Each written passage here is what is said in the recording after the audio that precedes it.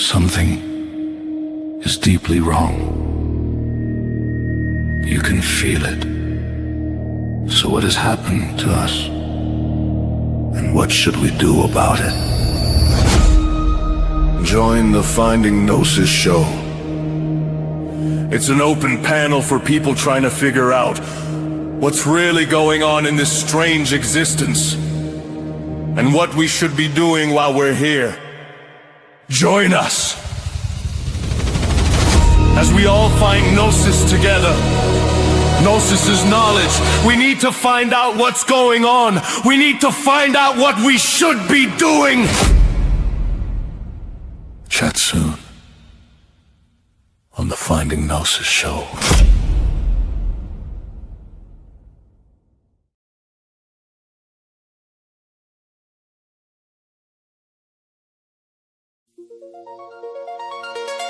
Forever strange, we're gonna be forever strange. Don't you wanna live forever? Your consciousness uploaded to a floating drone umbrella. Forever strange, we're gonna be forever strange. Nothing ever was normal anyway, and for sure it never will be, not a hope of that. Forever strange, we're gonna be forever strange. Everything is just gonna get so very weird. Flamingos given hooves and beards, cats that are half dogs, people with gills swimming through purple seas. Narcissistic psychopaths dancing with their holograms, robotic mosquitoes threatening to block out the sun. Children raised by algorithmic shamans, whilst nobody watches them. Everybody screaming Joy, terror, joy, terror. Nobody knowing what silence is. constantly stimulated.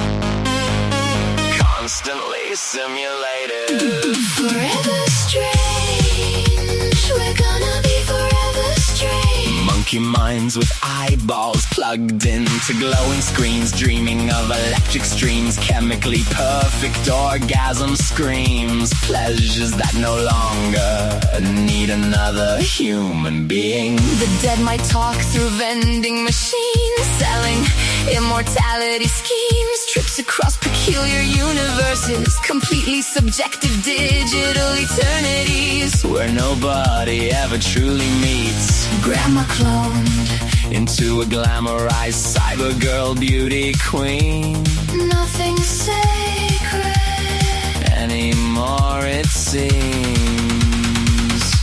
Forever strange, we're gonna be forever strange. Reality peeling apart at the seams, a cosmic joke fueled by synthetic caffeine.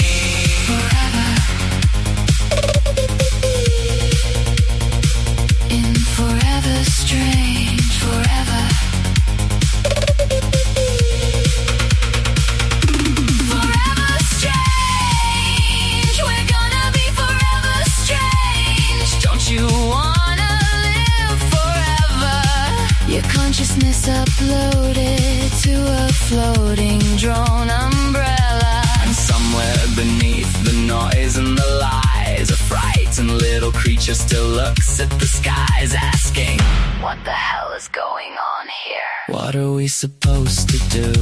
Was any of this ever true? Forever, in forever strange. Forever strange, we're gonna be forever strange. Don't you wanna live forever? Your consciousness uploaded to a floating drone umbrella. Will there still be need for love? Was love ever real anyway? Was it all just a ruse? A strange parade, a cosmic game, moving us towards forever strange. Maybe we were always lonely. Maybe heaven never came. Maybe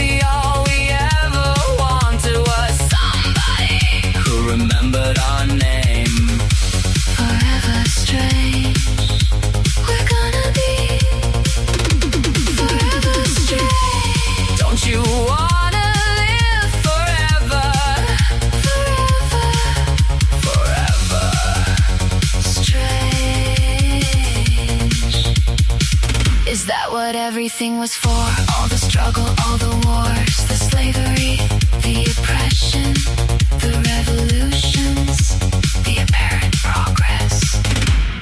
All so we could remain forever strange. Forever. Don't you wanna live forever? Forever. And forever strange.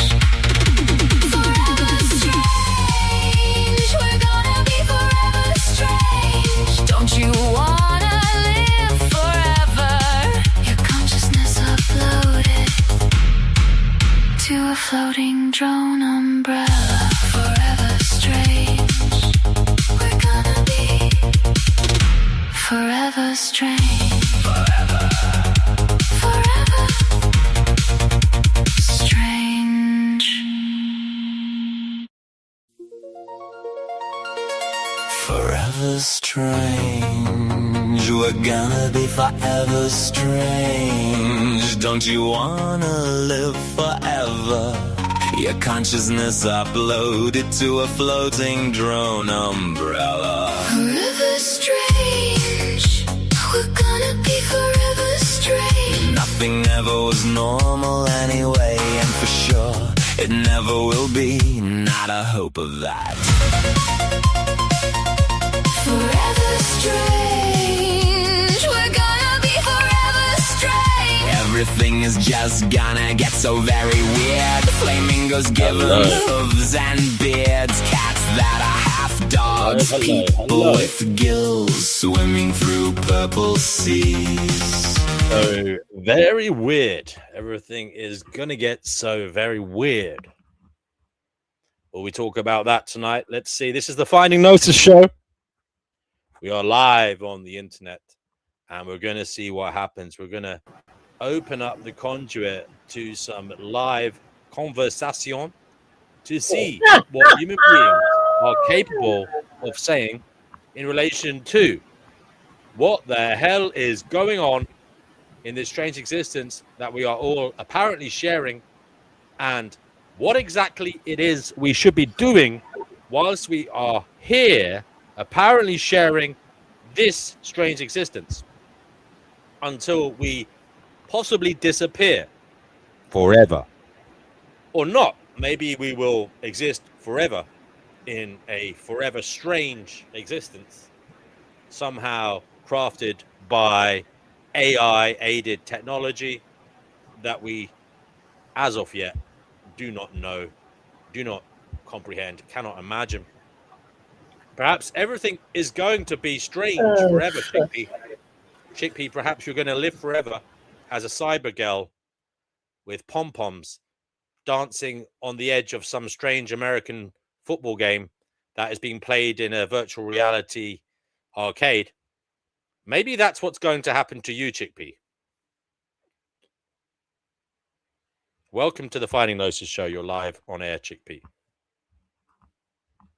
And Chickpea isn't talking to me. She's come on here and she's taken the vow of silence. Chickpea, we cannot hear you.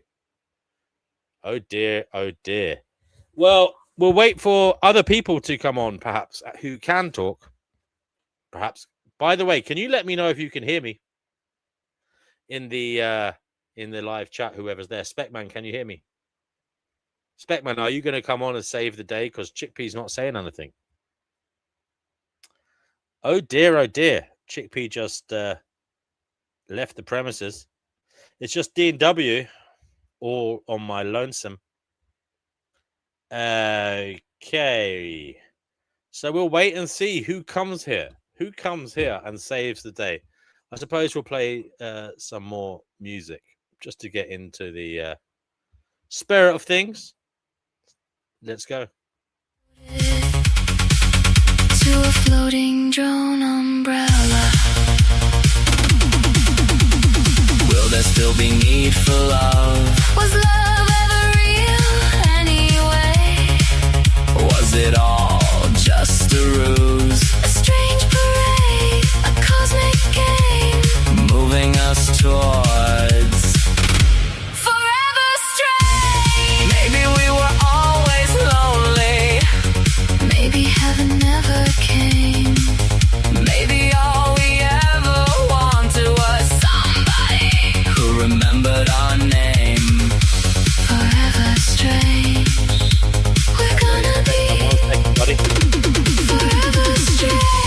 my Don't mic you working? wanna live forever?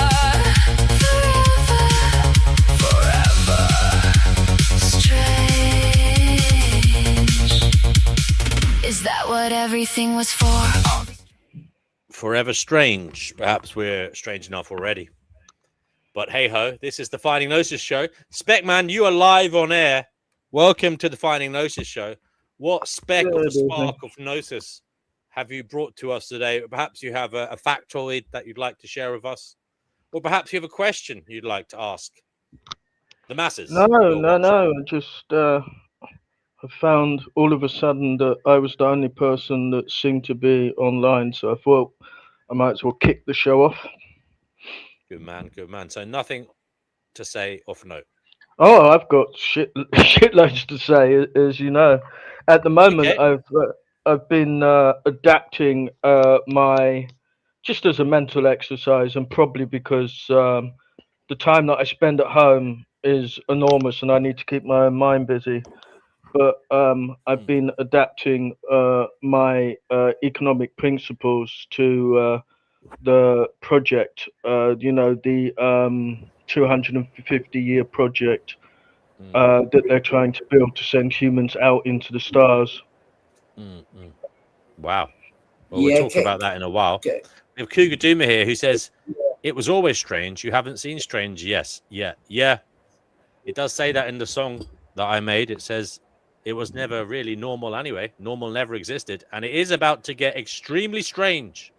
Cougar Doomer, you are a man who knows a little bit about AI, and you also know about what you deem the upcoming collapse of global industrial civilization. Cougar Doomer, would you like to come on here and perhaps talk about just how strange it might get? I'd appreciate that, brother. We haven't heard from you. We need an expert. We need an expert in our mission to find Gnosis. Yeah. But Wildheart, you're on the Finding Gnosis Show. What have you come to elucidate us with? A factoid, some spark of a speck of Gnosis, perhaps? Or perhaps you're here to ask a question in relation to what the fuck is going on? No, I'm just joking because you are. Thank you. Well, thank you for the brotherhood, brother. Although I do disrespect and think of Speckman's problems as always wrong. But am I the only one having trouble hearing Wildheart? also, I mean, can you hear him? There seems to be. Can he do microphone occlusion? Sound occlusion? yes. Wildheart. Okay, Wildheart, we'll go to Chickpea. Chickpea, darling, you are live on the Finding Gnosis Show. We're talking about just how strange this world may get in the future, inspired by that song I made recently, Forever Strange. Now, just how weird do you think it may get? Does it matter that it's going to get very strange? Reality is going to get very strange. And as I said, there never really was a normal anyway. Normalcy was just an illusion. It was just a kind of point of reference we made up in our imagination to try and make things seem somewhat sane, somewhat okay. But the truth is, existence is fundamentally extremely strange. In fact, that's the whole basis of the show. Nobody knows what the fuck is going on. And it's not strange, it's goddamn awful. We act very calm, and we like to try to avoid being too crazy, when in fact existence itself is an extremely crazy phenomenon. Chickpea, just how strange is it about to get? Would you like to freestyle, have a stream of consciousness, and just tell us, use your imagination, use your intuition, tell us just how strange are things about to get in this crazy world? They're not going to get strange, they're going to get god awful. There's the heating to worry about, and of course the invasion that we're seeing in this country. So there's two things to worry about. I don't think they're going to get strange, they're going to get downright bloodthirsty. That's what I think. Can you say it's good to see also, you know what I'm worried about is the water running out, actually, because back in 1976, we had water shortages, and it was also good-natured. We all stood and waited at the pumps for water. if that should happen again in London, I don't like to think about it too much. Can you just say it's good to see you, Chickpea? Now I've heard your voice. I know you, Anna. Yeah. My little old lady voice. Yeah. Sorry, I was muted. I was replying to you. Thank you.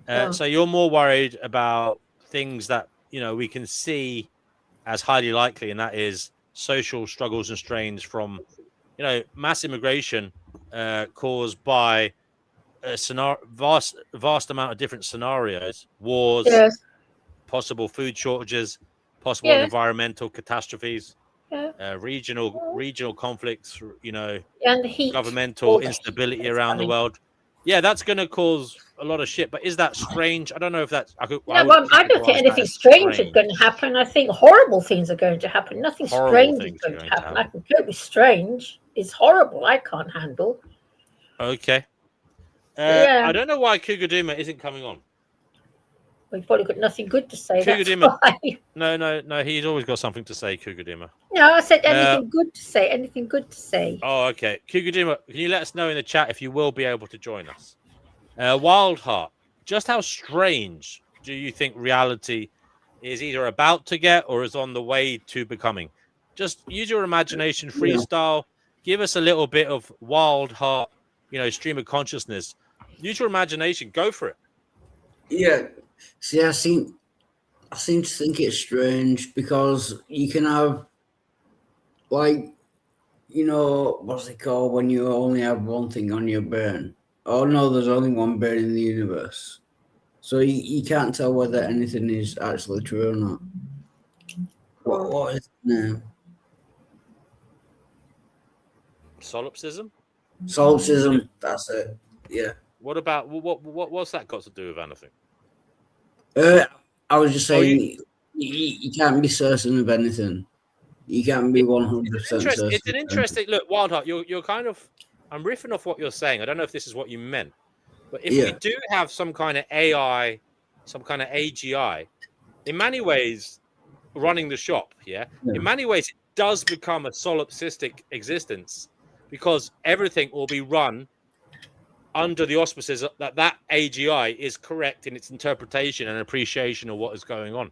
So in many ways, reality is perhaps going to become a solipsistic existence based on the data and the calculations that one AGI is doing. So that's an interesting. Is that kind of what you meant? Yeah. Like, there is only one brain in the universe, and that is controlling everything.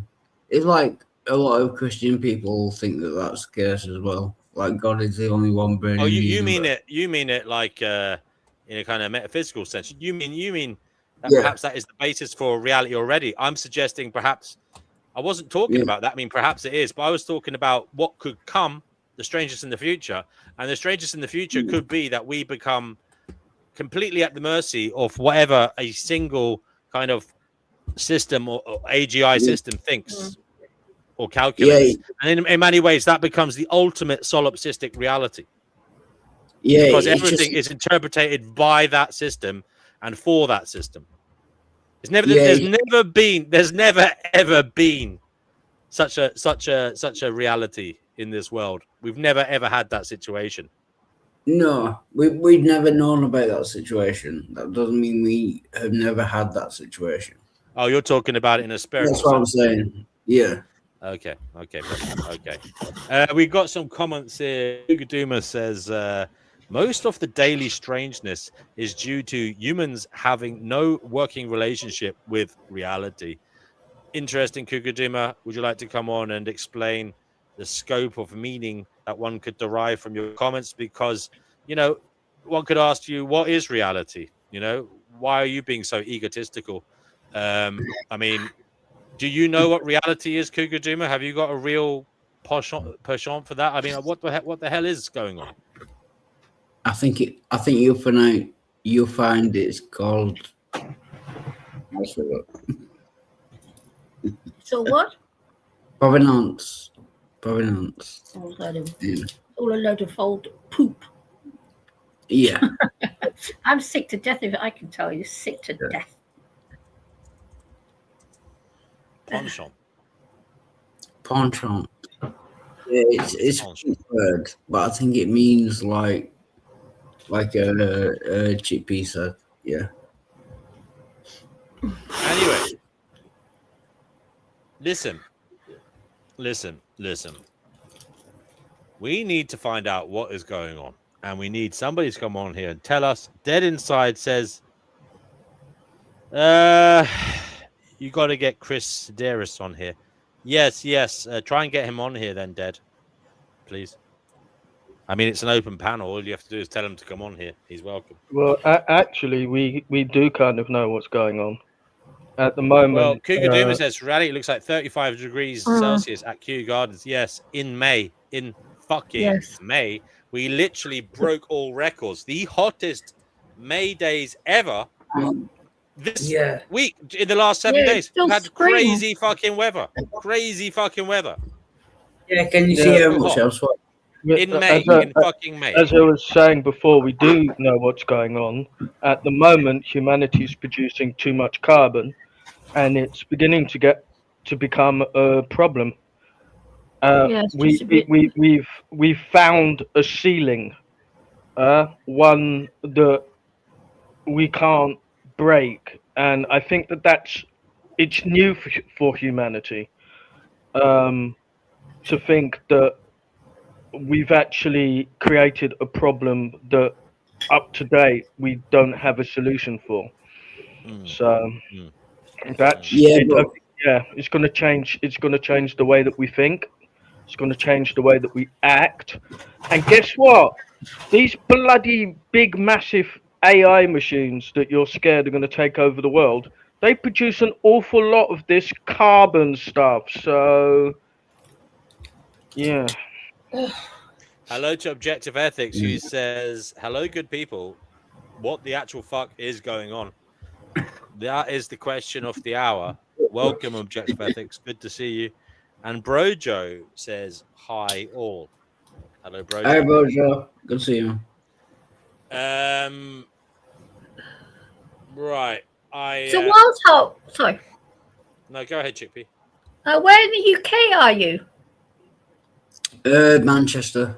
All right. We're in London, me and Grumps, as you know. Oh, yeah. I can tell by your accent. No, that's fine. I'm Dutch, actually. That's funny. Yes, I can tell by your accent. I'm not even English. It's quite funny. He's a Mancunian. Yeah. Manchester has the UK's biggest curry house, apparently. All right. Although that is a national dish. You know, curry. Yeah. Well, which one? Vindaloo? Faulty curry? No, I think the more mild one is the favourite. Calmer, that's it. Yeah. Anyway, the biggest curry house in the UK is in Manchester. It's quite a phenomenal looking building. Have you ever been there, Wildheart? I've never been to that. Can you show me a picture or give me directions? No, you'll have to look at it yourself. Just use your noggin. Google it. UK's biggest curry house. Not hard to do. All right, I'll meet it. All right.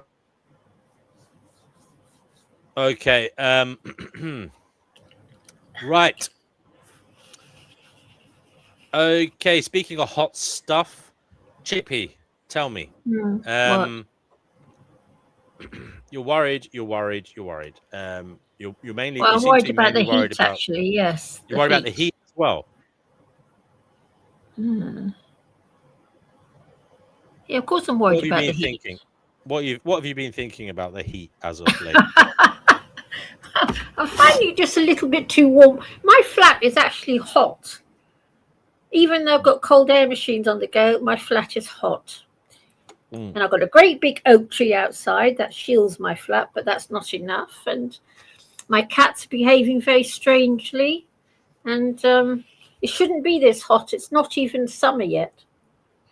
We're still in the spring. I find it all a bit, I don't know what to make of it all. But then, of course, cars, and more cars. And let's not forget, the meat industry, which is accountable for over 30% of global emissions.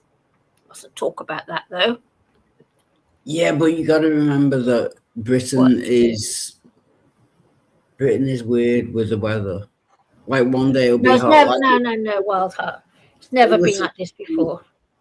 It was Never. thundering and lightning before. Like Huh? last night, it was thundering and lightning. Did you not see that? No, I didn't. No, not here. We didn't get any, unfortunately. I wish we could have had some. Yeah. And then it warmed up again today. I'm just saying Yeah. the British weather is weird. No, Yeah. I tell you, they're Wild Heart. When I was a little girl, I can remember it used to get so cold in the winters in here and in Europe that my toes used to freeze up, and I used to have to wear all warm woolly stuff. That you wouldn't believe how much the temperatures have risen in the past in my lifetime. You wouldn't believe it. Yeah, you're a lot younger, so you don't feel it so much. Yeah. But when I first came to live in London back in the 70s, one had to have central heating on in the winter.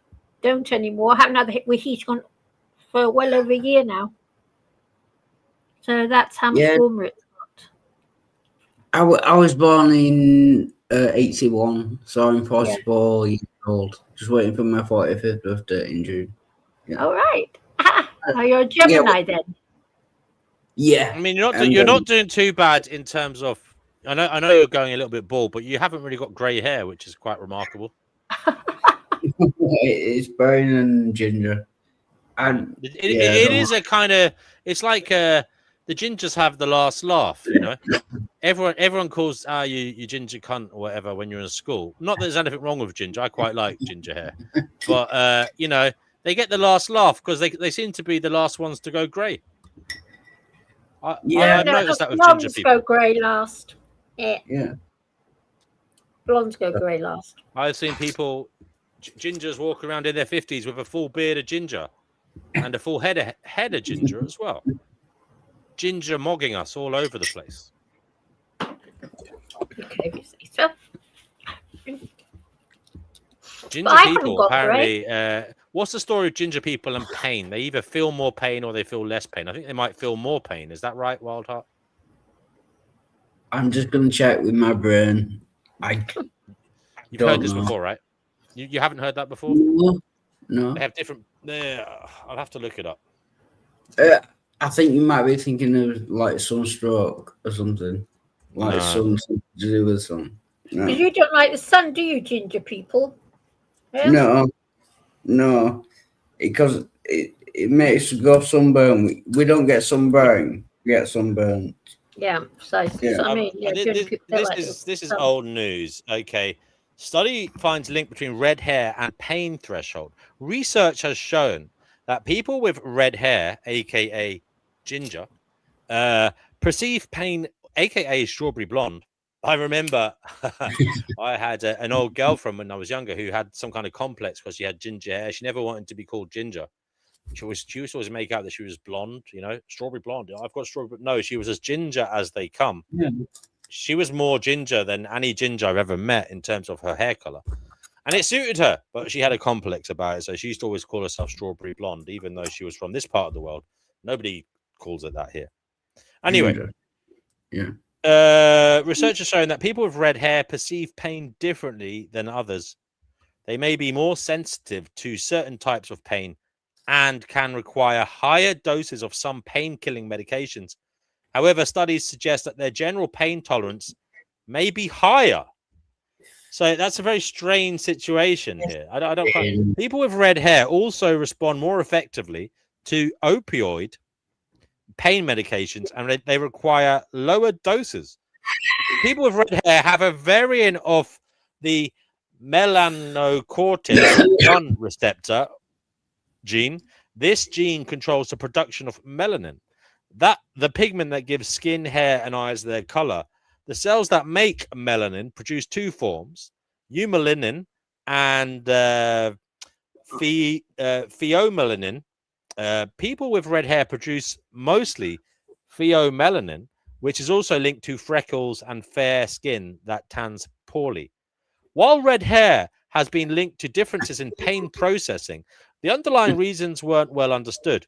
researchers led by Dr. David E. Fisher of the Massachusetts General Hospital examined the connection between MC1R and pain perception, and the study was funded by some. The researchers conducted their experiments using a strain of red-haired mice. Oh dear. Anyway, they had the same gene that is found in people with red hair. So there you go. You're related to mice. We're all re- You're a all little rela- mouse. I always thought you were a little mouse. Anyway, all related to the me. mutation suppresses the function of the melanocortin receptor 1, and these mice showed a higher tolerance to pain. So you can tolerate more pain. Weird. Listen. Weird. Yeah, I was just More gonna pain. say. Do you want to say? Do you want to see something weird? Like my hair is brown. My hair is brown, but my beard is ginger. It stops there. Oh yeah, that's quite And, a common thing. Yeah. Is it? Yeah, I've seen it. Yeah. Cool. Two-toned people walking around with dark hair and then a ginger beard. Yeah, I've had friends like that. Yeah, it's an interesting look, actually. Anyway, yeah, look that up. Look that up. It's interesting. Yeah.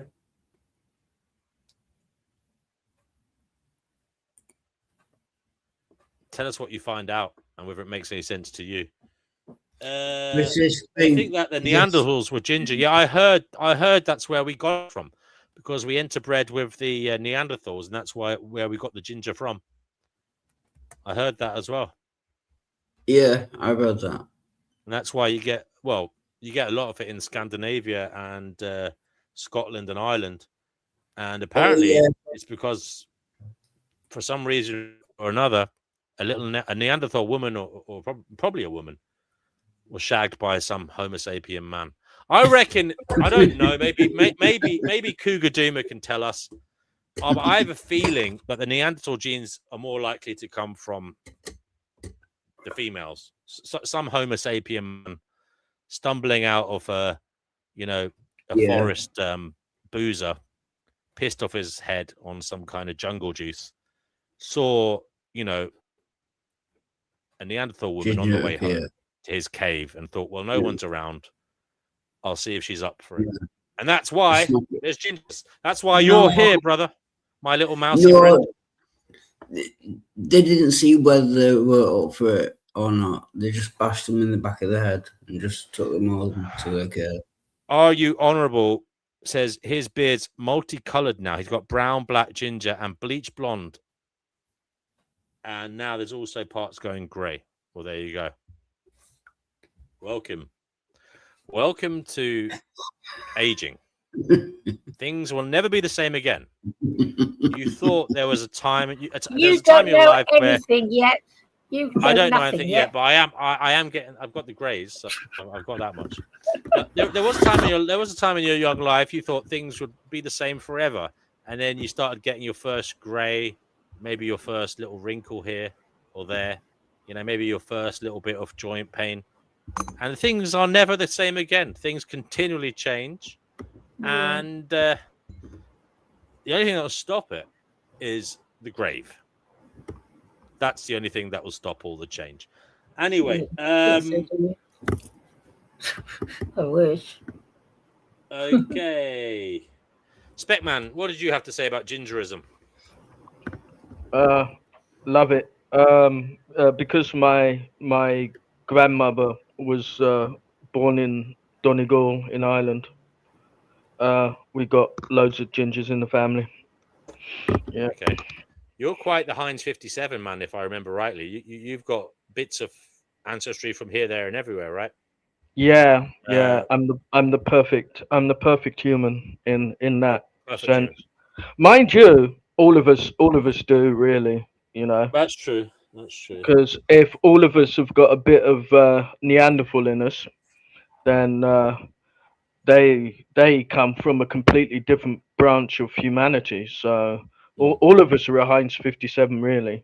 And that damn bottlenecking that went on a couple of times in the past, some people say that we actually, at one stage in history, that humanity, all of humanity, couldn't even fill Wembley Football Stadium. Wow. Do you know that's how closely we are related? So if we grabbed all of humanity back then and dumped them in Wembley Football Station, that was yet to be built. Man, don't be trying to be my relation. You're no relation of mine. I'm a relationship. I'm related to every single other person. I'm joking. I would be proud if you were. I'd be proud if you were my son. But my, you know I'm even though you're older than me. Even though you're older than me. You know I'm a Wollstonecombe. I'd be remarkably proud if you were my son, because that meant I'd learned to time travel. Yeah. I went back in time, and yeah. You know that my relations, because I'm a Wollstonecombe, and even though there's thousands of us, compared to Smiths, you know, we're a rare breed. You're a little diamond. Not really. Okay, Cougar Duma says mate selection humans is usually initiated by the female, but we don't know how Neanderthals went about it. Well, I mean, it's initiated by the men, but the women are the ones who either accept it or not. I would say a lot of the time, the women are the ones who. The mates go for it, and the men go for it, and the women decide. Yeah, because I really would not want to imagine a modern human, even though our grandfathers were actually physically stronger than we are now. But I wouldn't want to see anatomically modern human try to subdue a Neanderthal woman. I don't think that would go very well for him, because Neanderthals were stronger. They clearly had fun trying. Yeah, well, of course, even their they girl had fun trying. There was obviously some kind of horizontal hokey cokey going on way back then. So, 100% sure. That's ethics says things will never be the same as they are now. You can never step in the same river twice. Indeed. The river always flows. No, I think you can. Same. No, you can't. Yeah, but the same. It's not exactly the same, because it's still flowing, Wild Heart. The waters have moved. The waters have changed. Yeah, Speaking of waters changing, every time you drink a glass of water in London, I think it's been through about 8 other people's bladders because of the water recycling that goes on here. And then I've read other kind of things about this before, and perhaps like atoms of your water have been drank by Hitler or Napoleon, Jesus, Muhammad, whoever else you want to fucking add there. And those very same Neanderthals that we were just talking about. Yes. I mean, atoms of your water have literally come out in scuttery diarrhea of a baboon, and in the vomit of a deer that ate a monkey mushroom. I mean, it's amazing, isn't it? Yeah. Yeah, we live on a little ball that floats in space, and new material does arrive occasionally, but the vast majority of the material that's here has been here for billions of years. Thank you for that. Chickpea, how do you feel that you're ingesting the molecules of water, the atoms, sorry, the molecules, I meant to say molecules. How do you feel that you're ingesting molecules of water that have been through the ringer, quite literally, of other human beings, and perhaps some of the most unsavory characters known to humankind? How do you feel when you take your sip of water, when you brush your teeth, that it's been somewhere else before you, and possibly through the guts and innards of some terrible people? Yeah, it's a horrible thought. Horrible. I mean, come on. Yeah. You don't think about it. I mean, look, it's not. I don't think about it, no, because I'm all thinking to myself, I'm so sick of brushing my teeth. I'm so tired of brushing them. I am, you can't believe how tired I am of brushing my teeth. And sometimes I want to cry. Oh, can you have like Cougar Dumas? No, sorry, I'm talking to the NW. Can you have like Cougar Dumas? Yeah, I'll read that in a second. Skate says we have water that has never moved in rocks billions of years ago. I don't know about billions, but I've heard that there are pools of subterranean water that haven't been found or touched, and yeah, they've got their own little thing going on where they're not really involved in the water cycle because they're trapped in rock somewhere. I've heard this before. I don't know much about it. But Skate, if you want to come on and tell us about that. I've also heard about the ice in like the Siberia and in the Antarctic, and that is melting. That is ice. That is water that was trapped for millions of years, maybe billions. I don't quite know. Probably millions. Yeah, now it's melting. It's joining the water cycle, and it's also releasing all manner of pathogens, all manner of bacteria and viruses that we haven't encountered. So apparently it's very dangerous. So if anybody offers you an ice lolly in Siberia when you're there on holidays, be very careful licking that popsicle. We have a comment from Kugaduma, who says, oh no, mating between Neanderthals and modern humans wasn't common, but probably was consensual, just because that seems to be how it is now, basic instinct. Yeah, well, I'm sure if Miss Neanderthal didn't like Mr. Homo sapien, she could easily smash him with her 10-ton fist. I mean, they were big girls. They were big girls. Yeah.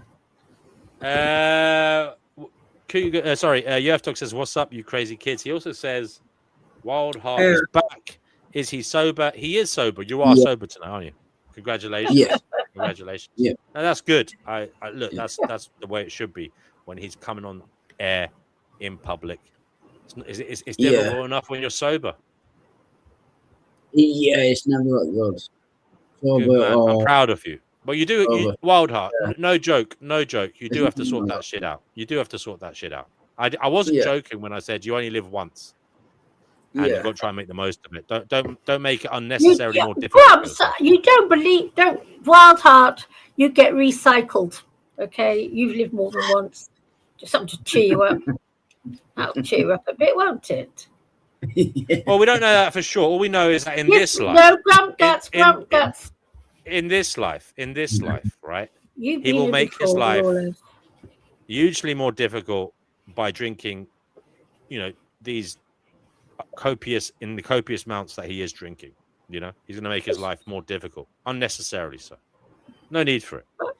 Anyway, we can get on with the topic. Yeah, Russians, they're weird, aren't they? You know what I mean? That's a bit Lovely racist. cigarette. I think they're. The Russians, they're perfectly fine. I stopped over 20 years ago, Wild Heart. You know what? I still want to do it. Smoke. Yeah. It's been over 20 years Awesome. and I still miss it. Yeah. Do you want me to turn my camera? Huh? Do you want me to turn my camera? What's on the camera? Are you honourable? Are you honourable? Battle Vomit says one day you wake up with if I'm tingling allowed toes. to chime in, my soon stop dad drinking. was a smoker since he was 21 and he's almost 80 now. Yeah. And Oh. you pay. I'm not in bad spec, man. You do pay a price for Why? smoking Sorry, when you're younger.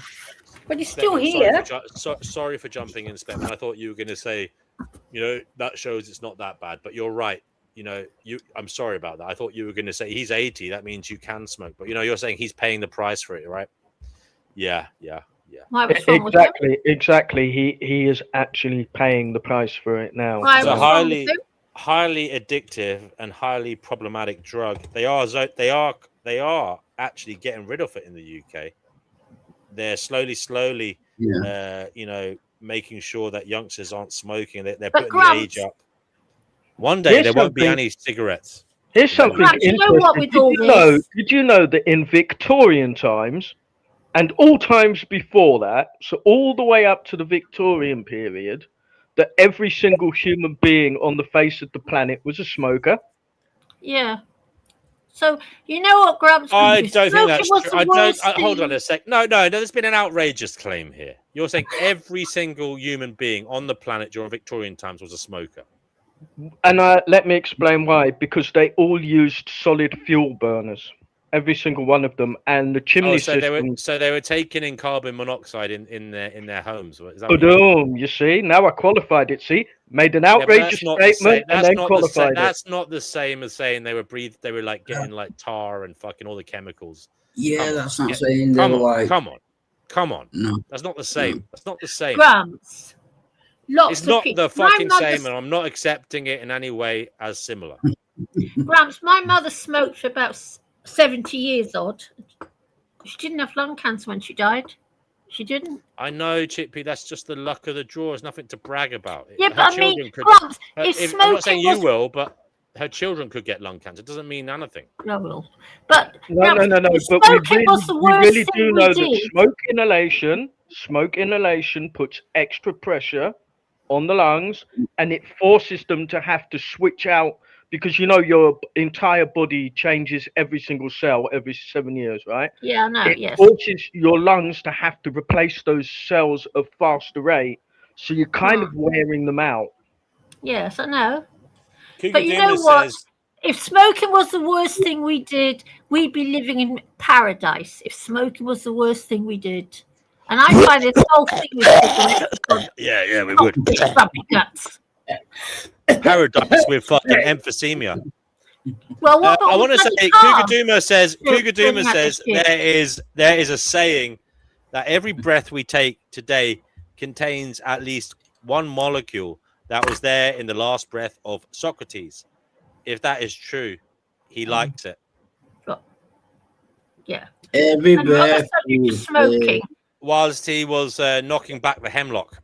You know what, Grumps? They were better days when we all smoked than they were. Just because of smoking?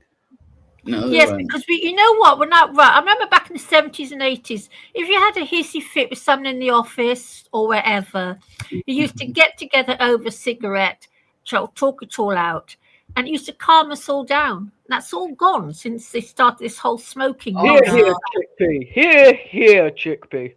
No, can I give you an actual fact? Smoking only calms you down if you're already addicted to nicotine. That's the only reason it calms you down. Before you have nicotine. It's frozen. Yeah. Yeah, no, but nicotine's very nice. I love it. I don't know about that. It is. It's very nice, nicotine. I'm still. Anyway, Natalia junkie. Natalia Shakova is one of. 1 second, please. Natalia Shakova is one of the Russian scientists at the forefront of permafrost research. Have you heard of her, Cougar Duma? No. Okay. Objective Ethics says, thank you, Objective Ethics. He says 7 watching, but only 3 likes. Come on, folks. Give some gratitude for the effort and hit the like button, please. You see, we do have ungrateful arseholes here. And also a lot of kind of socially aloof, obtuse individuals who do not know common courtesies. So I forgive them. Oh, thank you. Thank you. Wildheart has never given a like in his life. He's too busy. I give a like to everyone I join. I've not given a like to you yet, but I will do. Yeah. Isn't that funny? If you actually appear on this show and you don't give a like, does that mean that you don't like yourself? No, well, I mean, in fairness, I'm not too sure people should like themselves.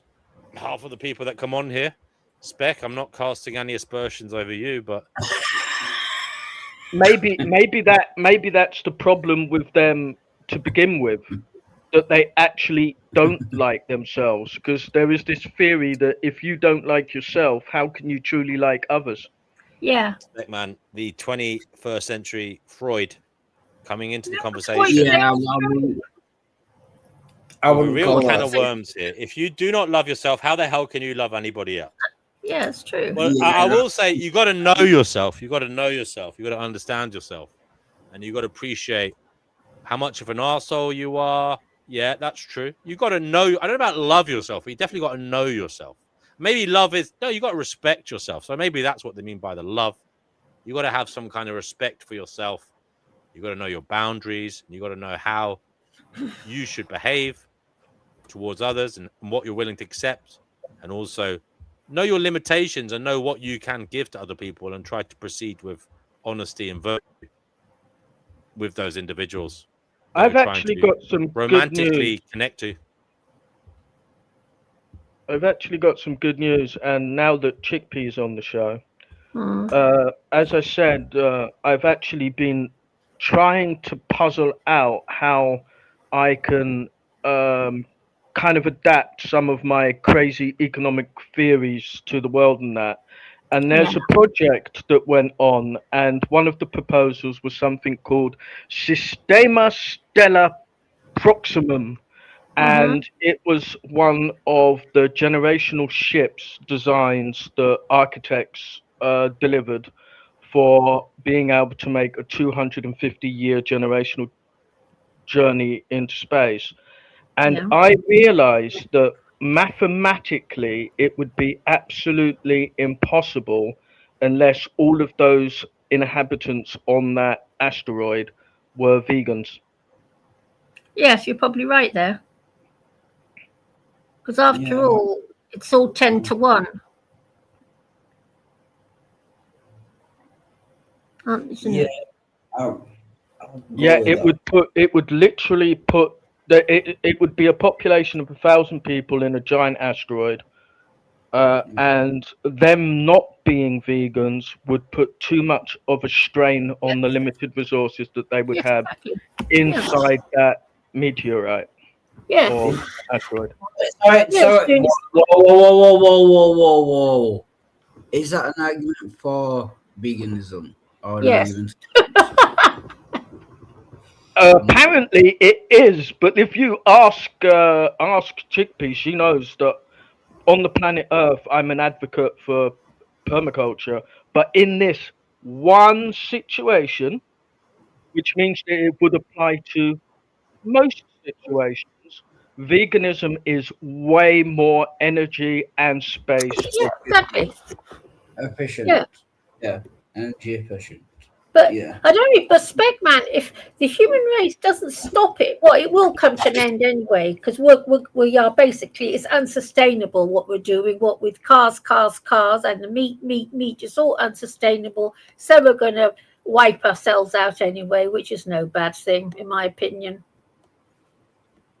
I think we should wipe ourselves out. DNW, can I just... That's good. Chippy, that's because you can't find raison d'etre. You can't find a goal to orient yourself and humanity towards.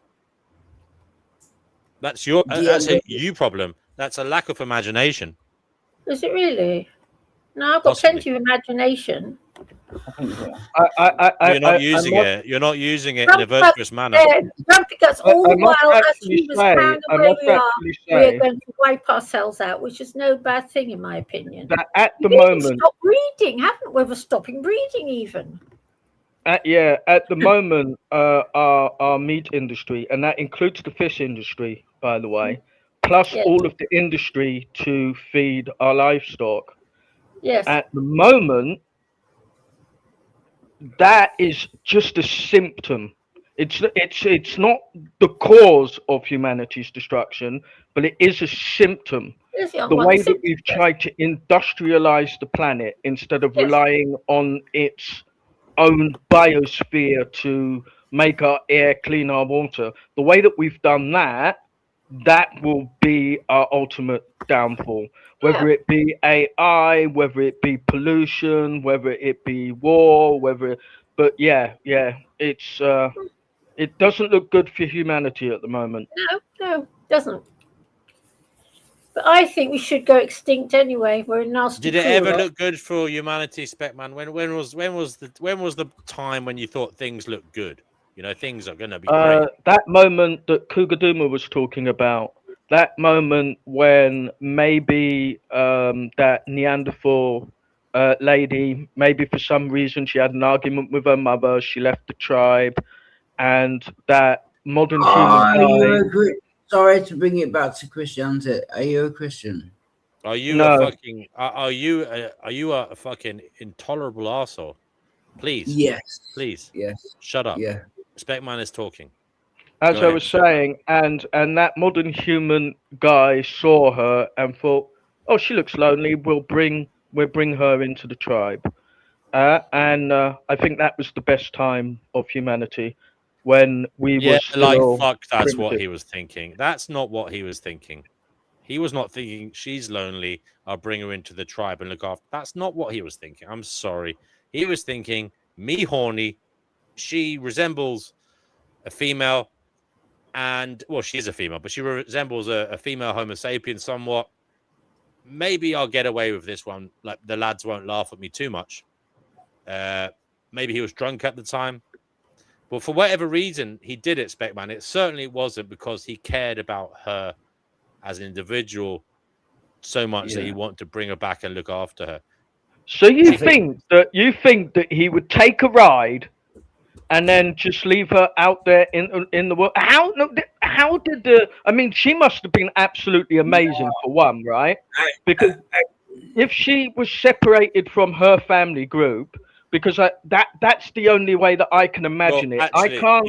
you know what, Specman, you're probably you are essentially right in what you say, because she must have been brought back to the tribe, because otherwise the kid would have been brought up with the Neanderthals, and I highly doubt it would have survived. I don't know if it would have survived. I rest my case, Your Honor. Sorry. Did he care? Did he care about her, or was he just getting his end away? Was he just trying to get his end away? I don't know, Specman. DNW, you are wrong. I'm wrong. Not for the first time. Yeah, because And I'm right about that. because God created woman out of Adam's rib. So Okay. Adam must have existed before. I think we'd all established we're not Christians here. Yeah, Speak for yourself. I'm just saying. Wildheart is a Christian. Yeah. Actually, I'm well, we were probably invented by the Anunnaki to dig for gold. And when they come back, they're going to have one hell of a hissy fit because we haven't dug up very much. Chickpea's on fire today. Go, Chickpea. Why are there gold reserves, Chickpea? What happened to the Anunnaki? Why did they give up on us? Well, they didn't. They're coming back one day. Listen One- to what's the name said. Can you I do really believe we're a slave race. We're some sort of slave they're race. coming back to get their gold, are they? I feel like a slave. I've always felt like a slave. Can enough. you specify? Can you Lady in specify? the bag. Can you specify one day? They're coming back one day. Can you specify what that day is? Is that Danny there? His big nose. No, it's someone else. Hello there. You're on the Finding Gnosis Show. What would you like to say? Hello. Am I live? You are live, yes. That I've been is. enjoying. So, Hello. Will you shut up, Wildheart? Sorry. He's interrupting Big me. nose, big nose. I apologize. You're surrounded by savages, and I'm trying to tame them. It's hard work. Go ahead. Ginger asshole Wildheart's interrupting everyone. I don't like that guy. no, I've been enjoying the show. well, Do you I have a thought bit of you a were- beef? Do you know each other? No, I thought he was I don't- hilarious for a second. I I don't apologize. know. I'll mute. I'm sorry. He has no manners. I've heard He's a very likable person when he's muted. Yeah, you gotta mute him. Mute that mutant. Mute the mutant. I was enjoying Chickpea. No, he's a lovely guy. Actually, he's a lovely guy. Let's not bully him here. He is a lovely person. Well, I don't want to bully anybody. I was bullied for my big nose, and I don't want anybody to be bullied around here. But I like That's Chickpea. okay. Chickpea talking about the Anunnaki. Yes. That was very good. I enjoyed that. Thank you for Well, bringing it up. it wouldn't surprise me. I think we are a slave race. I truly believe it. I know I'm certainly a slave. You may all Me think too. not. I ain't dug for no gold in my whole life. We are all the children of Enki. Every single one of us. Who's Inky? Enki's the guy that made Adam. Oh, Aki. Okay. No, Enki. Enki, Enki and Enlil. Okay, I lost him. Enki. I lost him. Enki. Okay, I can't hear you. I thought you. 1 second. I'm gonna Oh, have I'm sorry. to. 1 second. Hello. My audio has kind of fucked up. 1 second. I thought he said dinky, like a dinky Yeah. car, like those little the Matchbox. Anyway, Big Nose, you're new here. Welcome. What the hell is going on? Thank you. Yeah, what the hell is going on? Tell us what's going on in general. What is going on? Well, my nose only knows so much. It doesn't know everything. My nose is sometimes it gets ahead of itself, but I only knows what I knows, and I don't know everything about what's going on. But I think we're in a very confusing, strange place that does a lot to try to get us confused. Apparently, apparently people are saying you are sanity machine. Stephen, have you heard of that guy? What's his name? Yeah, No. King Stephen is a troll. Oh, fuck him. And that is King Stephen. Wildheart, was I talking to you? Was I talking to you? he's Was I talking to you? What is that Wildheart? Sorry. Go ahead, I Big was- Nose. Who sorry, is what's this sanity machine guy? Who is he? I don't even know who he is. Never heard of him. Never heard of him. Sorry, I was kicked off that show. That guy banned me, that asshole, the sanity guy or whatever. Yeah, he's a troll. Just He's a It's your I channel. don't- You can do what you want, but Who? This guy is a troll, is he? Yeah, Wildheart. What are you? You're a troll. You come he's around called King. trolling. He's called King Stephen. He's a massive. This renowned guy's a troll. troll. He's an alcoholic liar. All right, Oh, there's no need for that. Carry on, and see where this There's goes. no need for that. There's no need for that. I'm just Have you got telling the anything- truth. No, Wildheart, have you quit drinking yet, or are you still an alcoholic? Can you be honest about your problem? Well, he can if he wants to. Oh, he left. Oh, Yeah, he left. Well, Yeah. Okay. I carry think on. that was I think that was Sanity Machine. It sounded like him in the end. Yeah, his voice came out and his mannerism. Yeah. His, No, you know, the way he I wasn't zones in talking and it. I wasn't It talking definitely about was Sanity Sanity Machine. Machine. I was talking about Shaq. No, I wasn't talking. Don't worry, Wild Heart. It's all right. Yeah. Anyway, Yes, I fucked up again. where are we? I was explaining how all of humanity is actually really just the children of Enki. Tell us who this Enki is. Go on. Enki is one of the ancient Sumerian gods. He's the one that came up from under the sea, and apparently by the other gods, he seems to have been some kind of bigwig. They needed or wanted to create some kind of entity that could do all of the hard work for them. And they tasked Enki with creating something. So in the end, I mean, Enki, he tries like 21 different times to create this living being. And the text says one was lame of foot, one was this, one was blind of eye. Anyway, it takes him a long time, but eventually he creates the first one that works, that has the ability. Sorry. When you say the text, what do you mean by the text?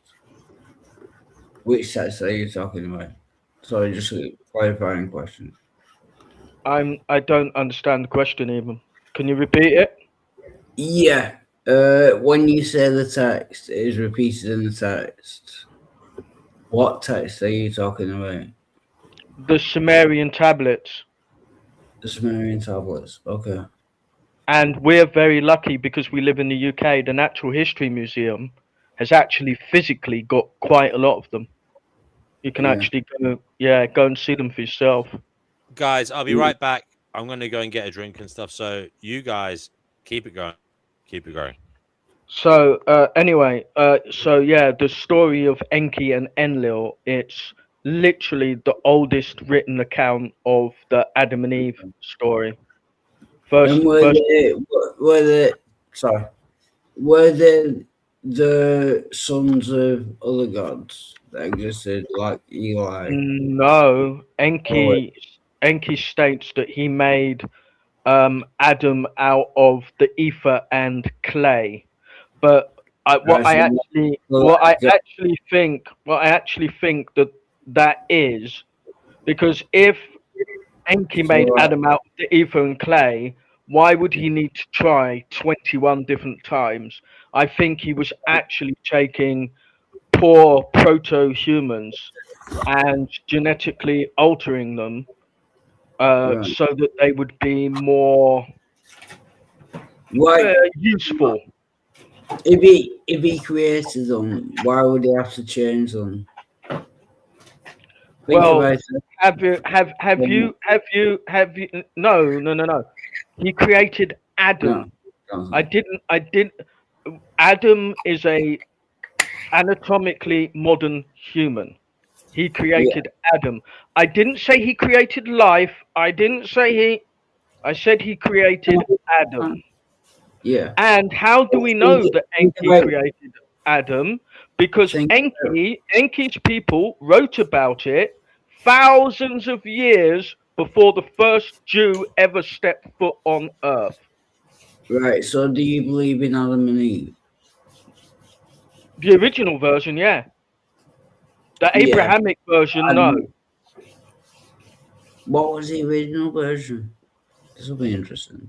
The original version was Enki and Enlil. It was written about 3,000 years before the Torah was even a thing. Right. Wow. Yeah, we live and learn. So yeah, if you look up the story of Enki and Enlil, you'll find the original, and they write about Noah about 3,000 years before. Whoa! Cool your horses, okay, bro. The Krishnas write about Noah long before the first Jews. But you know that Noah happened after Adam and Eve. Yeah, we know exactly what happened after Adam and Eve. Yeah, so the world created YouTube, and we met each other. Shush. So you know that Adam and Eve existed, but you don't believe in the Noah story. I think first you should read the original story, the original source, and then afterwards you should tell me your opinions on it. Right, so what is Noah's story? Enki and Enlil. I don't know what that means. It's the story of Enki and Enlil. You can look it up on Google. It was written about 3,000 years before the Adam and Eve story was put into the Hebrew Torah. So Adam and Eve weren't the first people on that? Adam and Eve were the first people. They're just not the Adam and Eve from the Torah. So Adam and Eve were the first people. Carry on. I'll shut up. Sorry.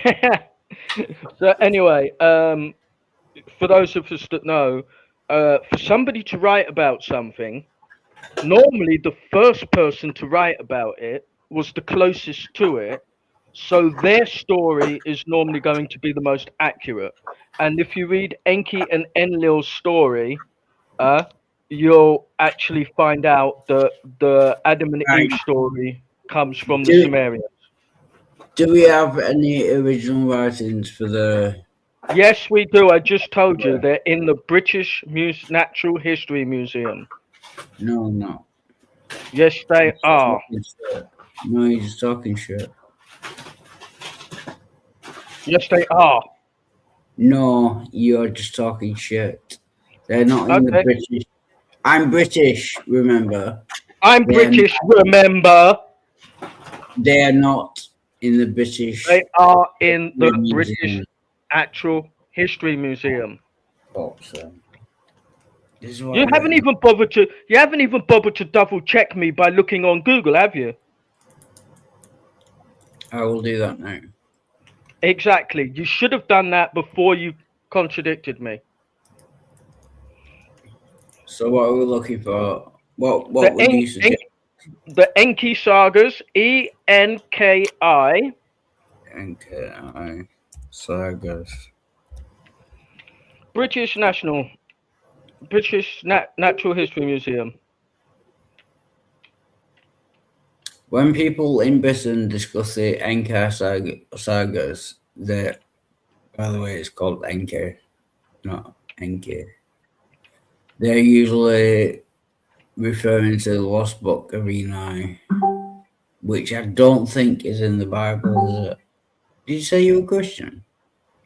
No, I did not. And I also said it doesn't need to be in the Bible. It was written 3,000 years before the Bible ever was a thing. Right, so it's not. So why would God wait 3,000 years to tell the Israelites if the information already belonged to the Sumerians? A prominent deity in ancient Sumerian and Macedonian texts. Stitching claims that text was recreation of ancient clay tablets. Stitching is full of crap. But the tablets are the tablets. What did you just say? Huh? That stitching guy is full of crap, but the tablets are the tablets. Stitching claimed the text was a recreation of ancient clay Hebrew tablets that detail the history of the Anunnaki. Extraterrestrial beings. Oh, he's fucking one of them, and he. Right, I forget. Stitching is full of crap, but the 6,000-year-old tablets are physical things that you can hold, lick, touch, read. Yeah, I'm going to give up. Nothing to do. It will just take me 1 second. I'm going to give up on the thing with you. I'm not going to talk to you anymore. You're clearly a fucking idiot. So basically, the Sumerian tablets exist, people can read them, and it tells the story of Enki and Enlil. And it came thousands of years before your Abrahamic religion that you're spouting at me right now. I'm not, I'm an atheist. Well, why are you spouting Abrahamic religion at me? Because I'm trying to prove you wrong. You'll never prove me wrong by spouting Abrahamic religion.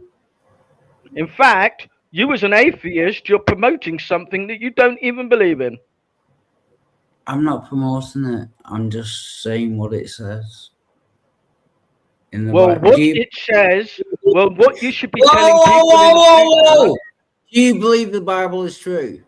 No, it's stolen from a much older book. Every single word of it. Old Testament, New Testament, Torah, Quran, it's all stolen from much older texts and therefore has absolutely no historical or spiritual value whatsoever. So you don't believe the Bible is true? Crikey, that's a hell of a claim. You don't think it has any value whatsoever?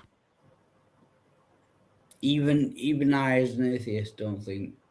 I do think the Bible has some. Speckman, do you think the Bible has absolutely no value? No. So if all of that value can already be found in the Hindu Bhagavad Gitas that were written before and the Sumerian ancient texts, if all of that value was already embodied in those texts, it's kind of just regurgitating what we already knew. But isn't it just? I don't see that how does I don't understand how that means it doesn't have any value. I like you use words like stolen. I don't think it was stolen. I just think it was a progression of humanity's narrative. Okay, yeah, okay, I'll give it. Maybe I am overcritical, but the fact that these Abrahamic texts are used so often as some kind of universal authority, when humanity categorically knows that they are adaptations of much older texts, it gets on my nerve a little bit. I agree with you in the sense that it's a problem that they're cited as some kind of authority, like ultimate authority, but not for the same reason that you give. I think they cite it as ultimate authority because they see it as God's ultimate word. I think that's a problem, more than the fact that they are, you know, as I say, a continuing narrative of the human, a continuation of the human narrative. I think there's. I think Speckman is onto something though, yeah, because if the Logos is comes from like some kind of Indo-European people that predates all the Abrahamic stuff, well, you know, all the shit about being the chosen people and being a true believer and all this shit. I mean, that the fact that the stories predate those newer kind of communications of it, I think is important because it stops all that kind of religious kind of elitism and, you know, outsiderism and you know, exceptionalism. Do you know what I mean? It's like, actually, no, this is a common story that transcends anything you ascribe to it, and you're painting it in this way, but it predates you. So don't get down off your high horse, Jews. We may be talking about the same thing. Yeah. My take on it is that people say this is God's ultimate word, which is basically the same as saying that their scriptures are the originating stories. I guess you could say that. Yeah. I don't know. I guess I'm not as critical of people in history, you know, borrowing and taking. Like even down in New Zealand, we have the story of how the world was created. You know, with Maui, which is the same thing as Hawaii. You know, everyone has their creation myths. There's a flood myth, I think, you know, which comes from Sumeria. Yeah. I don't think people stole it. I just think people adapted these stories, and now us idiots. I wouldn't now, call it stealing, but yeah. I think once we know that the story predates these kind of newer religions, well, then in my view, it's important to emphasize that because I don't like this whole "we're the chosen people" shit. You know what I mean? I agree with you. I agree with you on that. I think that's why I say maybe we're talking about the same thing. Like they say God originated it, their God originated it, whereas in fact he didn't. Blah blah blah blah blah. So I think it is an important thing to communicate, though. Yeah, and so do you have to obviously. But yeah, as I say, I don't think they literally stole it. I think it got lost in the sands of time. I think that. But I think it's important all the same to communicate that it exists. Well, I think that we're the sum of all our history. To say that people stole, like they didn't have intellectual property back then. So I think to say people stole these ideas, I just think they evolved over time, and where we are now is the sum of all that. Sorry, Speckman, you were. Yeah, first of all, I wouldn't say that they particularly evolved at all, because if they're essentially the same stories, they've just been passed down, regurgitated, but the reason that I am so critical is because at the moment I think that the power elites have got it really invested to pit what they call the people of the book, you know, the people of these Abrahamic religions, which are, I mean, if you count all of them together, the Abrahamic religions, they are the vast majority of religious people on the planet at the moment. But they're pitching. Where does Buddhism sit? Excuse me? Where does Buddhism sit?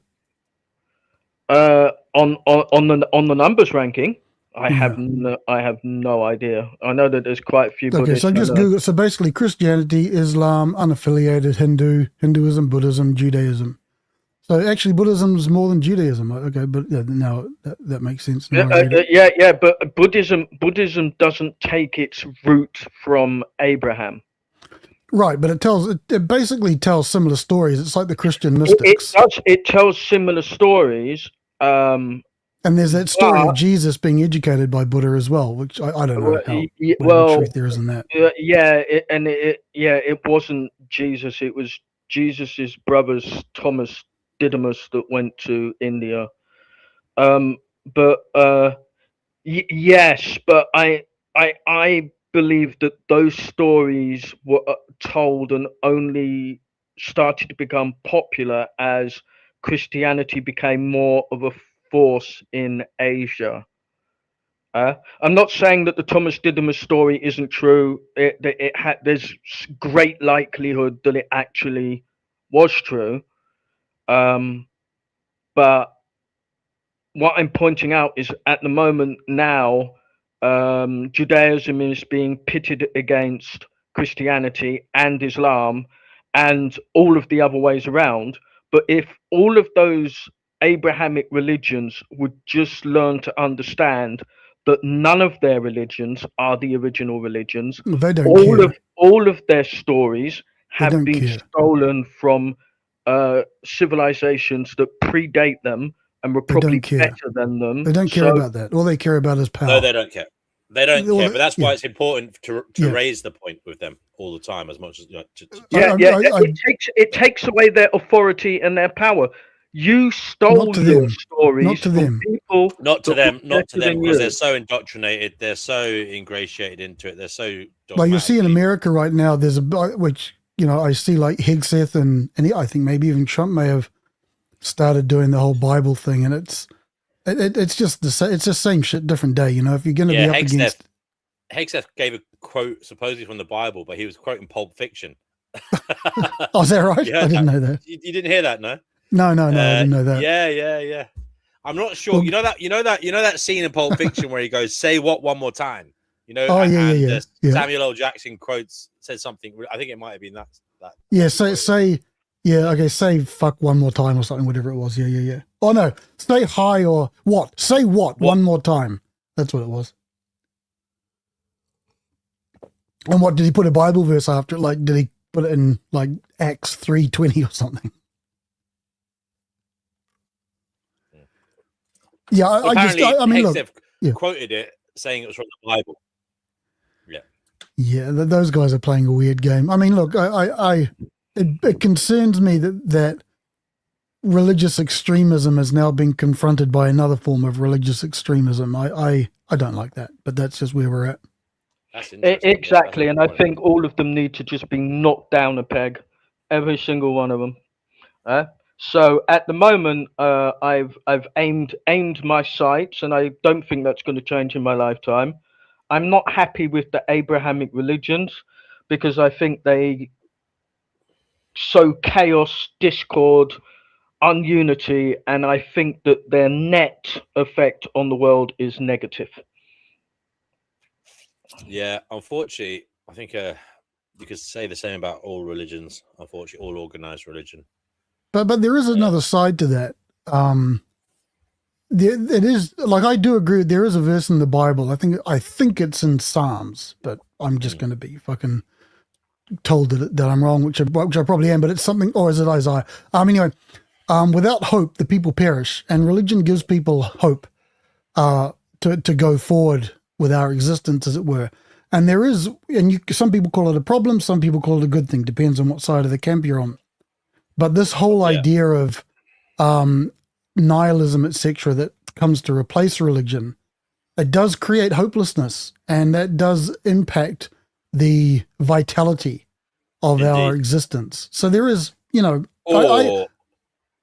it goes into some kind of weird ideological slant where it becomes like us against them, but in a kind of, as I said, in a political way or in a sociological way that is very harmful. Right. I mean, I agree that. Oh, sorry. People keep calling me a theist lately, which is weird. It's something brand new. I believe in a universal architect. I believe in a higher power. I believe in an energy that moved the universe in such a way that life was possible. Well, that might make you a deist. Is it deist, not theist? A I think that's a deist. deism. I see. Deism. Yeah, perfect. So I believed in a god, but I see the absolute destruction that religion has caused and will cause in the future. It's okay to have a god. It's okay not to have one. It's okay to be a good person. But Speckman, before we go on, I want to ask you Earth Dogs a question, but actually I want to, because you raised this, you said you believe in God. Tell us about the God you believe in. And you, by the way, before you say that, Earth Dogs, I want to ask you, because we came into the show talking about how things are going to get very strange, and I've been thinking a lot lately about the notion that everything's going to be strange forever. Like it's going to get really weird, like because of AI and because of all the technological development and stuff, and maybe the way society is going to be, things to us will appear very strange. And I was just toying with that and thinking about the fact that it could be really strange forever. I mean, you could go to the degree that people are going to be living in like eternal states of, they're going to have their own subjective eternities when they don't even literally meet anybody else, because they're going to be so atomized. And I'm obviously using my imagination to think about humans spreading across the cosmos and everything. Just how weird it could get. Is it something you think about, Earth Dogs? Have a little think about that while I ask Speckman about his God. God, who is God to you, Speckman? Go ahead. And you're muted, Speckman. Yeah, God to me, God, I like the way that my dad explained it. Basically, there was nothing, and then all of a sudden there was a voice that said, "Huh?" And then that voice heard the voice and was like, "Huh?" It went on like that for a very long time until it was like, "Who keeps saying, ah?" And then the voice said, "Well, it must be you because you're the only one here." So the original thought, the original recognition of anything, that was God. And it felt bored and it felt lonely. So it started with basic geometry in its imagination with circles. Does it have power over us? We weren't even. Because just because it's our creator doesn't mean it necessarily has to have the power to stop Oh us. no. It really doesn't. It really doesn't. We've proven it ourselves. When we create an AI. Yeah, I was going to say when we create like a virus or something, we don't really have it. We don't really. Sometimes we don't really have a power over what we create because it could do things that we don't want it to do, and it may not. Exactly. We may not be able to stop it. Same with AI. Exactly. So that's why I'm asking you: does your God have power over us? Nope. Is it possible? It does in a certain way. It does in a certain way because it wrote the speed of light. It wrote how molecules interact with each other. It wrote that every atom has to have. It wrote certain things that we can't get around, right? So to that extent, it has control over us. But our day-to-day life, it doesn't. But you have to also think, if it could think everything into being, it could unthink it. All right. Thank you for that. We might come back to that later, Speckman, because it's interesting to hear your views because they're unorthodox to say the least. Are you honorable battle vomit says he's given the quote that Hexeth said. This is the quote from the Pulp Fiction film with Samuel L. Jackson. By the way, what was Samuel L. Jackson's character called in that film? I can't remember. The path of the righteous man is beset on all sides by the inequities of the selfish and the tyranny of evil men. That's what he used to say, isn't it, before he shot them dead? Anyway, yeah, that's the quote. Earth Dogs, have you got anything to say about just how weird things could get and how it could be a possible forever strange reality? Everything's just weird. Something you think about sometimes? Yeah, I mean, I've said before that I think with AI, as you rightly mentioned, I think I've heard other people say it on here as well and elsewhere, the atomization aspect. we could end up, all of us just end up having an internet fed to us based on what our individual dopamine hits, what works on our dopamine. So we may end up just talking to AIs, the lot of us. Yeah, I think I've noticed lately that there seems to be a bit of a backlash because of the cost of AI, and businesses seem to be saying, well, it's not really performing to the standard we were promised or assured that it would. So who knows? Maybe AI might end up just being a .com bubble again. Plus, the metaverse was a total I think flop.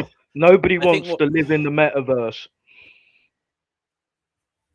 Yeah, I don't know. It's easy. It's easy to kind of wank around and try and predict the future. None of us know what's going to happen, and the people who actually have the resources and the power to make these kinds of moves, whatever we say here isn't going to influence them. They're just going to act in their interests. So I don't know. I have no idea. But I will say one thing I do think is worthwhile thinking about is go analog. And again, this is very Luddite and very cliche, but I think Cougar talked about this a few weeks ago, something similar. Get involved with your community. Start to make good connections with the people around you. I think that's where the future of well-being and probably survival as well might lie. So very important. Very important. Can I also speak to the God? Can I speak to the God thing that Spec was saying? Yeah, go ahead. Is that all right? Go ahead. Yeah. So Spec, you sound. I think deism is the right term for you. It's like a being that doesn't intervene in human affairs, and I think that's what deism is. I might be off on that. For me, I'm what they call a theological non-cognitivist. The concept of God itself is actually incoherent to me. I see nothing. I don't understand it when people talk about God or a deity or something. I don't even know what it means because it can't be defined. That's kind of where I sit on that spectrum. What I have noticed is that I get one single word, a deist, and you get three. I'm sorry, what did you say? And I get what? You get three separate words to describe your state of spiritual being. I just get deist. You get what did you get? Non-cognitive. Well, I think the term is it's igtheist. It just means, or theological non-cognitivist. I mean, there's variations within that, but basically, my point is, I think the concept of God itself or deities, that concept is just incoherent. I don't know what it means. That is super cool because that means that if there is a spectrum, you and I are on the complete opposite ends of it. So we're probably closer together because if you're on the absolute end of a spectrum, if you turn that into a circle, you're sitting right next to each other. But I can't imagine existence without some kind of mechanism to bring all of those complex equations together.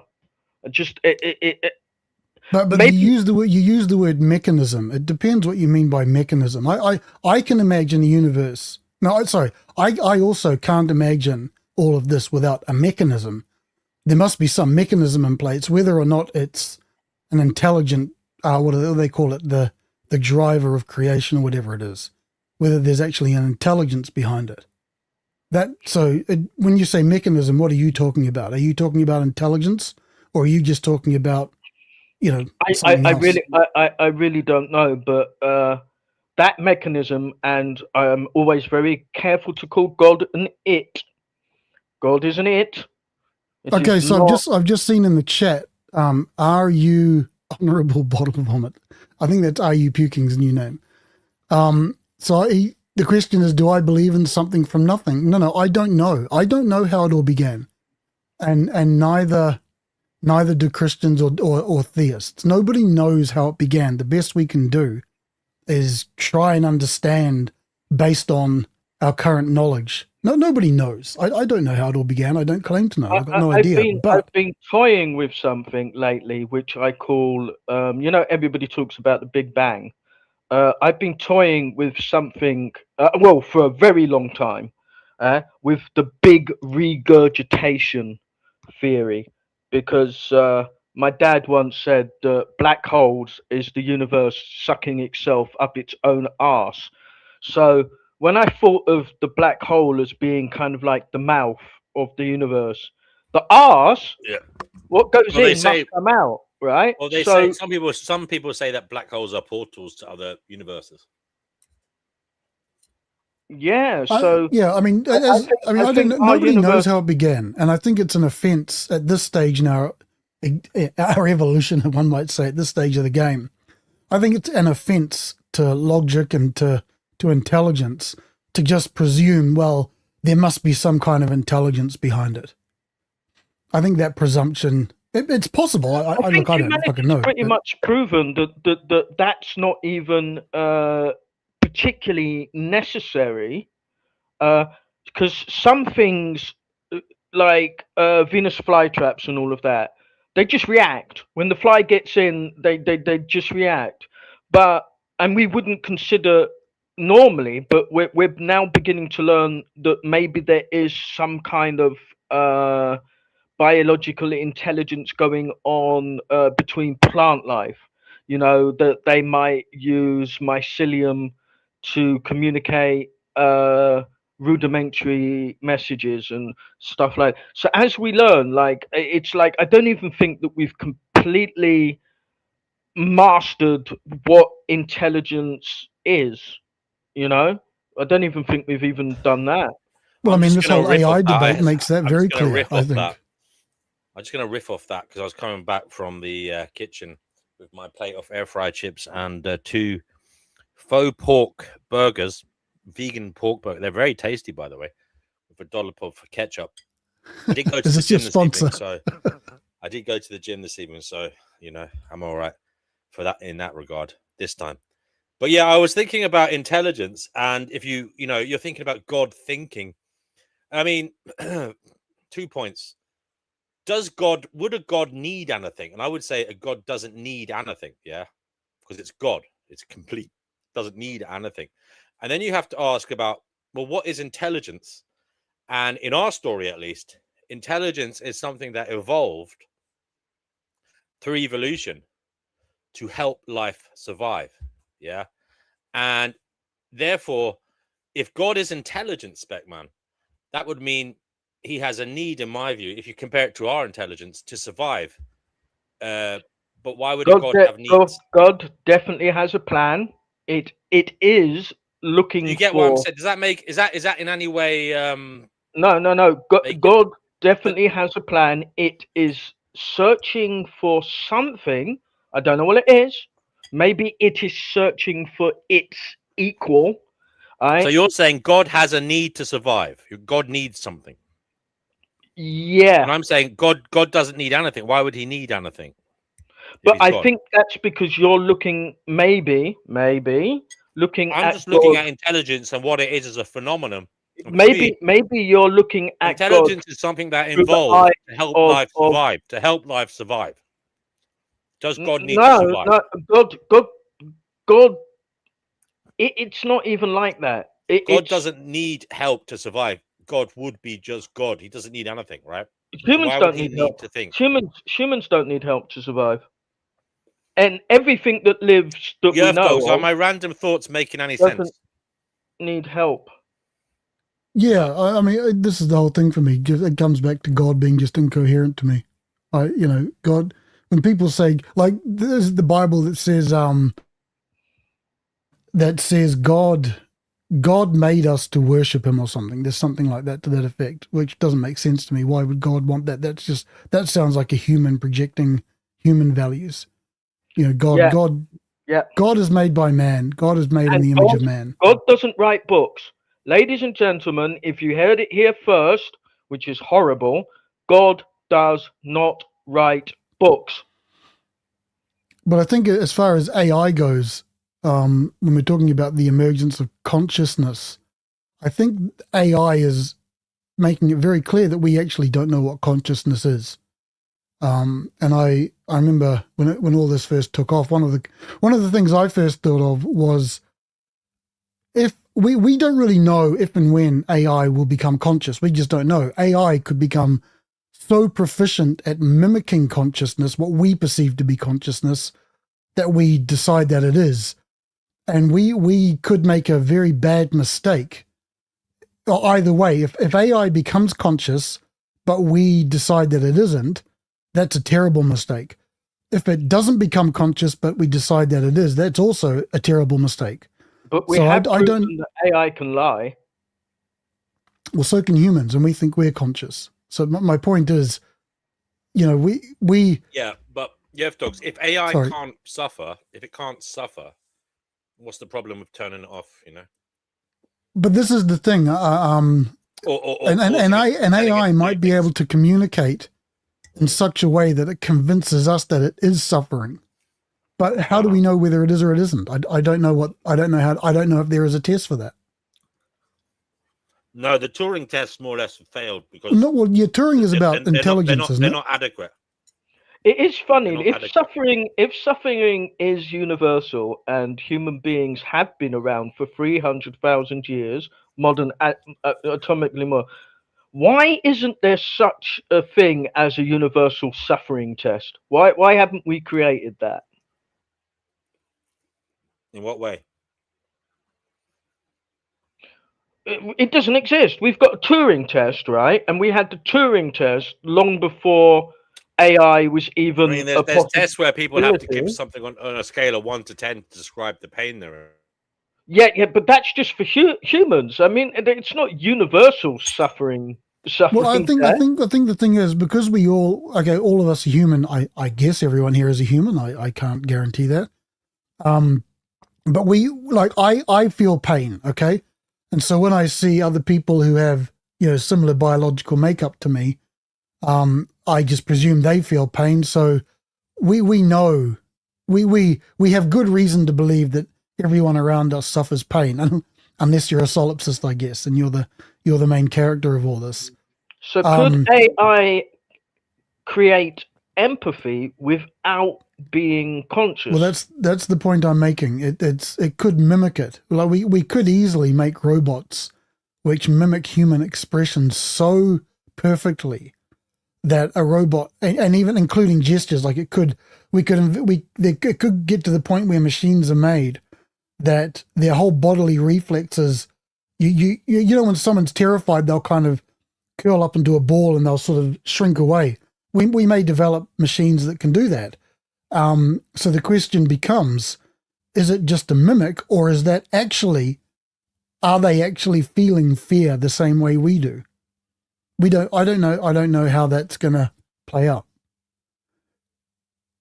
But in my version of God, that's God literally already ran that experiment. I don't care about people's versions of God. Yeah, Just talk about. Don't use God. Don't use God as a shield for your ideas. Just say, in your perspective, in your opinion.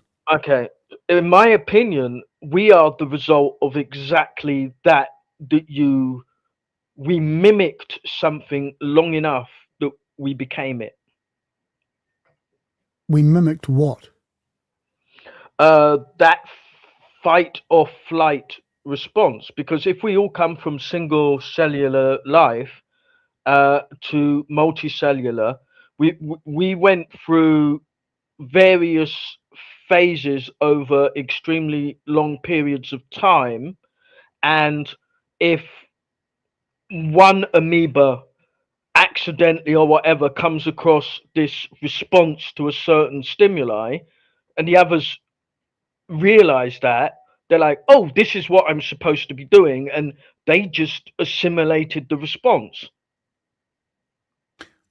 Sure, we there are obviously behaviors which are learned, but in terms of, for example, just putting your hand on a hot stove, that's not a learned behavior. When you reflexively, your hand pulls away without you even thinking about it, that's just a biological reflex. That's not learned.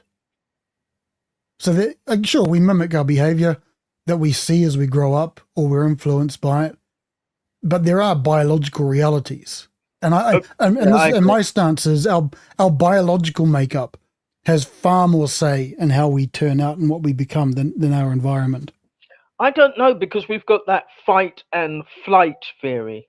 Now, those that fight, is that a learnt response? And those that run away, is that a learnt response?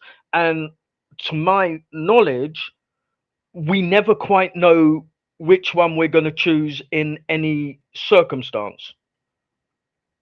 It could be a biological response. Some people stay and fight, some people run. Yeah, I still think it's one of the most interesting, things in the world, because to me it seems so unpredictable, Maybe. I Chickpea, thought, what? Yes. come on in, mate. Oh, good getting you, mate. Right. I tell you, Spec Man, fight or flight. I tend to do it on size. If someone's bigger than me, I flight, and if they're smaller than me, which is not very often, I'll stick and have a fight. So it's all to do with size. Yes? So size really does matter. Size really size matters. but like I said, there are.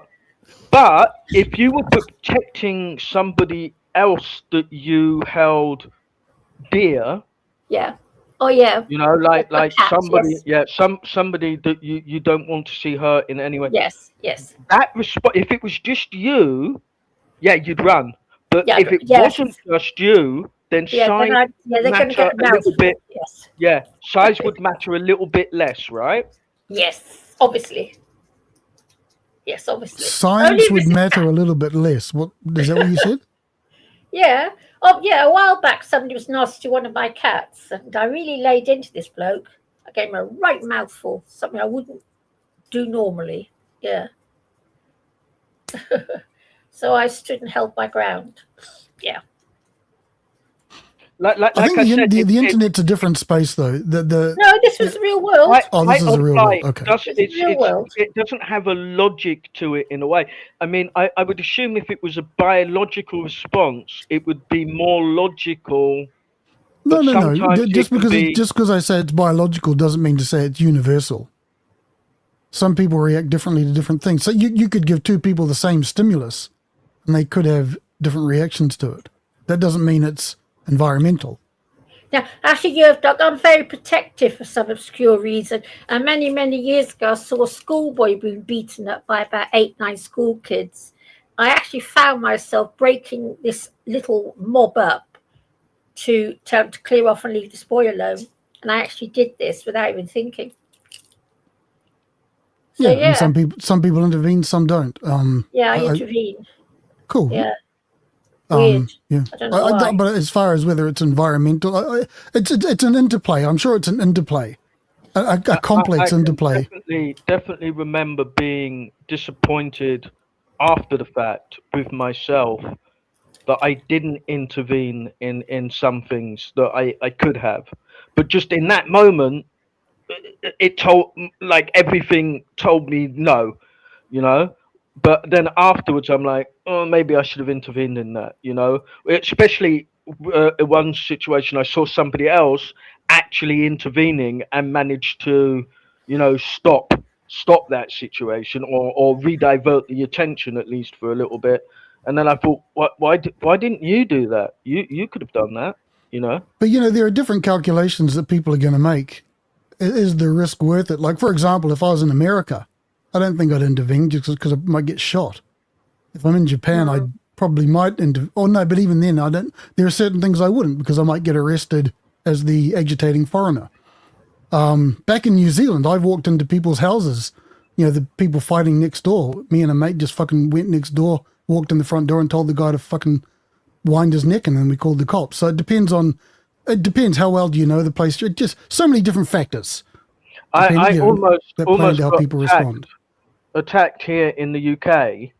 I was out with my dad doing something, and I'm crossing this big road, and I saw this little girl. She was heading towards roads. I was on the bloody other side, and I'm watching, and I see a car wants to come and turn because he's blinking, and I sprinted across the road, and I grabbed this little girl, and I drag her back to the pavement curb. And all of a sudden, this guy bloody attacks me, and if it wasn't for his wife, I would have been in some serious trouble, right? And he went into super protective mode, you know what I mean? And then all of a sudden, I'm covering up, I'm balling up now because this guy's coming for me, if you see what I mean. So, was it the girl's dad? Yeah. But I reacted purely on instinct. It was probably the dumbest thing I ever did, but she would have got hit by that car. You know? Well, maybe the mum saw that and the dad didn't. So maybe you were lucky in that instance. I was extremely lucky because if it wasn't for her, I would have copped it. You know. But see, that's the point. See, some people, they might have a natural instinct to do something, but then they think, well, fuck, if I do this, I could end up paying a certain cost, which makes it not worth it. You know, I don't know. I just think there's a massive interplay that I'm not even sure we're ever really going to understand well enough between biology and environment that creates that leads to individual people reacting in certain ways. And there are some situations I've cowered from and other ones which are arguably more dangerous where I've stepped up. There's no, like you say, there's probably no logic to it. Me personally, that leaves me perpetually surprised. Like I like to think I know myself as well as anybody can, and I also know that I could still surprise myself in a myriad of ways by the way that I might react to a certain situation. Mm-hmm. Yeah. Is it warm in Japan, Yerf? Yeah, it's getting humid. We're in that pre-rainy season feeling. Yeah. So it's getting humid. It's going to start pissing down for about a month soon, and then lucky you. Then the beautiful Japanese summer kicks in, where if you walk outside, it feels like you're breathing water. All right. It's horrible over here. Horrible. Far too hot. UK is very, very humid. I mean, I lived in the south of Spain, where the temperature can actually get up to 45 degrees in the sun. Yeah. And it is nothing like 30 degrees here in the UK. Weird. Yeah. Yeah. And we get the late 30s. And, sorry, you go, Chickpea. I use a dehumidifier in my flat, and I've had days when it's actually mopped up 8 litres in the space of 24 hours. That's how humid the UK is. It's because you've got 100 cats. No. All my neighbours have got a lot of my neighbours have got mold growing in their flats. Oh, it's so yuck. damp and humid here. Yeah, mate. Once that starts, it doesn't stop, eh? Yeah, no, I haven't got it. We use a dehumidifier as well. Yeah, and in the summer, it's worse. Yeah. Yes, it's weird, isn't it? That could be. But Chickpea, how does that work with your water? You've got an air cooler which uses water, so it evaporates water. Yes, I know. Yes, it's so all. You have that. You have that, and you have a dehumidifier. Yeah. It's all. Basically, you're evaporating the moisture into the air with your air cooler. Well, yes, I suppose so. Yes, you could say that. Yes, but I use a dehumidifier all the time, even in the winter. I always use it, and I don't have the heating on ever because don't need it anymore. But it still mops up a good 4 or 5 litres a day in 24 hours. Always. Right, so I've just checked. It does look like Tokyo and London are having similar weather at the moment. So yeah, it's horrible here. It's so hot. It's unusual for you guys, eh? It's too early for this for us. It's too early. It's too early. Ever so strange, yeah. I mean, we just had the hottest day ever on record. Two in a row, 2 record busters. I mean, horrible. I think it was 32.8 degrees was the record. Yeah. And we basically got 35.2 or something, I think, degrees Celsius. Yeah. So it was strange. Shouldn't be. That's pretty much knocking out. That's knocking out of the park. That's quite a big jump, isn't it? Have any of you guys heard this thing that we're apparently traveling through a hotter region of space? Our sun does this weird orbit, and it drags us with it. And certain parts of space are warmer than others. So they say that the background heat at the moment in this region of space is it's actually warmer than the previous region of space that we were in. I've You never never heard thought- that, and I've have you never heard of. noticed- I've never heard of any energy coming from anywhere else on to any great degree. I tell you, Apparently, Stockman, I looked into it, and our solar system has done like 20 of these massive circuits, you know, But and where is and, that and heat coming from? Background radiation, is it? yeah, what's apparently. but Speckman, have you also look up? Okay, go to a south-facing building, look up, and you will see that the sun is at about 85 degrees in the sky. It's not supposed to be that high. Because I'm a sun worshipper, and for the past 32 years, I've been sunbathing on the same south-facing balcony, and I've noticed year on year the sun is getting higher and higher in the sky. It's one of these weird things that I notice. So I don't know why this is I'm completely detached from it was nature the at hottest moment, day in so- May on record. Yeah, that's right. Yeah. It's the hottest I'm- day ever. I'm completely I've never known detached the way to be this from, hot. but I do know that the Earth's spin is increasing. Yes, it's changing. We're beginning to spin faster Yes. I've as heard that as well. well. So there are cosmological things going on Yes, it's something very strange. in combination with human pollution. Yes. And I think all of those things together are exacerbating all of it. Yeah, we're heading for the perfect There are storm. no hotter parts of space, according to Cougar Duma. You know what I think, Spec? I think us humans are It so wasn't me that toxic. said it. I just saw it on one of these cosmological It's a that we're theory entering going around, is it? into a new region of space. I'm not saying that this is. I just asked if any of you had heard the same No, I thing. haven't. But I tell you, Spec, man, you know what I think? Us humans are so toxic that this planet, which is supposed to be a living thing, is literally going to try and chuck us all off somewhere or another. But I reckon that the poles are going to flip.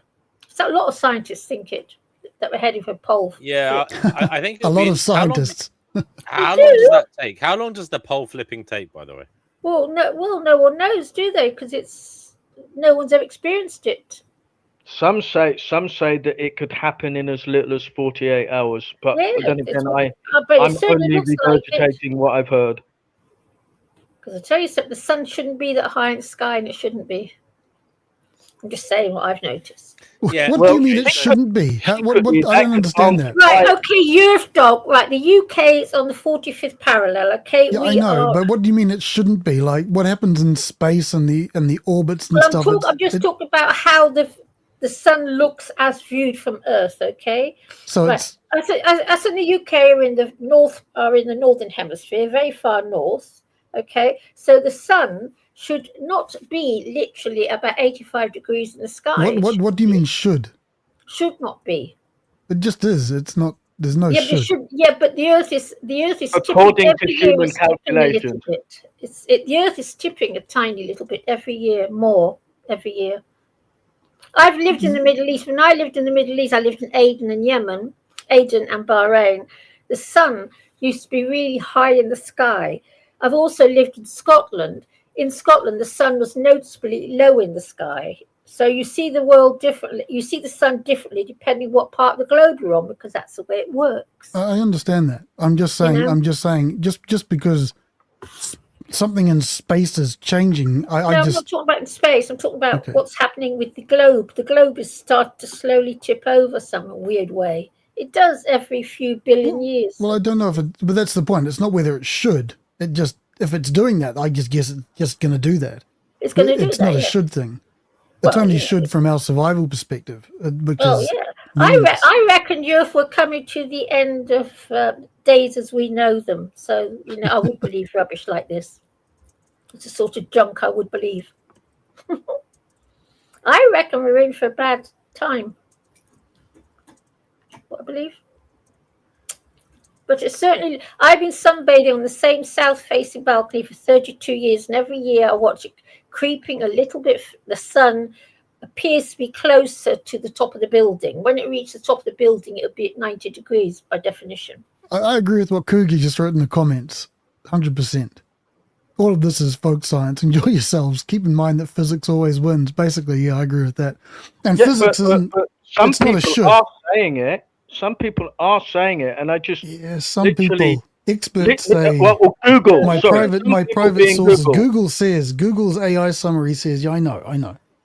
But Yeah. it doesn't. But my point is, things happen, and that's just but how it is. why then, in the past 32 years, have I noticed the sun creeping further to the top of the building where I Well, live? I don't know. 30 years, one person's perspective. I don't know. I know. It's only, but very few people actually look at the sun anyway. I'm a sun worshipper, so I sit and gaze and see where it is. You know, I'm just saying. Makes no difference if it does tip over. It tips over.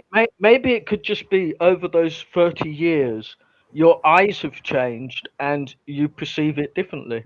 That's quite possible. Objective ethics says the Earth rotation isn't speeding up. Does that violate the conservation of centrifugal force as well as Newton's laws of motion? Well, I mean, if you think about it, it can't be speeding up, can it, Speckman? Because the clocks. Well, it can be speeding we have up 24-hour clocks, right?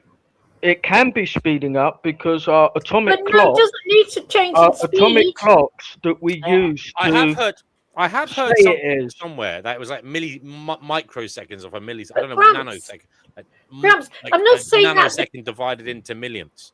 Sorry. Not on I'm a not flat saying Earth. that the Flat Earth's Earth slowing fixes down. all What this. I'm saying is the Earth is tipping. It's beginning to tip. The poles are tipping, and they are.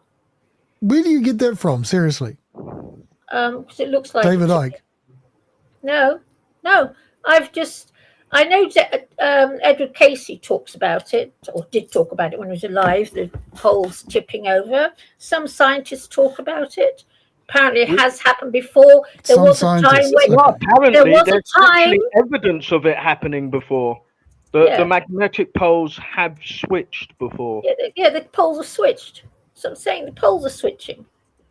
Not that I'm saying that it's going to happen now. I'm just saying Well, it has I happened. think in we're the past. getting there, to be honest. Apparently, Because we there are. was a time I've heard it said we are due a flip, but it could take I think it thousands would of be years. great. It take 48 hours, Speckman. It takes Imagine thousands what of a years. magnetic flip would do to AI. Yeah, but it takes a long time, Speckman. It takes a long time for it. It's a slow process. It's not quick. Don't worry, those AI stuff that's all safely all stored up. Don't worry, they'll be fine.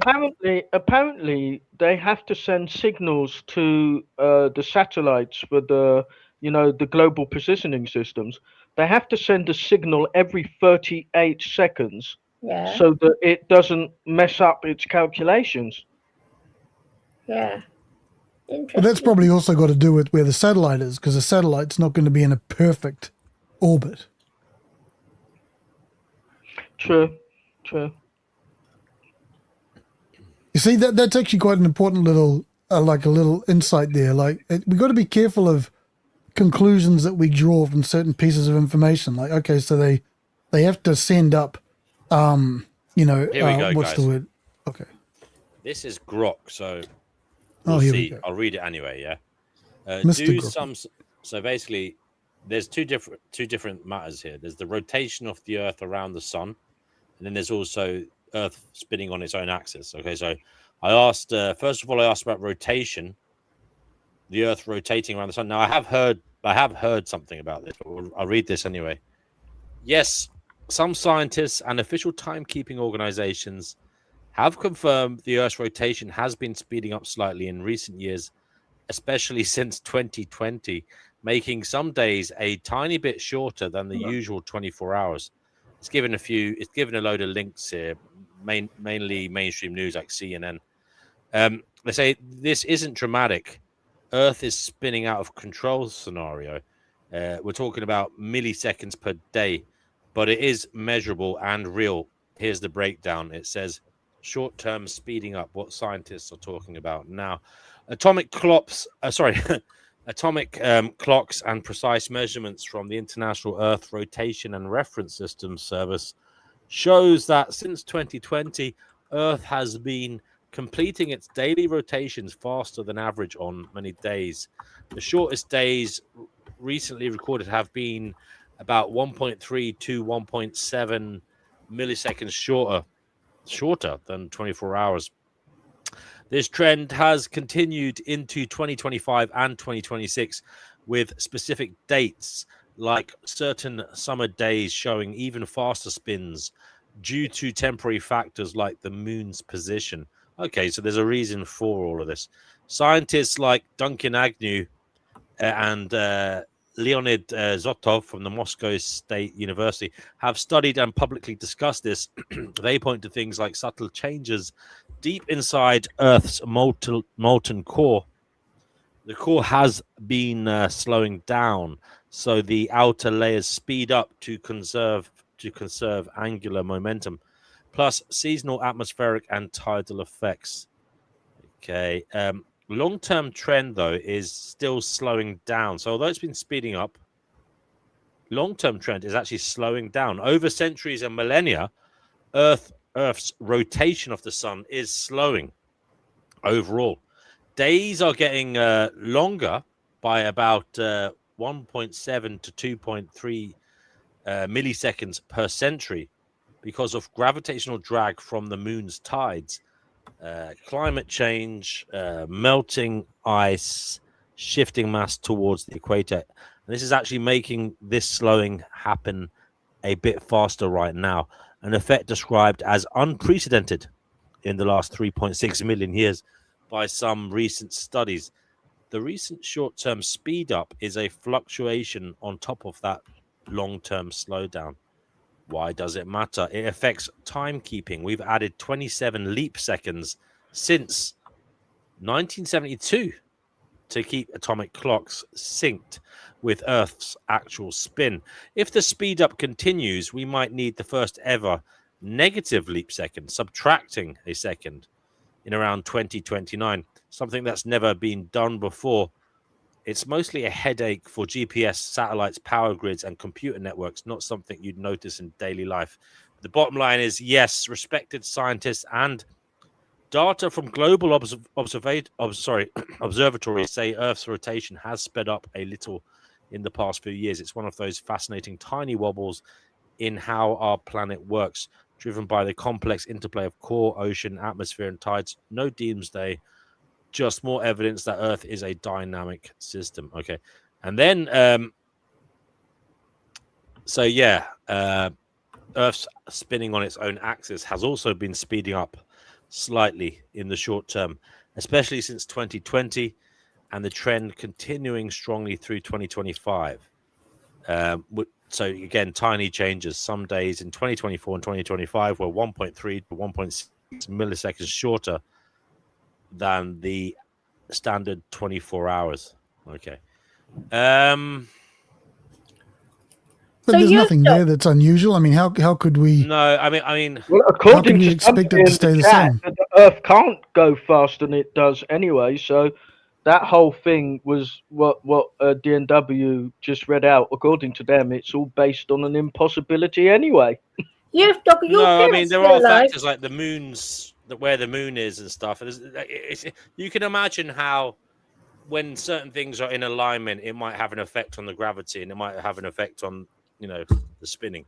Like it depends where other planets are and such and all that. You can Yeah, imagine. apparently there's this super gigantic black hole thing that was dormant for a very, very, very long time, and it's just decided to wake up now. And I mean, it's massive. It's like a million times bigger than anything that we've got. And assuming as everything is interconnected, that surely has to play some minuscule part on the dynamics of the universe. I mean, everything is constantly changing. That's the one thing that every single person in the universe can agree on. Change is constant. So yeah, maybe things are just changing a little bit. They are changing. So that was all Yeah, about the so- spin. The spin. Yeah, look at D Prophet's latest comment, mate. That he hits the nail on the head with that. I agree with that. Ooh. Where is Yuf, it? are your parents still alive, Yuf Dogs? I decline to answer. Oh, sorry. I was going to say if they're still alive, ask Exactly. them. So we just have the ability to measure it better now. Exactly. And we're just trying to understand it. We're just beginning to understand the kind of little minute differences caused by because Earth's position and the position of other planets around us, and who knows, maybe the position of our solar system as well. Because I tell you, Doc, when I was a little girl, okay, many years ago, the sun looked bright yellow. Whenever I say this, everybody says, no, it's always been white. But when I was a little girl, the sun looked yellow. But if you know any old people you can ask, they might verify that. And how do you know it's not your eyes changing? Because there's pictures of... It still looks yellow to me today, so... Does it look yellow to you? No, it looks white to me, I must admit. No, the sun was yellow when I was a little girl. If you ask there's pictures, but pictures have contrast and all this kind of I'm stuff. not saying, if you ever meet an old person in their 70s, ask them that silly question. Sure. But all I'm saying is it doesn't prove anything. That's all I'm saying. No, but I'm just saying, but there's something very strange going on that, as I can assure you, when I was a little girl, the sun was yellow. If you look at... It was never the yellow that DW uses to put our names behind. It was never that color yellow. No, it was just yellow. Just say it looked yellow. It wasn't white. To me, the sun still isn't white. Well, apparently, when I was a little girl, the sun looked yellow. Okay, apparently it is white anyway. I don't know. Yeah, but the school swimming pool looked massive to me when I was at primary school. No, I'm just saying. And now I'm an adult. If I go back there, it doesn't look big anymore. Just so you know, I did ask. The only speeding up or the fluctuations are occurring in the spin of the Earth, so the length of the day. The actual length of the year remains unchanged. That's completely stable, apparently, or much more stable. Can we also look into variations are apparently not noticeable. Somebody in the chat is saying that there are no hotter regions of space. There is no heat in space. Yet everything that I'm reading on Google says that there is variations in space and there is heat in space. So we can't both be right.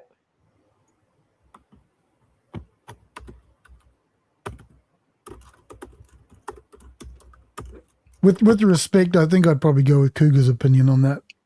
I think I know what he's saying. I think I know what you're both saying. Like, you can get closer to the sun, it gets hotter.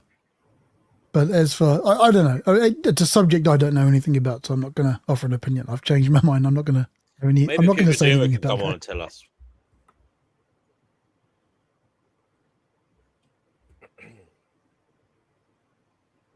No longer sees the color white in Britain. Didn't. Oh yeah, is that us being anti-whitist? I'm anti-colorist. I think humans should stop being as colorful as they are. It just causes confusion and creates separation. So stop being colorful, humans, especially in the skin. By the way, you are Heinz 57 himself. You are Mr. Mixed Race, aren't you? Beyond all shadows of a doubt, yeah. Roman. By the way, it's quite a statement. One thing I will say to you is Celtic Irish. What do you call that place? The Caribbean coming Dominican from Republic. Africa. I heard. Was that right? Pardon? The Dominican Republic, isn't that where? Yeah. My granddad's second wife, because he didn't marry my grandmother, she wouldn't let him. His second wife, I've got cousins in the Dominican Republic. Yeah, and they're all beautiful brown colored people. My little brother, strangely enough, he's the darkest of all of us, me, my sister. And if you compare him to my little sister, who was born just before him, it's like night and day. Yeah, my sister's very light skinned, looks very Irish, has got the auburn hair, the freckles, she's got the lot. And then my little brother, he looks very light skinned Caribbean. I mean, extremely. I mean, he was even darker than my mum, believe it or not.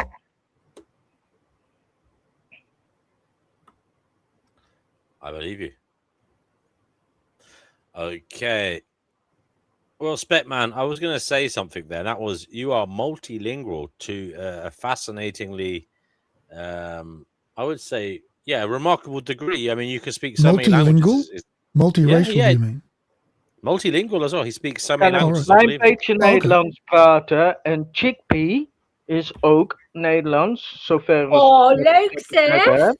Ik kan He Hollands speaks praten. English, Spanish, Oh, Dutch. Am I right? wow. English, Spanish, Dutch, German. Can you speak Gosh. French as well? Ik kan Hollands praten. No, not really. It's just for some reason. I mean, I can understand a lot of French words, and if I've worked in France, but I wouldn't say that. No, those languages, German, Dutch, English, and Spanish, I'm fluent. Like Wow, fluent. you're clever. I've dreamt. That's awesome, I've man. dreamt in them. That's very That cool. is awesome, isn't it? And But by it's the way, only- Spitman, only you because I'm Spitman, you dyslexic. also are dyslexic as well. Yeah, I mean, yeah. This Yeah, is the it's thing. only People because I'm people write dyslexic people that off I'm good. because of people write people off because they have this or that, you know. But look, you're doing something that most other people haven't any ability to do. It's amazing. Yeah. Your brain is quite remarkable in that sense. Very remarkable. I'm always been jealous of my little sister because when we did move to Holland, I was 10 and she was 8, and I have to honestly say that I learned most of my Dutch from my little sister, and I couldn't believe one day she got back home and she says to my mum, "Mum, I can count to 10," and I'm like, "Where the hell did you learn that?" She said, "You were literally in the same classroom with all of the people that don't have Dutch as the first language. You were in the same classroom."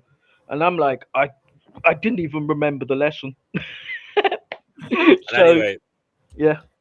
it's all Vind je good het now. leuk You can Hollands te speak the languages. praten? Soms. Ik praat bijna elke andere week, want ik praat met mijn kleinnichtje en zo. Ik heb, mijn zusje woont nog steeds in Nederland.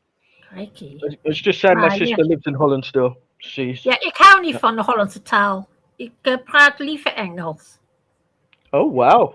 She likes English more. Yes, I don't know. I've always said you can take the boy out of England, but you can't take England out of the boy. Yeah, But, well, it's got me as well. Did you know that the Wolstenholmes were actually the first white Europeans to start the genocide of the Native Americans in? Oh wow! Yeah, Wow.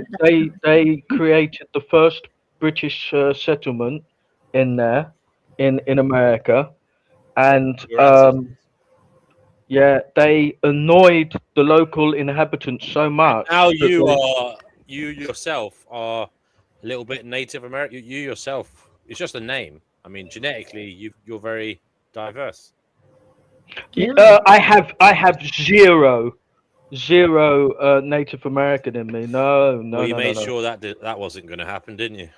Yeah, because like, whew, I'd feel guilty. But no, yeah, the Wolstenholmes made themselves so unpopular in America that the native population decided to burn their village off of the face of the planet, and they had to run to the next newest village. But only 30 of them survived. It was like 200. Only 30 of them made it out, and they ran to Jamestown, which is now considered to be the longest standing British colony. But Wolstenholme Town came before Jamestown. Yeah. You're so Interesting. clever. Wish I had your brains. I'm just white. I'm just so boring. I'm white and I have no rhythm. Yeah, but there's lots of types of white. There's like Siberian white, and then there's like Not according to LA, there isn't.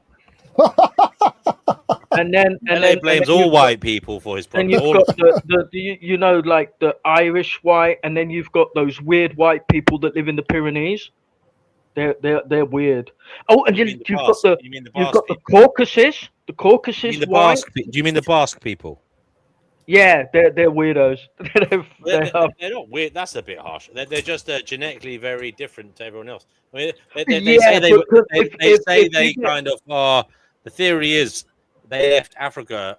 Their ancestors left Africa long before the next Europeans or something.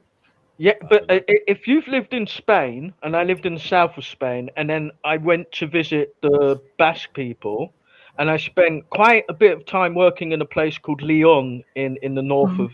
They're very different.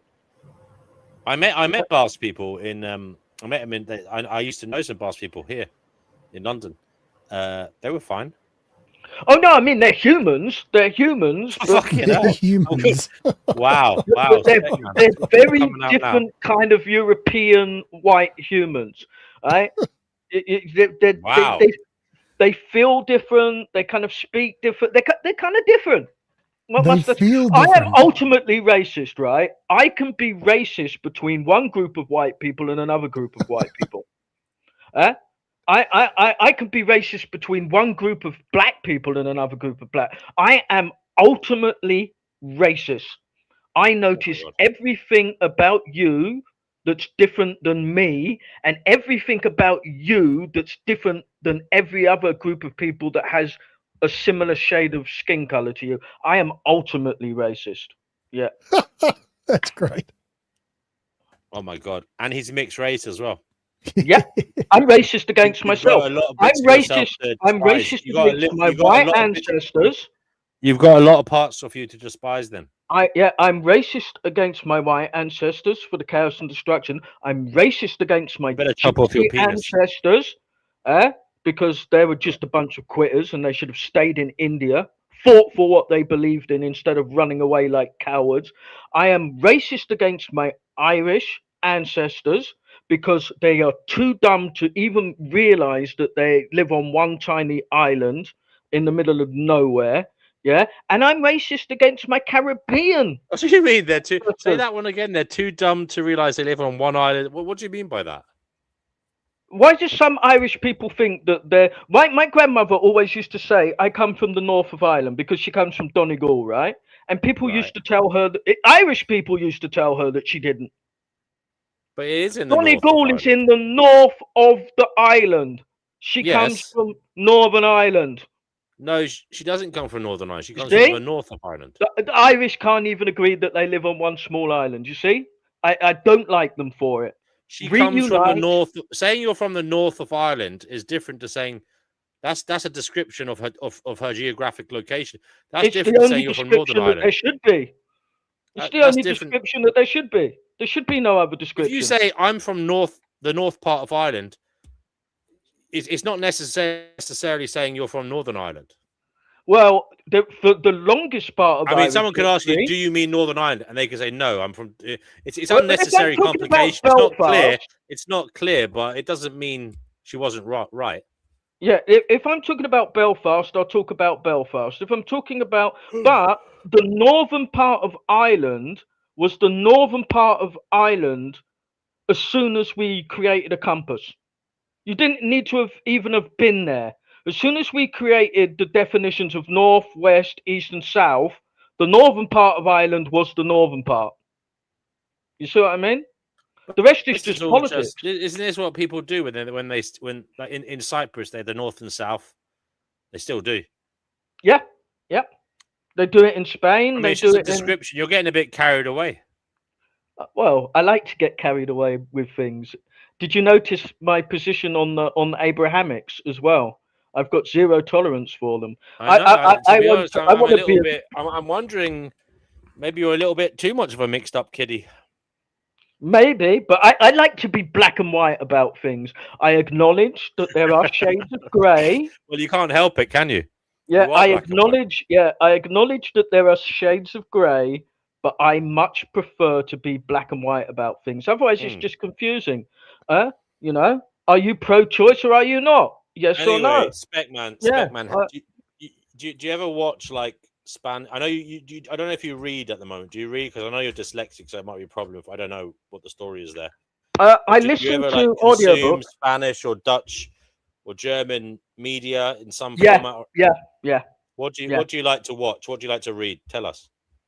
Well, at the moment, most of it's just Dutch social media. The stuff that's going on with the farmers there, the stuff that's going on with also the Dutch are beginning to lean further to the right in their political opinions. Are Just Dutch people leaving the Netherlands because they don't like the way it's going? Is that happening? Are they moving out? Ausländer raus. The Dutch are deceptive because did you know that actually more Dutch people live outside of the Netherlands than do in it? Yeah. Yeah. So basically, What does that say about the country? I've always said about the Dutch is you should kick out Well, everybody. do you mean like isn't second, third Dutch. generation Dutch? Is that what you mean? Because you could say the same thing about Irish people or any small. I'm kind of like. What do you mean they live? Do you think it's like? Do you mean second, third, fourth generation? Like the way 20 million Yanks say they're Irish. They're not. I made a very simple rule. I made a very, very, very simple rule. If 3 of your grandparents weren't born in the place that you live, you're not of that place. Well, it doesn't matter what you say. I'm asking you. You said most Dutch people live outside Holland. Yeah. Or outside the Netherlands. And I'm saying, were they born there, or were they? They're not. They're not people who are born. No, they weren't born there. They weren't born there. But by the 3 grandparent rule, 3 grandparents. Well, my so you have to have 3 grandparents to be Dutch. Is that to be that were Dutch? You have to have three grandparents that were born in the Netherlands to be Dutch, or of any other geographical location. I believe that until you can boast 3 grandparents of a geographical location, you are not it. And guess what? I can barely do that myself. So. Oh well, I'm Dutch then. All my grandparents. Yeah. You're a little Dutch girl. And we love you. I've been a Holland's vrouw yet. They're a little bit fascist and a little bit Nazi, but we do love them. Nothing wrong with that. Nothing wrong with that. I've got all I know is they're tall fuckers. Oh, wait, extremely not tall. fuckers if you don't mind. In my class, that included the girls. Even the girls were taller than me. Yeah, they were very tall. You know, when I was young, I used to get bullied because of it. When I was in England, because of my height. Yeah. But the Frisians, like the Picts, so the Picts and the Frisians had something in common. The Romans took one look at them and said, "Nah, it's not worth it." It's just not worth it. So yeah.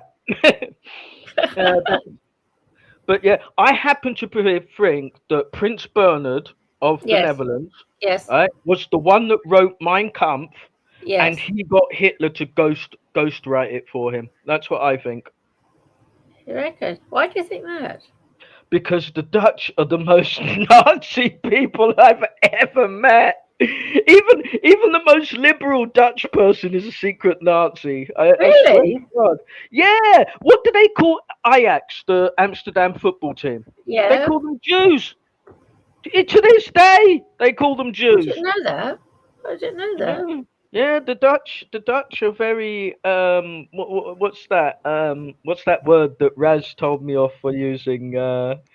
Ethno-nationalistic. Yeah, I know they hate the Germans still. Oh yeah. Germans, don't they? Oh my goodness, don't they hate the Germans? And that's still it's like weird. that now. It's weird because they were Germany's most dear ally and secret collaborator. I do know that the Dutch resistance. Well, actually, that's an interesting story because when the king told the army, lads, stand down, right? Just stand down. Just let the Germans walk in, right? Yeah. I know he was a Nazi, right? Half of them said, "You know what? Go fuck." But the other half was like, "Yeah, we'll do it." Because when it comes to Belgium, much smaller, right? And their lot said, "Look, stand down." The Belgians were like, "We ain't gonna stand. We're not letting them walk through our country. They outnumber you 10-1. We don't give a shit." And they fought. They fought bitterly. They fought when the English ran. If it wasn't for Belgium, that whole Dunkirk story would have never have gone down. You know what makes me die about the whole Dunkirk story, okay? Because I don't know if you know or not, but during the Second World War, the British Army and the British Navy were both headed by Germans. Did you know that? Yeah, and they say that the MI5 that formed out of that thing, out of that whole relationship. They say, first of all, it was started by a Belgian priest, and secondly, the heads of it were all Russian communists. Weird, isn't it? But you know what gets me about the whole Dunkirk thing is that Hitler, I mean, I like German people. I've lived in Germany, and I think they're a lovely race. But the Deutsche Leute sind wirklich der beste Leute von der ganzen Welt. Yeah, I like the Germans. Anyway, what gets me is that the Germans pushed them all to the coastline in Dunkirk. And then Hitler turns around and says, okay, we're off to Russia now and let them all escape. And I've never understood that. Well, the way that I see it, Hitler's goal was always really to go after Russia. Hitler realized, like Japan realized, that oil was going to be a really big deal in the future. And if he didn't get his hands on some, Germany would be fragile. So that was always his plan. He just needed to make sure that his neighbors didn't attack him from behind. And the guy who was supposed to be the King of England, the one that they now call the Nazi traitor, he literally went over to Germany and he said to Hitler, he said, look, we're cousins. We've always been cousins. We're not so cool. We're not so cool about the Jewish thing, but we can let it slide. Let's work together. Let's go after Russia because they are the problem, right? And Churchill would not let that happen. Churchill did everything in his little power with his American mother, who they called the whore of Brooklyn or whatever. He was doing everything in his power to stop Germany and the UK from uniting. And had they done that, history would have been greater because the British mentality would have been, you don't put people in concentration camps. That's dumb. What you do is you instill a little bit of nationalism into them, tell them they're heroes, and you send them to the front in Russia. Same end result, whole different, end result's the same, but the look is much better. And England was experts in that. We'd been doing it in India for years. We'd been getting one Indian person to kick the shit out of another one so that we could benefit. You see? But because of Churchill, he ruined that. And it cost, like 10 million British lives? That is crazy. That is crazy that you say that was good, by the way. That's fucked up. No, I'm condemning it. I'm just saying my version would have been better. If we went after sending them to the front line, genocides by sending people to the front line. Yeah, but they're going to kill him anyway, Grumps. You wish that happened. I mean, the fact that you wish that happened instead. Them anyway. They could have done it heroically. Well, it's just getting utility out of the people you're trying to genocide. I mean, it's perhaps even more fucked up.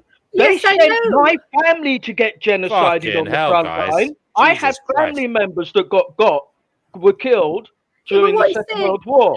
Why should some maybe they should have got the one that fucking spurted you out.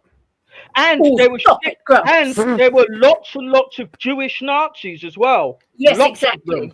Hooray! Thank you, Speckman, because that's something I don't. Yeah, what's a bit of genocide between friends?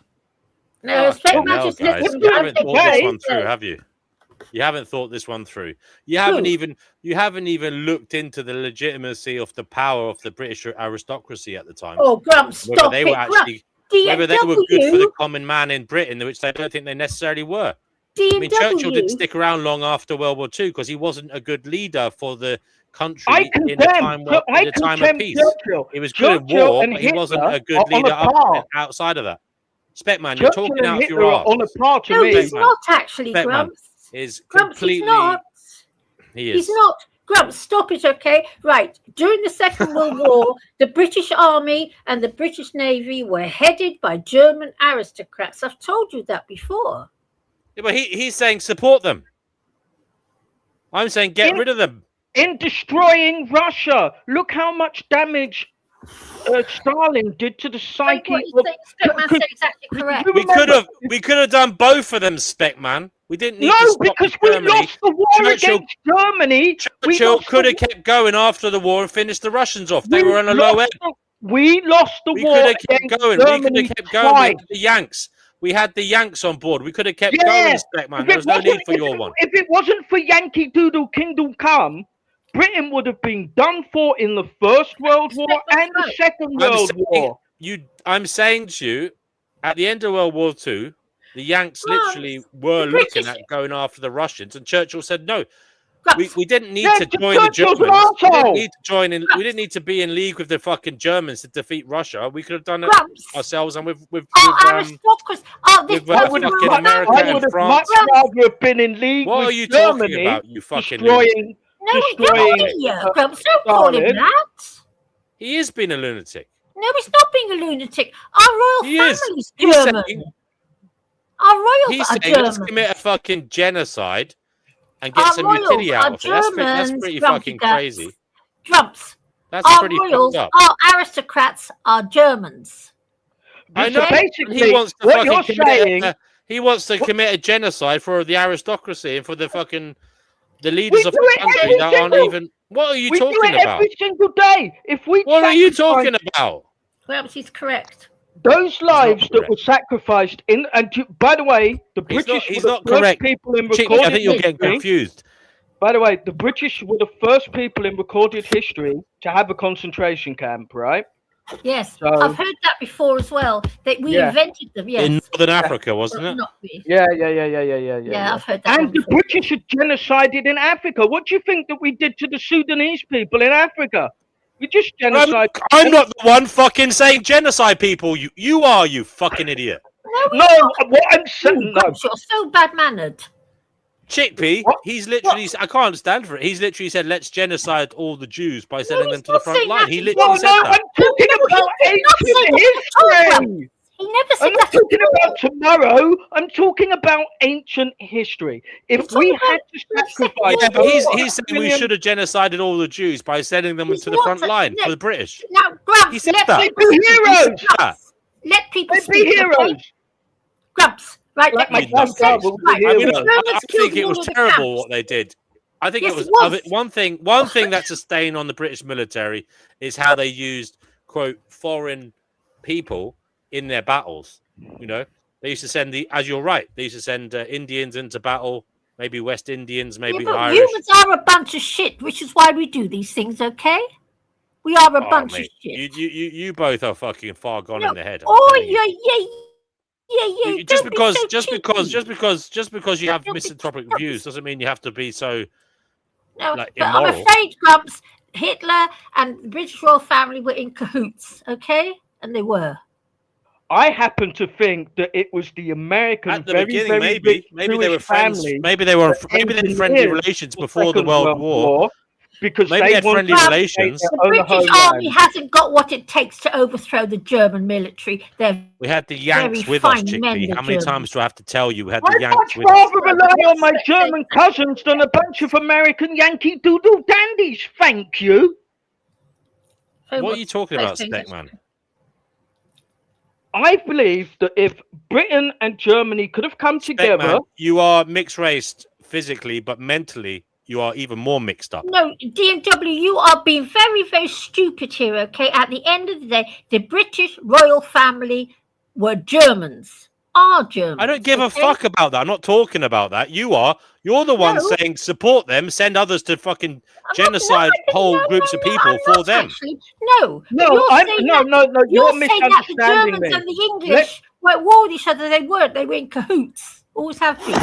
Let me defend myself on that one. They say that the Second World War caused the loss of 50 million lives. Yeah? 50 million lives were lost in that war.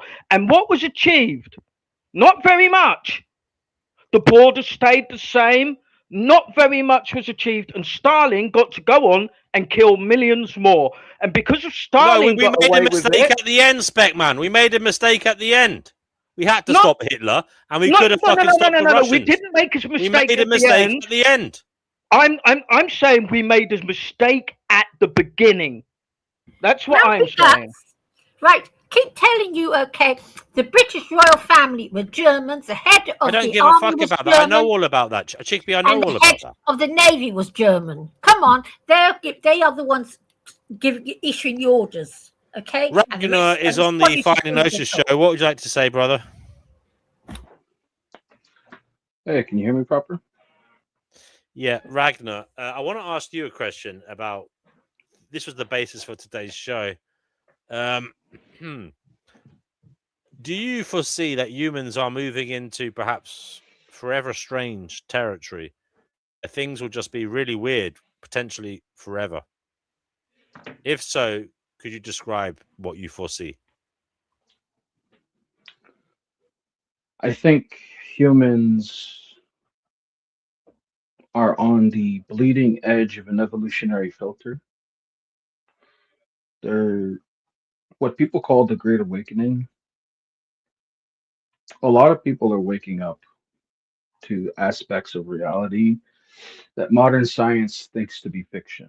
And it seems weird at first, right? The saying weirder than fiction, right? The truth is weirder than fiction. You have a lot of people who they're so like this is my theory. The people who will think it's weird, they're going to spaz out because their worldview that they have curated over however long their life is going to collapse under the immovable truth. Like, for example, this is just a hypothetical example. I'm not trying to enter a religious argument. If God showed up today, all the atheists, their worldview would collapse and they would see everything as weird and fucked up. But let's say it's another mythological being that shows up. Same thing. You're gonna have atheistic people or people of different religions panic, right? Like for example, if an actual proven prophet showed up, people would actually hurt that individual because they don't understand what he is. And then once they do understand what he is, he represents a threat to the status quo. So the Do you weirdness represent a you threat? asked of, Yeah. so the weirdness you're bringing up, right? Do I represent a threat? Yes, I absolutely do. Are you a prophet? But Fifth Amendment? Is this the dude that said Elon Musk knows him or something? Yes. Okay. He's a he. Am I right in saying? I wish I was a I prophet. can't remember Algipata or Ragnarok. I can't remember. If did you tell that you were Jesus? Is that right? I did not specifically phrase that. Yeah, he just talks in riddles all the time and tries to be very elusive and very mysterious. No, it's because now you're looking for a setup question and you asked me a question. I just think you're full of shit. That's all. I just think you're full of shit. That's where I stand on you. Well, see, now you want to talk about me, not the topic of the conversation, and that shows your intelligence. Thank you very much. It does indeed. Yes, and that's Okay, it's sarcasm. so you understand that, right? If you could rewrite the Second World War in your own image, how would you have it play out? Oh, would you shut your fucking pie hole? Ragnarok.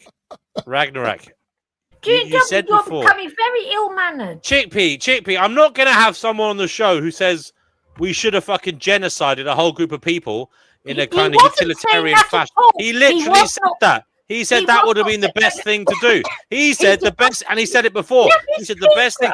He said the best thing we could have done was to get into bed with the fucking Germans and then send all the Jews to the front line to get killed by the Russians. He said it. Well, instead of putting them in camps, he fucking said it. They were going to get heroically killed. You don't do that. You don't do that, Speckman.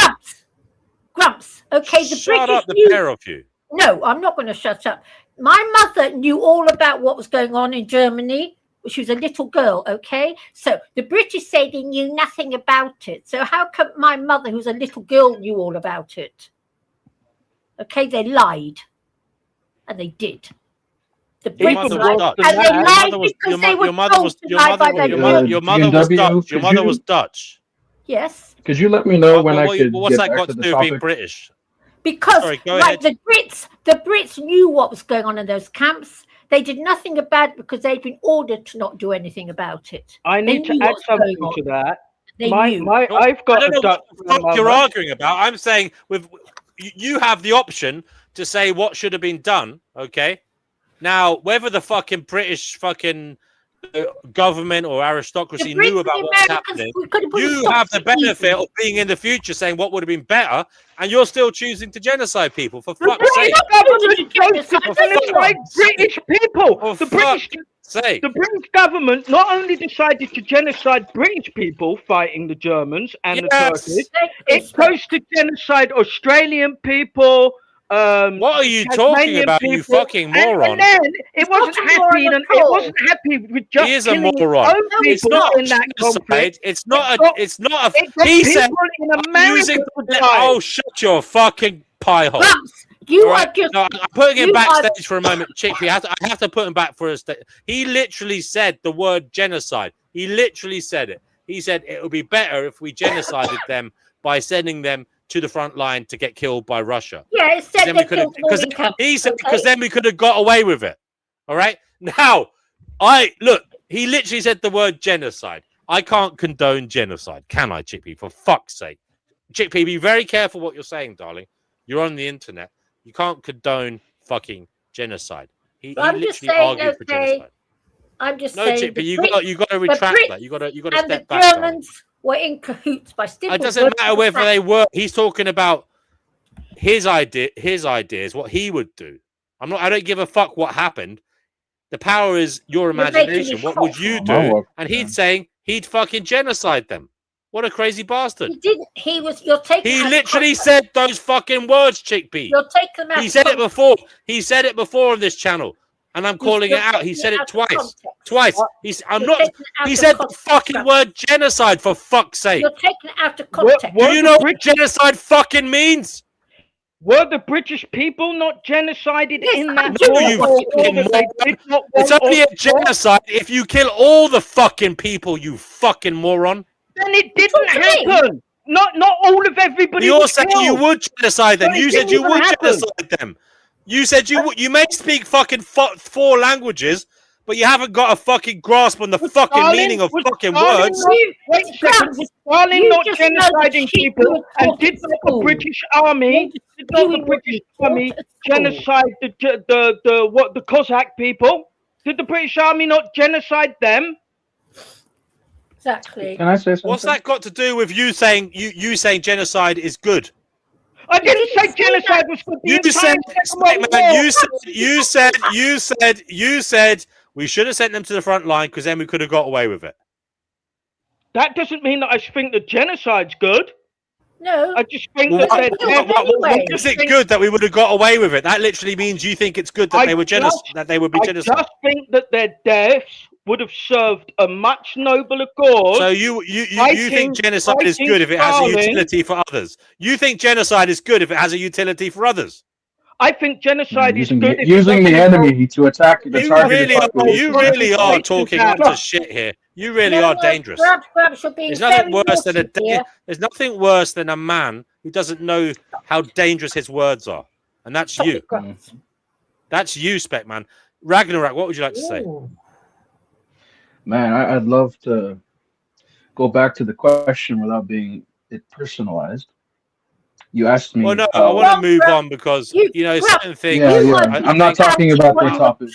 To spout when you were at school. I'm not talking about what they're talking about right now. This go back to that. Yeah, go back to the Forever Strange.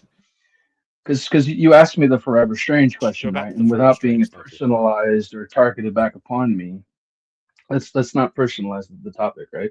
Because that's when arguments happen. Say something strange happens, irregular of ourselves, right? Some people will understand it because they can fathom and have a frame of reference. A frame of reference serves its purpose, because people hurt what they don't understand, right? Or they see something as bad if they don't have a frame of reference. It's strange to them, right? The definition of strange. So if a strange worldwide event happened, hypothetically, a lot of people, let's say Jesus comes back, just as one example, or maybe it's the Kalki, the prophesied Hindu avatar. Let's say that's what happens, right? It doesn't matter what cultural frame of reference you go with. Even the Norse pagans who believe Balder's going to come back, right? So we have all these cultures who believe some prophesied savior is going to come back automatically. We even have that myth in modern day TV where it comes to Neo saving the Matrix, saving the people stuck in it. We're always telling ourselves these stories, and people, the Matrix is a very good example because when you can't, so Neo thought it was strange, right? He thought the system was strange, right? Grumps, can I say something? Have you ever read a book called The 6 Million by Peter Winter? No. Haven't. Well, that's another interesting thing. Have you ever heard of this book? Basically, it talks about this whole thing. The 6 million was supposedly all cremated. Okay. Well, interestingly, Germany is very short of fuel, and it was short of fuel during the Second World War, and it was. Are you seriously trying to deny the Holocaust? Oh my God! No, I'm not trying to deny the Holocaust, but I'm just saying it's a book. You haven't read the book? It's a book, so it must be true. For fuck's sake, Chickpea, come on. Germany's short of fuel. Germany has no coal or anything. It doesn't. The facts are Hitler's own words in his speeches. The evidence is there. He wanted to do such a thing. Do you know how he hated such a people, and whether it was 6 million or 1 million, there were movements towards getting rid of a significant amount of people. It was a genocide, Chickpea. Can I say it was this? 6 million, it was 1 million. I think is immaterial to the fact that it was that kind of that line of thinking. But you haven't. Okay, I'm just saying to you. That line of thinking was what caused it to happen. I don't get hung up on the absolute numbers. The line of thinking was what matters. The fact that 1 million people, I reckon it's probably nearer the 6 million died. Right. Well, I'm just saying, okay, there's somebody. The point is, the speeches are there, the rhetoric is there, the propaganda at the time, the night of the breaking glass, the fucking Nazis' way of governing and how they, everything that happened. Stalin genocided Jewish people too, and we called him ally. Yeah, I know that was wrong. I don't think. By the way, did I ever say that it was right what we did with Russia? No. Did I ever say that? No. So don't misconstrue my words. I think we should have kept going. I think we should have kept going. I've already said that, Speckman. We should have kept going after Germany was defeated.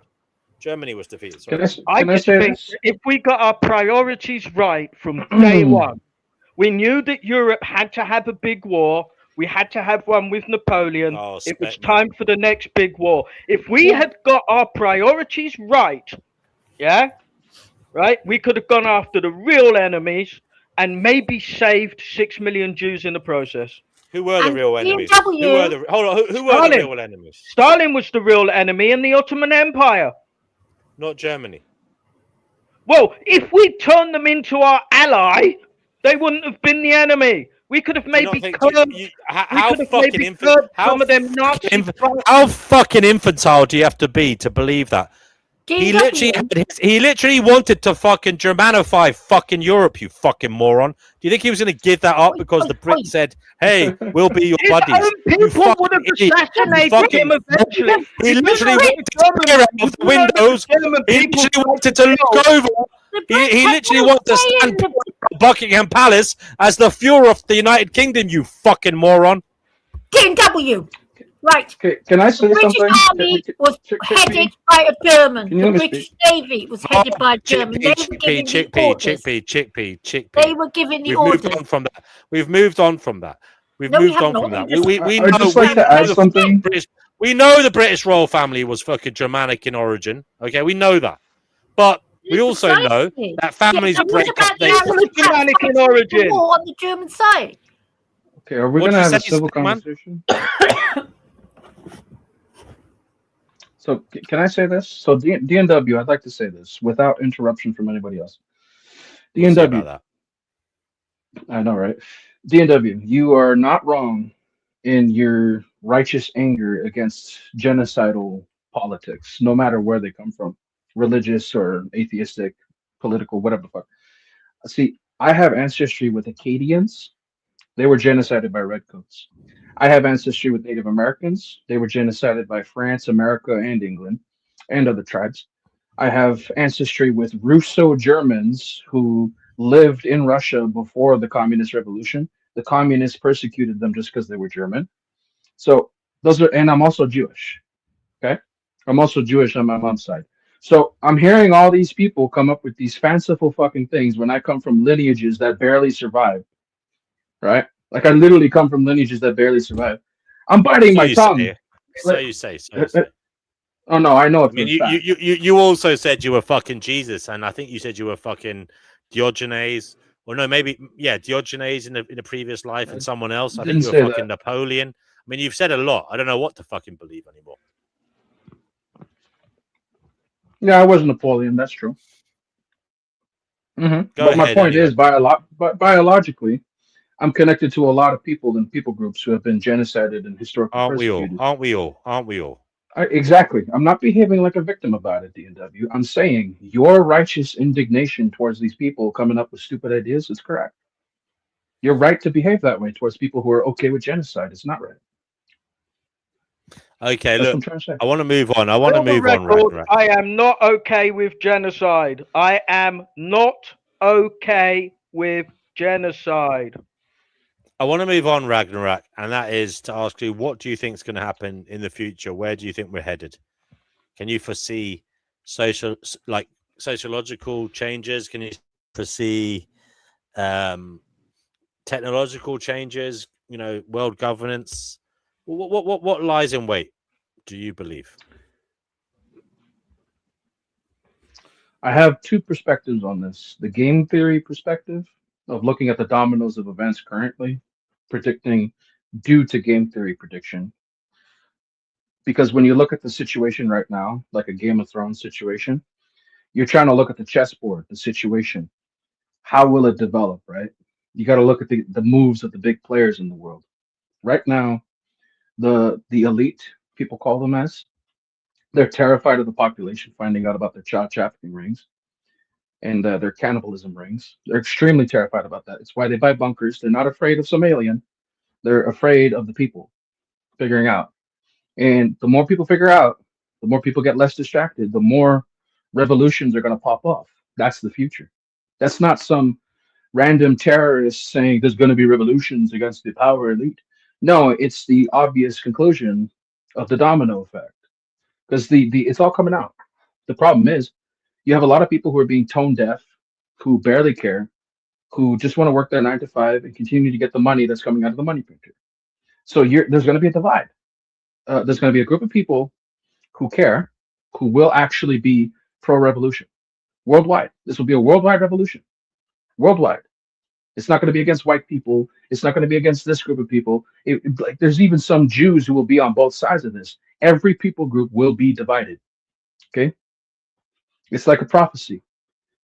I come with the sword to divide, not for peace. That's a prophecy, right? What people don't understand is that the coming events coming forward, people will be divided. You will have people who will take bribes, who will fall for greed, who will be corrupt. And it's going to look strange at first to a lot of people who are righteous, who are honest. Because like in a world where money is king, nobody is honest, right? If you can get paid to lie, it's going to happen in a world where money is king. So when people made money their god, they killed everything. But there's a growing segment of people who are unfathomably misunderstood by those who worship money. It's people who are of faith who do not care about political propaganda, left or right anymore. There's a new, you know how new movements came out of the French Revolution era? Basically, our entire system of left versus right politics, no matter what you think, it's all been thought up of at the era of revolutionary France. Right wing politics, left wing politics, every single aspect, be it in the near the middle or to the far outskirts, like far right, far left, okay, or middle independent. It's all been thought up of for over 200 some odd years. Okay, it's been talked about, it's been said about. People don't understand. We're literally reaching a precipice where new political ideas will come forth. They will not be understood at first. They will be persecuted. Okay, basically, He's arguing like the for spec. Yeah, he's arguing for spec. What is he? What do you mean I'm arguing with Well, the spec? Spec man, tell him why he's arguing for Spec. Then don't just fucking shout it out. Because he said that new political and economic solutions will come forward in this new time, and that's what I did. I created one. Okay, so you're inserting yourself. All right. Okay, narcissist. He's a narcissist. This is worldwide, bro. Well, he wants to insert himself just because I said something, but okay. So he's not the only one coming up with new you're ideas. saying he's trying to steal your thunder. No, he couldn't even if he tried. Spec man, care to reply? I thought that I was helping him build his crescendo.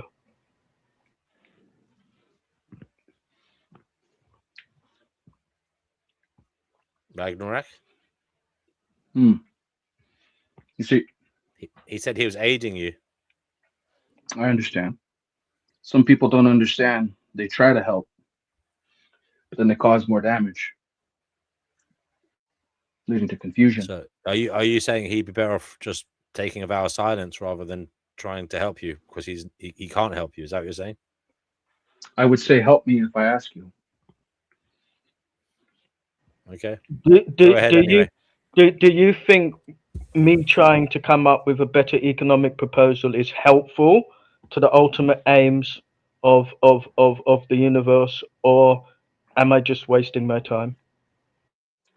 I'm saying your newly introduced ideas can be reviewed, but I cannot promise you that they will become. That's what I'm saying.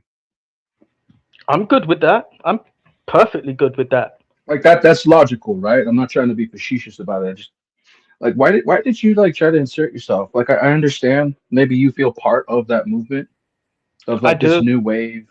I don't blame you for that. I don't blame you for that. You know, a lot of people are getting into it, and you know, maybe I'm coming at this backwards because a lot of people have mistreated me after encountering me. They love siphoning on the energy. They constantly do. Even some people around these parts. That's why I'm very hermit about it. Is it because you're insufferable? No, there's too many people who are narcissistic and keep pretending to be something they're not. That must be it. That must be it. I must defend myself. First of all, I'm extremely grounded. When I'm in the house, you know, I never bother to even wear socks. I'm always bare feet, and I love to get myself down to my local park, you know, take my shoes and socks off and just rest my feet, you know, in real earth. I'm an extremely grounded person. Half of what I said with the stuff that was going on between me and DNW, I do know how provocative those things, but I consider talking about history and how history could have played out differently. To my mind, it is a kind of safe way to analyze human behavior without causing physical damage in the present. And I like to explore ideas. I like to say explosive things because how does the world react to that, you know? And the Second World War, if we could have avoided it, if we could avoid any war, war's bad. War is not good for the majority of people. It's only good for the elites at the top. Yeah, it causes death, mayhem, suffering. It damages the environment. It is the most horrible thing ever. I don't think anybody was justified in I know that if you're born in Britain or America, you believe that we had to do this because the German people thought you're a naive clown. You're a naive clown on this point. And the point is, you're suggesting that Britain could have somehow used diplomacy to persuade Hitler to be our ally and not to continue with his rampaging to try and build, you know, this greater Germany where he literally took over all other countries and tried to fulfill what he wanted, which was his plan to run Europe in a certain way. You don't think he had designs to do that. You don't think he had the mentality that, you know, this nothing was going to stop him. You think he could have been persuaded by saying, hey, Adolf, instead of trying to Germanify the fucking world, why don't we just go after Russia and leave it at that? Shut up, mate. Well, actually, historically, Adolf Hitler constantly tried to get Britain to join his side before the war, before Britain and Germany went to war. Actually, the amount of envoys Hitler sent to have Britain join his side is actually excessive, because he actually saw the British Empire I'm not just talking as about a Germanic Britain, I'm talking empire. about Europe. Do I want a fucking Germanified fucking Europe? No. Or It already is. Nazified, sorry. I think that Hitler was doomed. He was doomed to fail. Do you know that the Germans, I mean, you his have to own look at the whole people, Nazi his ideology. own people tried to kill him It's not 5 just about times. the Jews here. The Germans tried to kill Hitler 5 times. His own people would have sorted him out eventually, and the British were already hell-bent on going to war with the Ottoman Empire, because the Ottoman Empire was interfering. I know they tried to assassinate him a few times. Look, the Ottoman Empire wasn't even a problem after World War One. The Ottoman Empire got smoked after World War One, bro. Like, literally, the partition of Palestine, Syria, Chickpea's Lebanon. bringing up my king. My king is half German. I don't give a fuck. Who said I wasn't a Republican? Who says I give a fuck about the monarchy?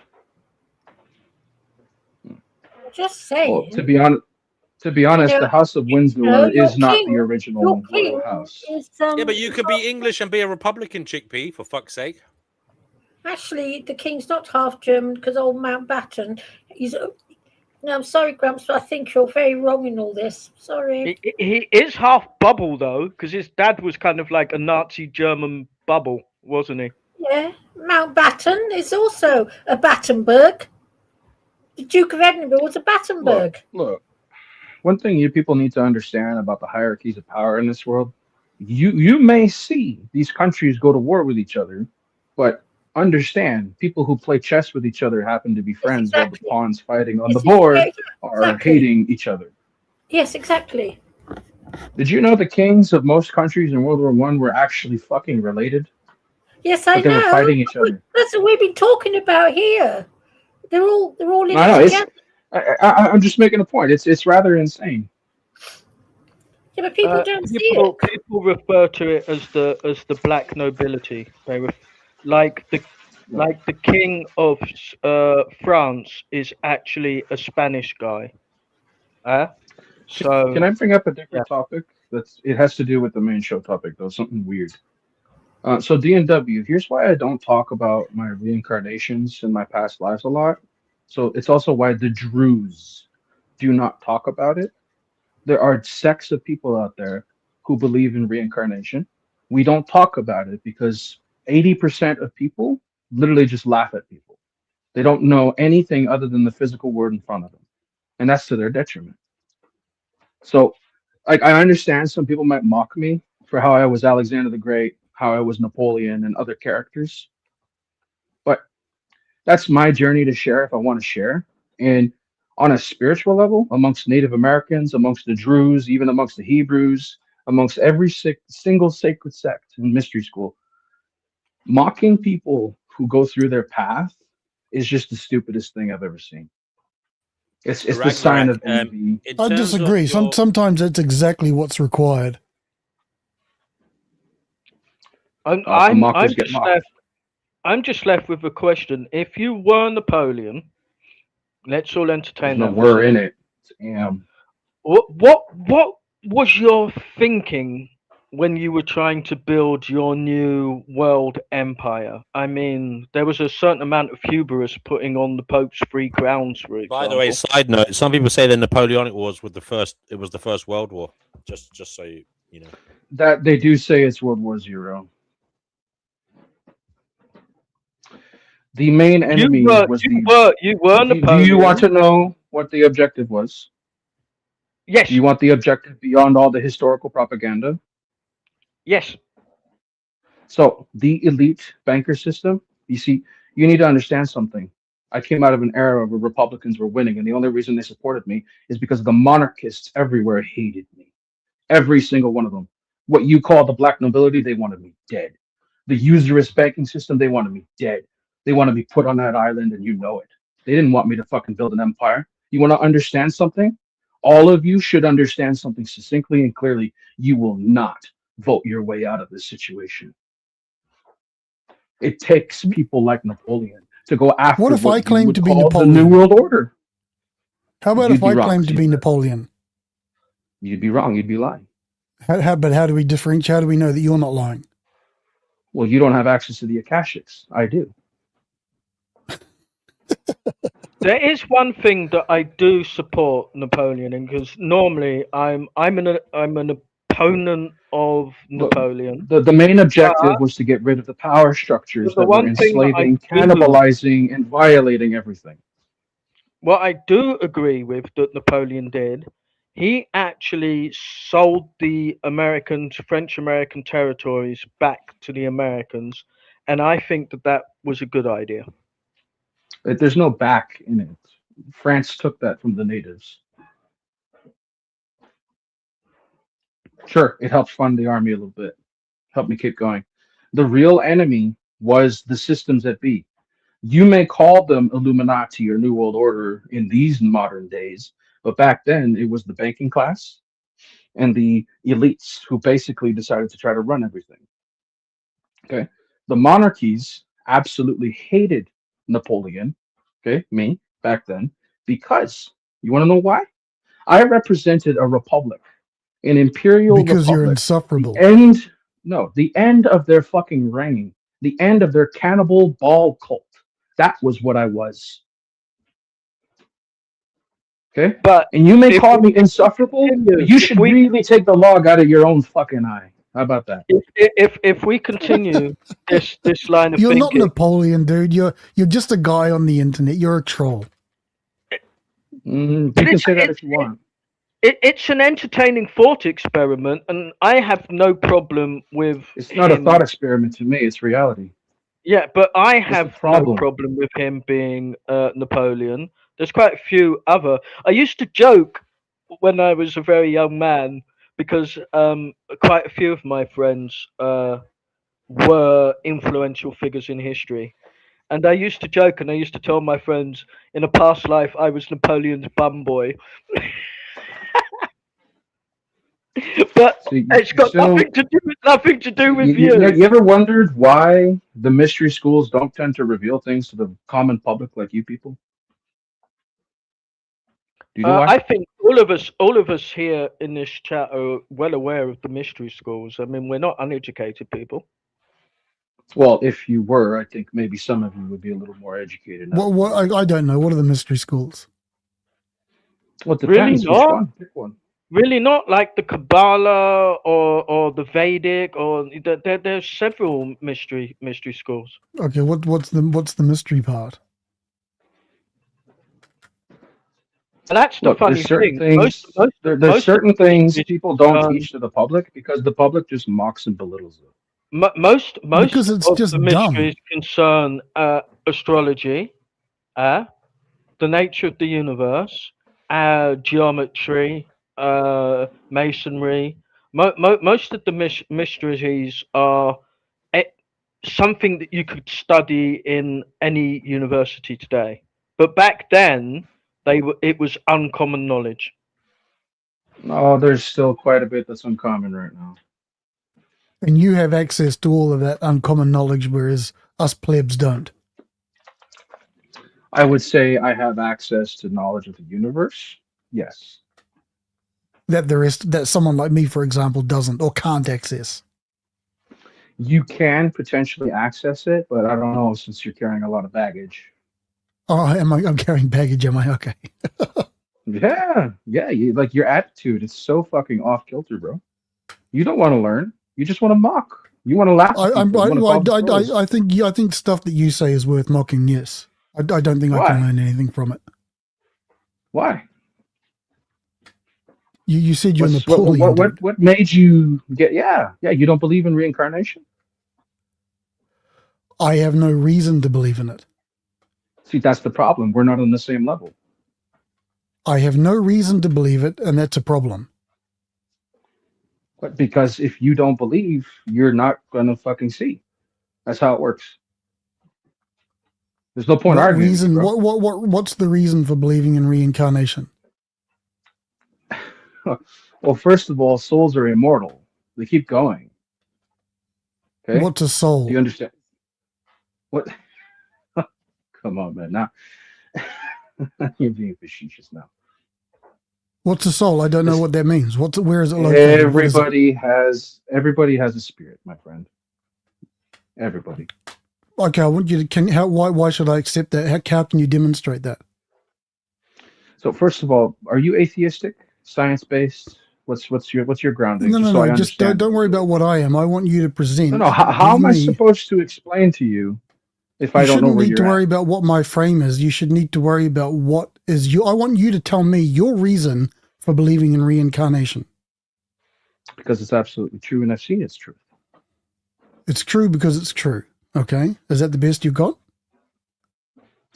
Dude, you have Is that the best? Is that the best reason you've got? It's true because it's true. Is that it? It is part of the truth. Every soul has multiple lives. Sometimes they're here on their first life. Sometimes they have past lives. Sure. Right, but you're just presuming that which is yet to be established. How do you know it's true? What's your basis? What's your reason for belief? Let me say this, all right? The common phenomenon of people not believing in reincarnation is actually modern and alien to the vast majority of the human experience. What is your reason for believing in reincarnation? Because it's true. I've seen it myself. Well, obviously he says that he was Napoleon, but he can't have been Napoleon if he wasn't here before. That would be an impossibility for him. Whether what he's saying is true or not. I can move it to a different realm. Okay, so you've got two schools of thought in the world today.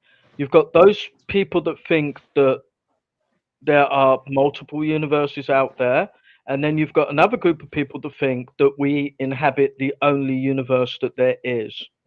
Yeah? Neither of them can be proven right, and neither of them can be proven wrong. It's two schools of thought. But you, being the wise person that you are, you say none of it's true because nobody can prove to me that it is. How is that wisdom? Because you can't prove it to be wrong either. But if you make a claim, if you say reincarnation is real, it's on you to demonstrate that. And so far, all you've said is it's real because it's true. Well, for you to get actual, like your version of the proof you're looking for, you're going to have to believe in God. Not even that. So I have to believe in a being. You can't prove that the world existed before that you were born into it. Your mum might have told you that she was around before you were born, But how do you know? That's nonsense. That's nonsense. I agree with that. Unless somebody can literally prove. I can't prove that World War II was a thing. Yes, you can. You can't. You didn't experience archaeological it. Evidence. You can't prove it. Like our archaeological evidence. So the people that have experienced being born before, that information. He's not the first person to say it. People were talking about it 1,000 years ago. About that they had. Let me say this. Let me say this back, okay? Like I said, the phenomenon of human beings not believing in reincarnation is relatively new and alien to the human experience. Every single culture, Native American, German, Norse, Scandinavian, Celtic, Hebrew, African, every single culture on the planet before the internet, before what you call science, the consensus amongst all of them was that reincarnation is absolutely true. It's and the consensus amongst a lot of these people was they didn't know germ theory, and so illness was from the spirits. But now we know it's not. This is the so just because it's old knowledge, that doesn't demonstrate that it's true. It doesn't demonstrate its truth. It just means it's old knowledge. Just because they couldn't prove that germs existed back in the day, doesn't mean they didn't exist, right? I can flip your entire fucking got you Yeah, but we've against you right now, demonstrated just the like germs that. exist. Since no, you can't. The point I was making was Oh, your but gaps in if the knowledge. demonstration of the spirit world and reincarnation exists, if you get a Okay, demonstration, so can you will please you demonstrate it? Where can I? What's the demonstration? well, first of all, you're gonna have to believe in God and go through a lot of spiritual warfare to just figure that out But on your own. me personally, the term God is incoherent and spiritual. I don't know what that means. Oh, okay, so you're an atheist. You don't believe in my Father in heaven. Okay, I see where you Well, are. I'm a theological non-cognitivist. I just don't know what that stuff means. I don't give a fuck about your fanciful words. You don't believe in God. It's that simple. Well, it's an incoherent concept to me. See, fools call themselves wise when they say there is no God. That's the truth. I didn't say there's no God. I said it's an incoherent Okay, concept. you said it in a fanciful way where you say it's an incoherent, stupid concept. So incoherence has to do with words synonymous like stupid or unbelievable. Right? No, incoherent means it's impossible to understand clearly enough or define clearly enough to make sense of it. Well, I don't know about that. Whatever I excuse I you think, have for your lack of belief, that excuse won't save you. Just letting you know. I think Save that, me from what? Oh, for fuck's sake. No, I mean, I you're going to think throw the that- stuff out there. You should be able to have Mate, these are very there simple are responses. things out in the universe. Are you getting that if you impatient with the fact experience- that sorry? No. There are things in the universe that if you experience, you would have such an ego death and run to God faster than you could shit yourself. What does that demonstrate, or what does it mean? It's a clear warning to you from me, not a threat, that if you encounter something you don't understand, that is so terrifying that it'll probably make you believe in God. What are you going to do then? What are you going to do? What if you get So shoved belief in into reincarnation relies on me experiencing What if something you so get horrific shoved- that it puts me in it makes me believe in God? Is that what you're saying? What if you were shoved into reincarnation cycles and then remembered all of them in one life? How would you feel? Probably terrible, right? Yeah, but you haven't. But what is that? No. You're not proving anything by that. You're not demonstrating anything by saying that. Who said I'm trying to prove anything to you? You want an argument to be won by me or you. I don't care to win this argument. I'm asking you. Please demonstrate that reincarnation is truth. Is true. It's not. It's That's not all. something I can physically show you, my guy. So if it's not, You what do you mean by need- physically? You need the spiritual eyes to see, and if you can't see it, that's Okay, a you so problem. okay, there it is. Okay, so if I don't see things, if I don't have the right frame, the right beliefs, then Doesn't I have to be can't my way. access truth. It doesn't have to be my way.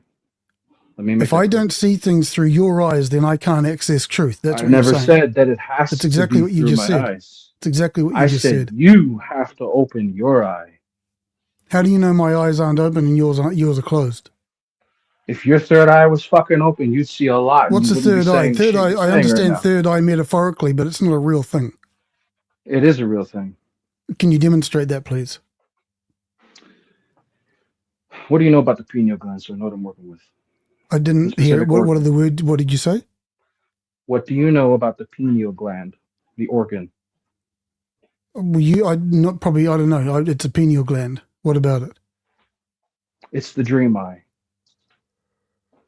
So what you Okay, had dreams, define. right? Okay, define third eye. Let's start with that. Define what you mean by third eye. I just told you the biological organ known as the pineal gland in So the the middle third of the eye brain. is the pineal. So in that case, everyone has a third eye. Yes, everybody has a third eye. So everyone has a pineal No gland. Okay, let's go. So biologically, we all have one. Okay. Now, some people, it's calcified. They can't use it properly. They don't see properly. How do you know when it's being Okay. used properly and when it's not being used properly? You start seeing the world beyond the 3D realm. Once it's open. So You if start somebody actually- doesn't see the world beyond the 3D realm, that means their pineal gland is not open. It's not functioning correctly. Correct. I'm not This is entirely babble. sure. I'm not entirely sure that you can see the world beyond the 3D. I mean, we're vaguely aware of a fourth dimension. No, not we sure. can't see. I'm not We sure can that see the people can spirit see world. it. We can see beyond without our physical eyes.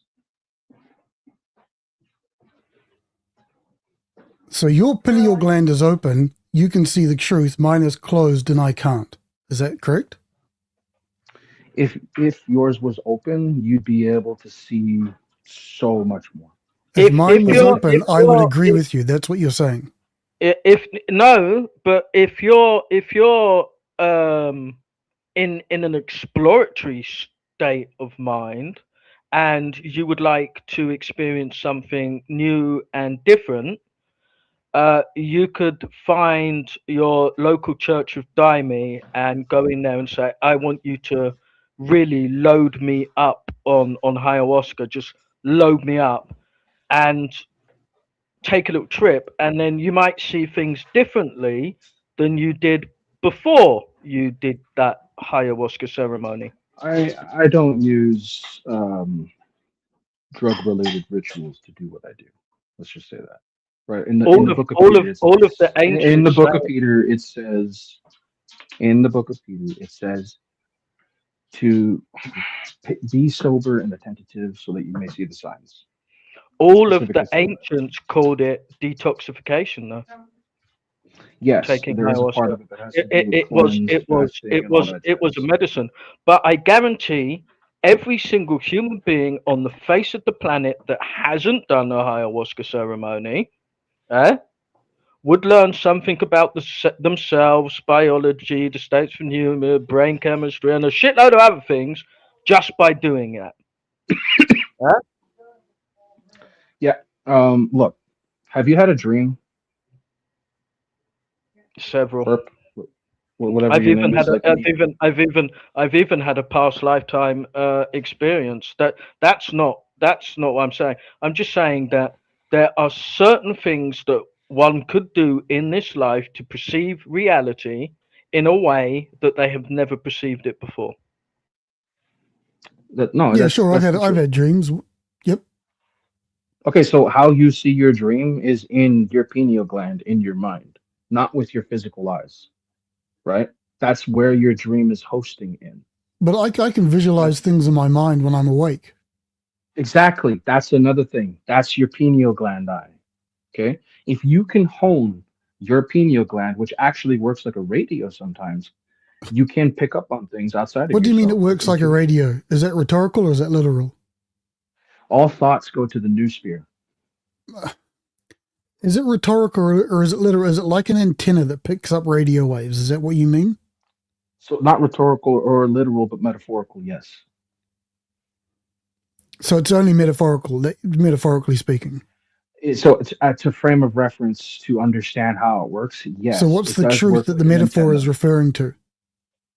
So basically, the antenna in your eye is the seat of the soul. I don't know what a soul is. I don't know what that means.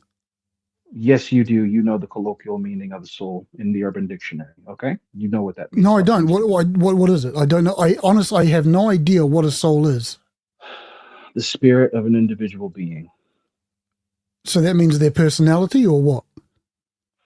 No, everybody has. See, you're so condensed into the 3D world, you don't even see the spirit world. How could you ever see the biological? But what? I don't know what it is. Clearly. So you know how you have internet? You know how your Wi-Fi router puts off frequencies? Okay. Your pineal gland in your head is like a Wi-Fi router. Can you please demonstrate that? Can you demonstrate that? It's not something you can demonstrate with physicality. Oh, okay. Well, actually, then in that case, it's just something you're making up. Okay. How can I demonstrate? Here. I have a perfect frame of reference. How can I demonstrate that Wi-Fi signals exist when you can't see them? Because if you turn them on and off, you'll have different responses from the devices that can use them. Yeah, and pigeons have been proven. Hang on. Pigeons have been. That's just proven. you know that's nonsense. Buddy, your Bluetooth application in your fucking body, the biological pineal gland, is turned off because you don't believe. Okay, you want to see, you need to believe. You're not going to get a That's Bluetooth exactly connection what with God. that's precisely what I said to you before when I said, in order to get to the truth, I have to believe what you believe. Yes. Not what I believe. You need to believe in God. What is God? What is this God that you speak of? The Most High Father in heaven, the Father of Adam of the Bible. What is that? I don't know what that means. That's just babble to me.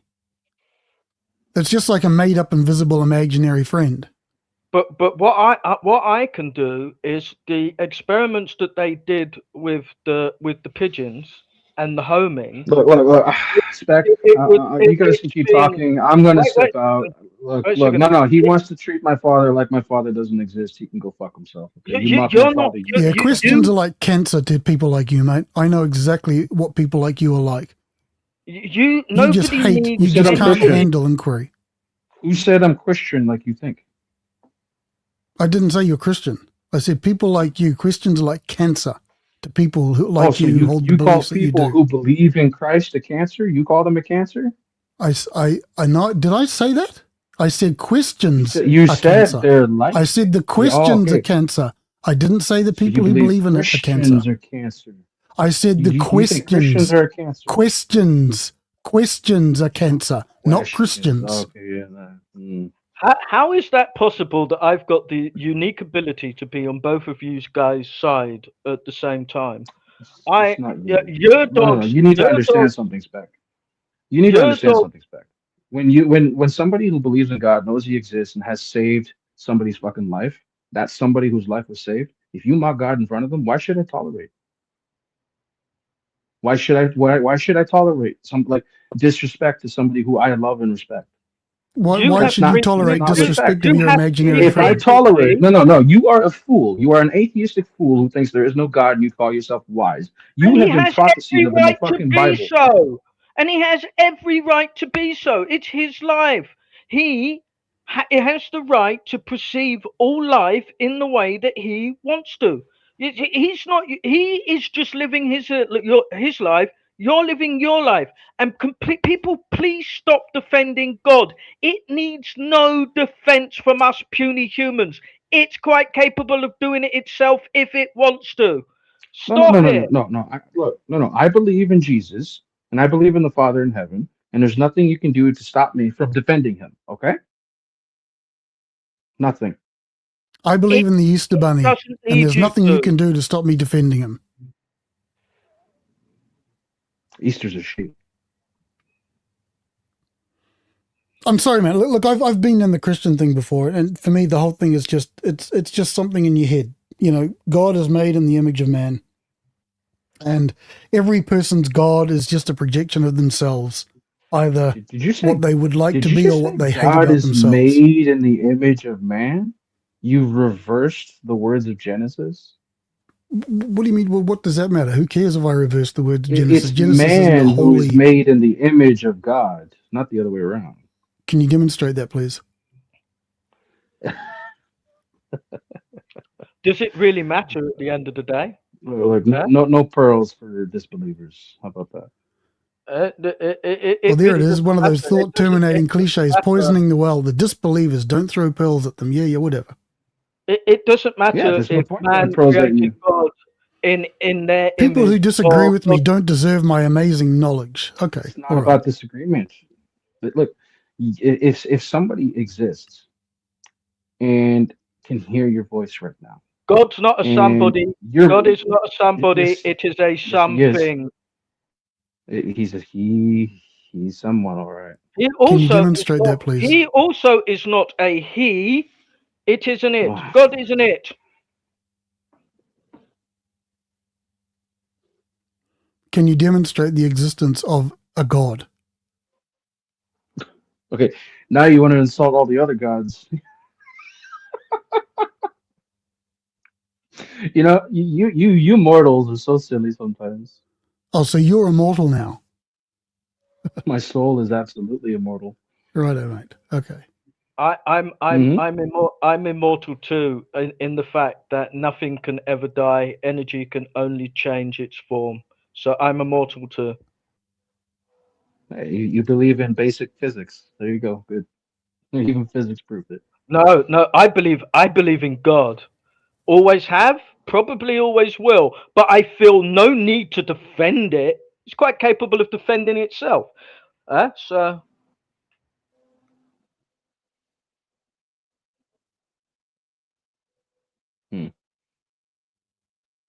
Yeah, well. So what is this God? Can you demonstrate that any God exists outside of the human mind? I can't demonstrate that any. I'm speaking to what's his name, Rasputin or something, Aljupater. Oh, you think I'm Rasputin? Yeah, you're that guy who thinks I'm Rasputin. So demonstrate where can you demonstrate? No. Let me ask you a question. Why do you think? Because you can't do it. Okay, you ask me a question because you can't answer mine. Okay, you go. No. I want to understand why the demons inside your fucking heart are so fucking pernicious and vicious and make your attitude so cruel. What are demons? Are you speaking literally or metaphorically? Mate. Oh, we can be metaphorical if you like. So what do you mean by demons? What are the demons in my heart?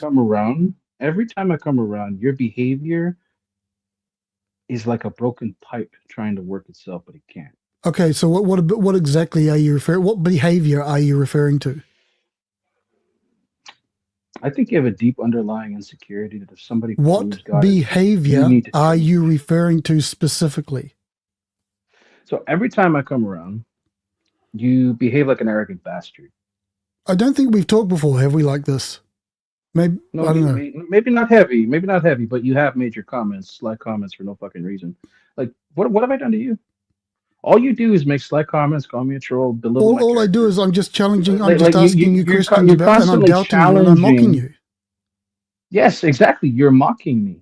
Yes. You're not trying to have a conversation. You don't know how. I don't know how to have a conversation. You don't know how. No, you really Maybe it's don't. just you can't handle my questions. So just answer my question. You want to mock people and argue with them. I want to come up with solutions to ideas. We're not. But maybe one of the reasons I'm questioning your ideas is because if you have an unstable and false foundation, maybe your ideas. Oh, you think I have an unstable and false foundation? Mate, I didn't say that you do. I said if that's why I'm inquiring. You want to say I'm unstable? That's why I'm inquiring into your foundation to see if you can demonstrate it. And so far, why should you even question or attack my foundation? Do you know why should I? Are you? Whoa! Wait a minute, Spec. Why should I question the foundation of your positions? Serious? Is that a serious question? You want to know what my foundation is? Well, I've been trying to find out. I've been trying to ask you. So go ahead. Well, you called him incoherent. I don't even know if it's a him. I don't know what God is. Okay, so you picked up on how I meant God, but you want to say you don't know. Because I know that's what you're referring to from the context of our discussion. Man, if somebody could be called semantic asshole, you'd be one of them. No, it's just that I think it's you don't like precision questions. It's very common with a lot of people. I understand that. No. You place yourself and exalt yourself in a lofty position of thinking you're intelligent, and you pride yourself on tearing people down just because you disagree with them. It's funny how you now you're attacking me. You're not actually dealing with the questions I've raised. I'm treating you how you treat me. Let's say, for example, all the bad things you want to say about me are true. Let's just say that I'm just this fucking terrible person, and all the things you want to say about me are true. Okay, let's just grant that. I'm sure you have some admirable qualities. Can you please demonstrate that God exists? I know you refuse. And can you please demonstrate that reincarnation is true? Can you please demonstrate that you are Napoleon? Let's grant all the bad things that I am. Can you respond to those questions? You don't have an open third eye, so you don't even have access. So how can I show you? You're like a phone without a Bluetooth router. You're like an ice cream without a flavor. It's just I actually have ice cream right in front of me.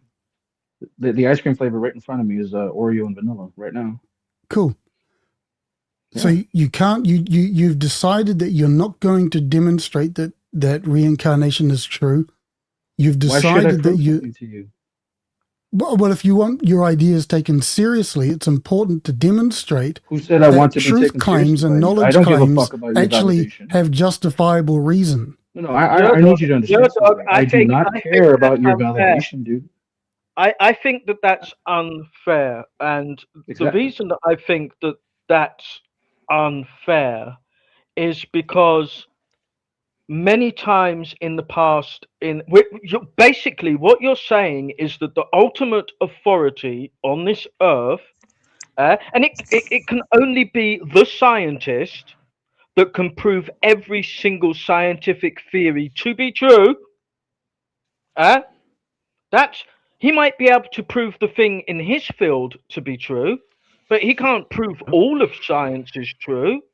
You know, we're only one tiny little voice in all of humanity, and if we step outside of humanity, we're only one tiny little voice in all that we consider to be life.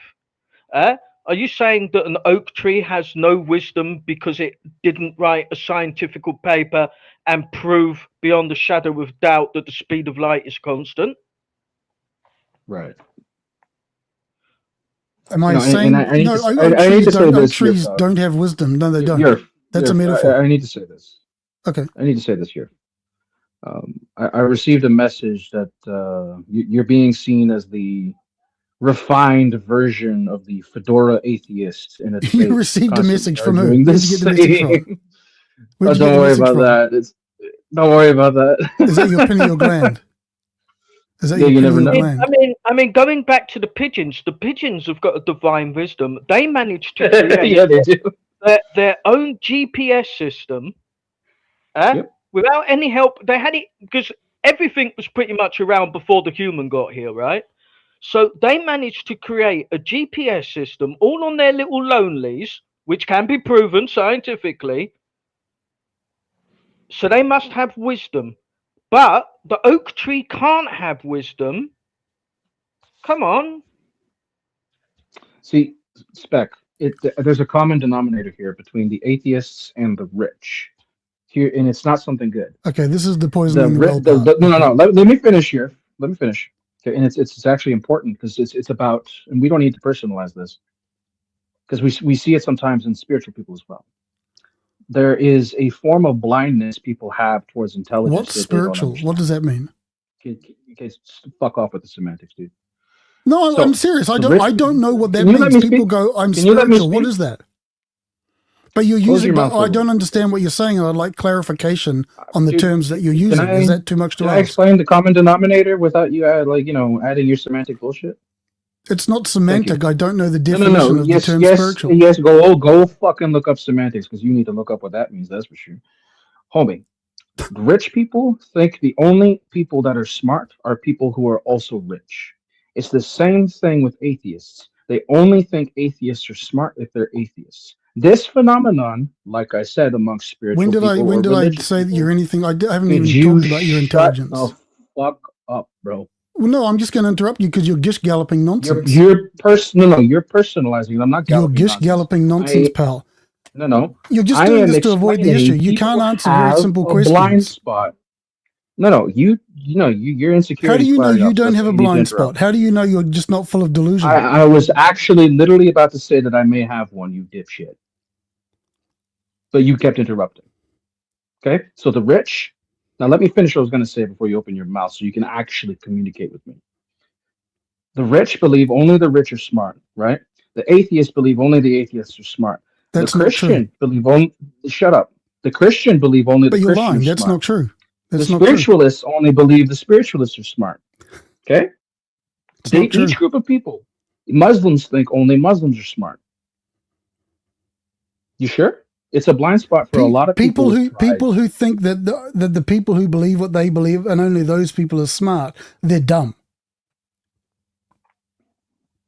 Or willfully blind. What you are. Because that's so fucking funny. Because I'm looking at you right now as you just said that.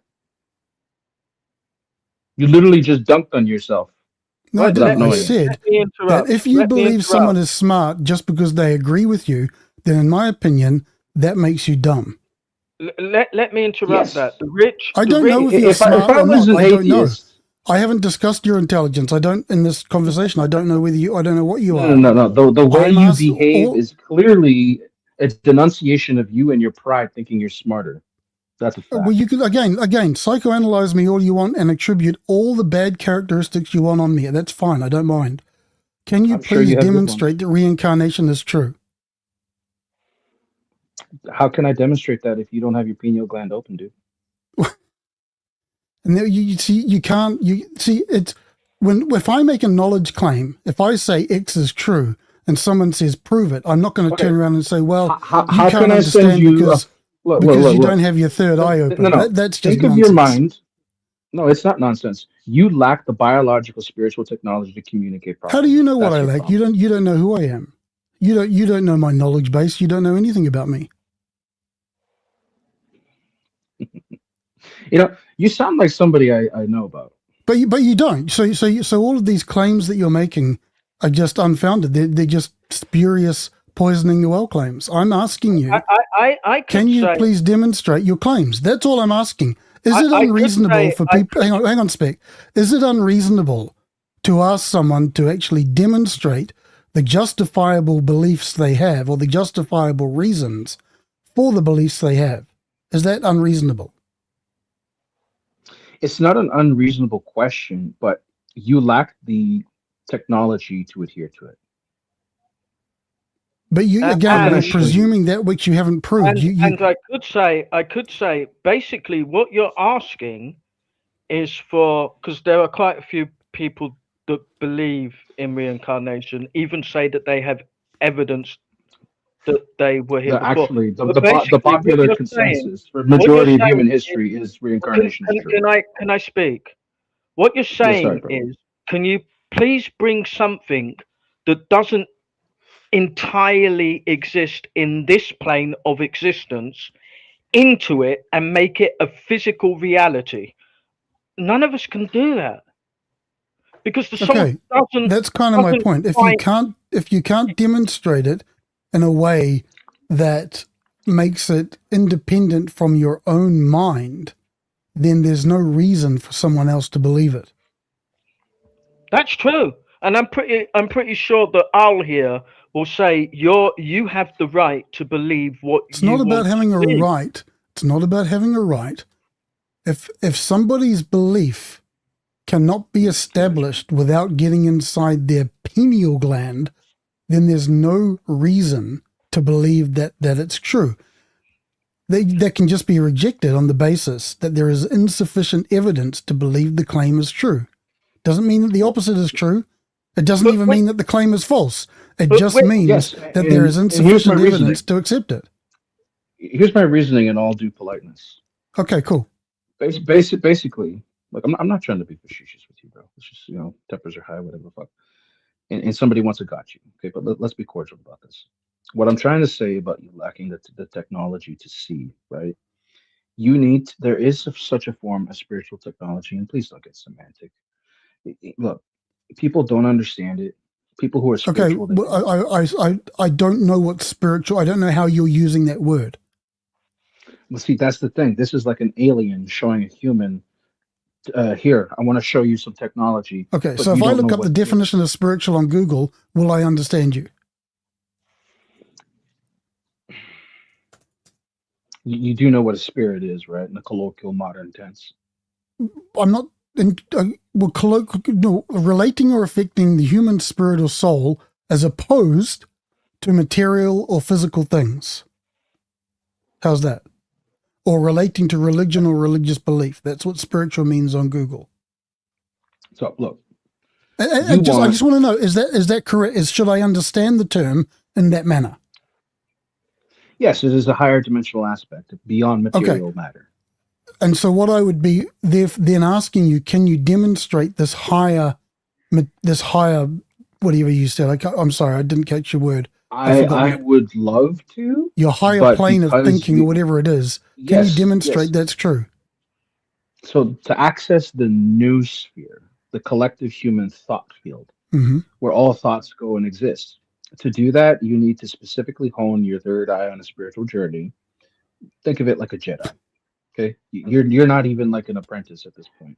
So when you're trying to access the spirit world for the information I'm trying to share with you, how can you access the information I'm trying to show you if you do not have the equipment or the training to go see? How do you know I don't have the equipment? Oh, he's definitely Because got the you equipment. because you don't.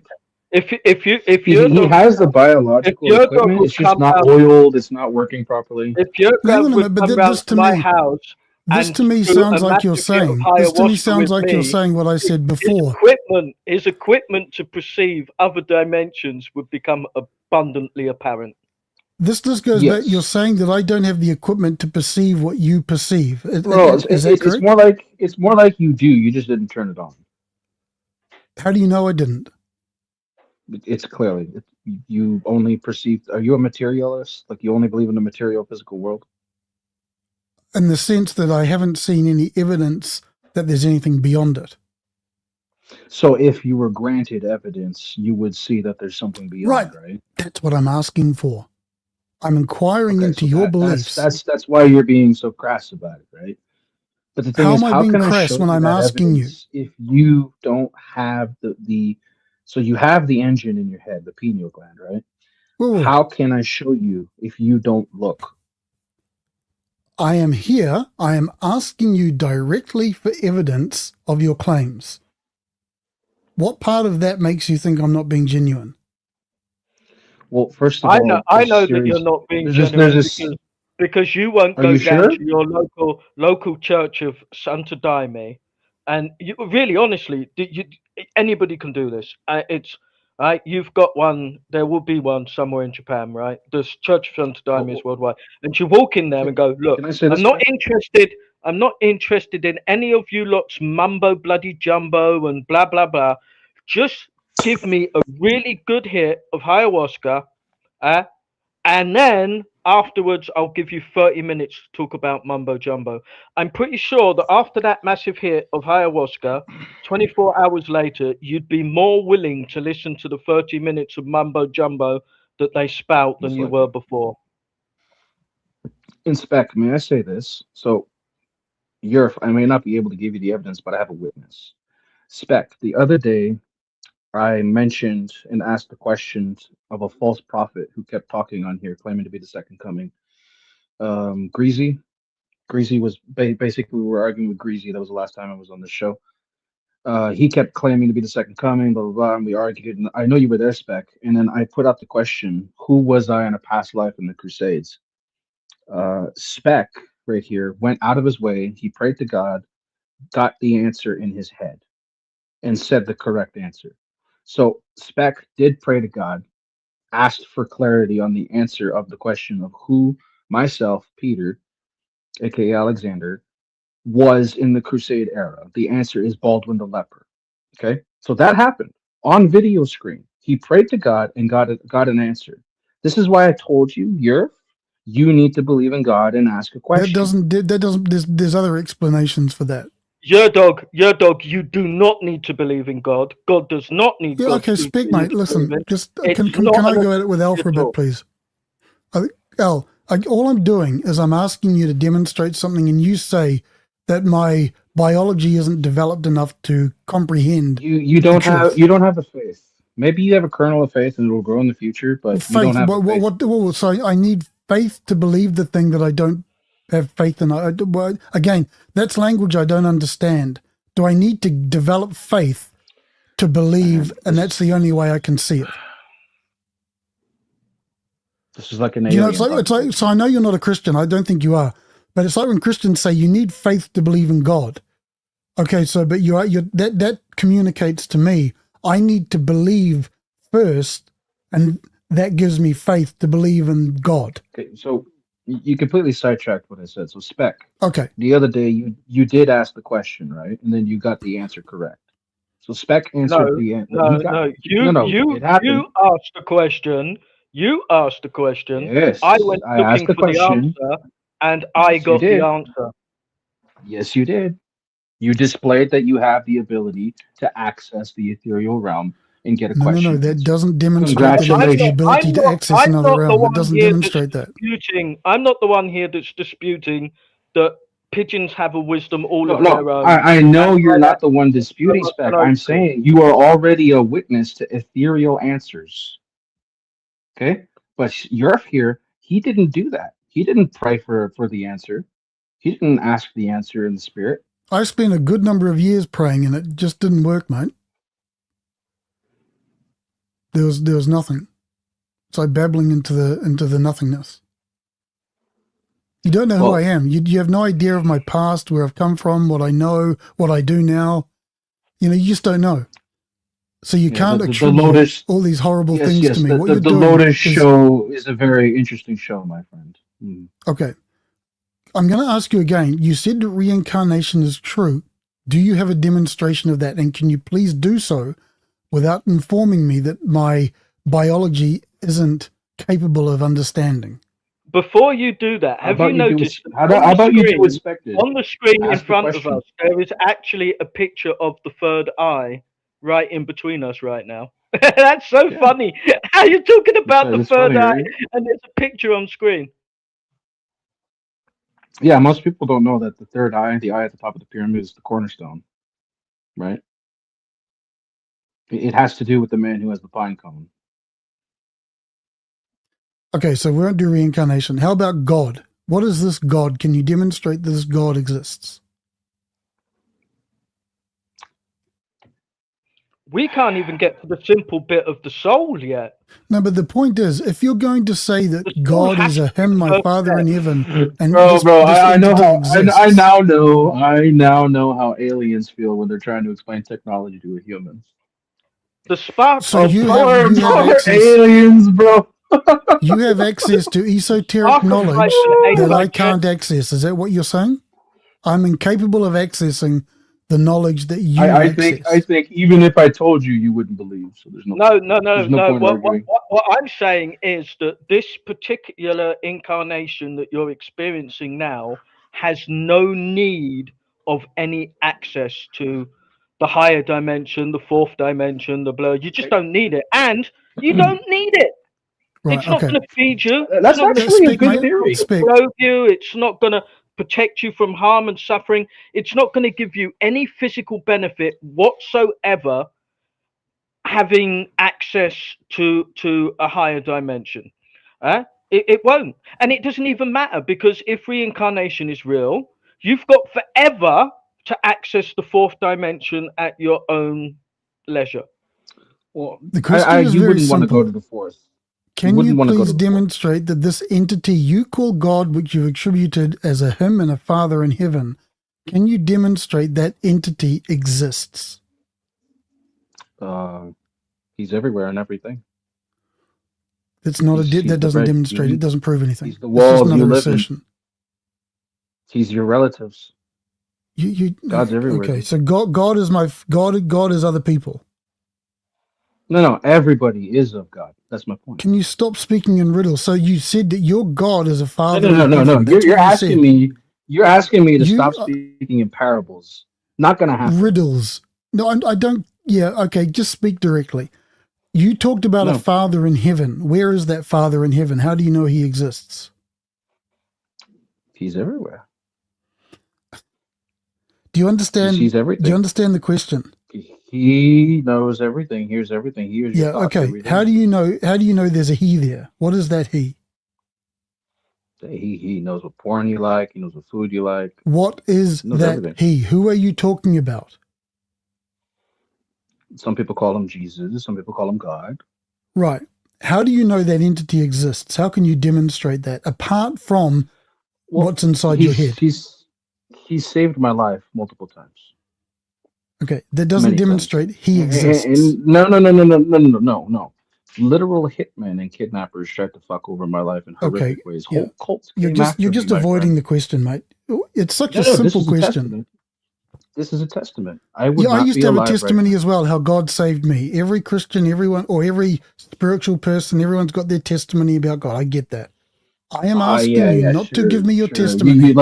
I'm asking you to demonstrate and explain what justifiable reasons do you have to maintain your belief that there is a Father in heaven who intervenes in your life?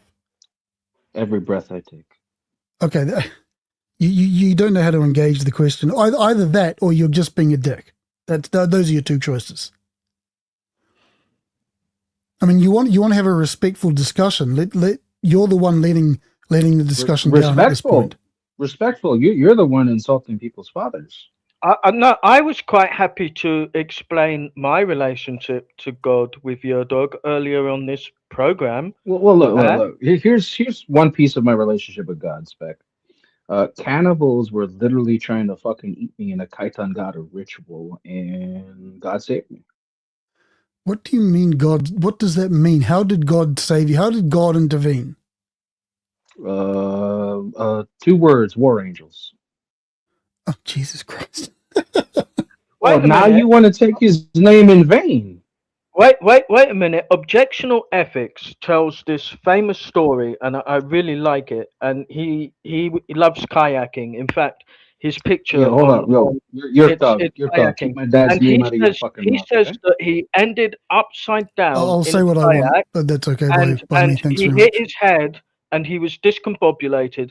He was being dragged by this river, and he knew that he. Yes, Spec, I get it. Strange things that we can't explain, they happen. I understand. No. Let me finish the story. Let me finish the story. Right. Okay. He knew that he'd made a great mistake, and he knew he was going to die. He goes out of consciousness, and the only thing that he remembered thinking was, I hope that my family's going to be okay when they're gone, and I love them so much, right? And then he wakes up on the bank, right? He had a life or death experience. None of this is relevant. And no existential anything appeared to him. Nothing, right? And he got on with his life, right? So it's quite possible for a human being to live their entire life without having a God. That's okay. But for the people that have one, it's just part of them. It's like their leg. It's not relevant, Spec. Sorry, mate. It's just irrelevant to this discussion. I'm asking. No, it is relevant. No, it's not. It's all these. Yes, everyone has stories. It falls into a paradox. It falls into a paradox. But you have made a claim. I'm asking you, Al-Jew. I'm sorry, my eyes are dead these days. Al-Jew Pater. You're saying that you have a father in heaven. I'm just asking you a very simple question. Can you prove that father in heaven exists? What's the justification for your belief? He saved my life many times over. Okay. Yeah, but there's other that doesn't demonstrate that entity exists. You just because you say that he saved my life, you haven't demonstrated he exists. There's other explanations. Look, if Superman literally stopped you from being cannibalized, fucking hell. Did you see God or these angels?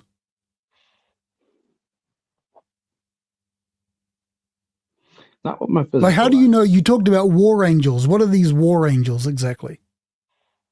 Oh, I wouldn't mock them if I were you. Oh, fuck those war angels. I'll mock them. Whatever. They're just figments of imagination as far as at least until demonstrated otherwise. So these war angels that you speak of, what are these things? Demonstrate that they exist. I know why God didn't answer your prayers. You don't know anything. Demonstrate for me that anything you said, you just can't do it. All you can do is revert to saying, "Oh, let me psychoanalyze you." That's your entire response. It's childish.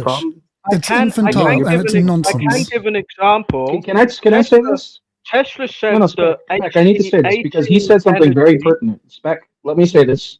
He's arguing with me. You just said it's childish. Yeah, I think you're being a child. You're acting like a child. I'm gonna tell you a verse from the Bible. I don't care. I'll tell you a verse from heaven. I'll tell you a verse from Eric Eric Fromm's must book. be like a child in the mind. To enter heaven, you must be like a child. That just doesn't contribute anything. Yeah, whoa, that's a gotcha. Okay, congratulations. Doesn't contribute anything to the discussion. You want to call me childish?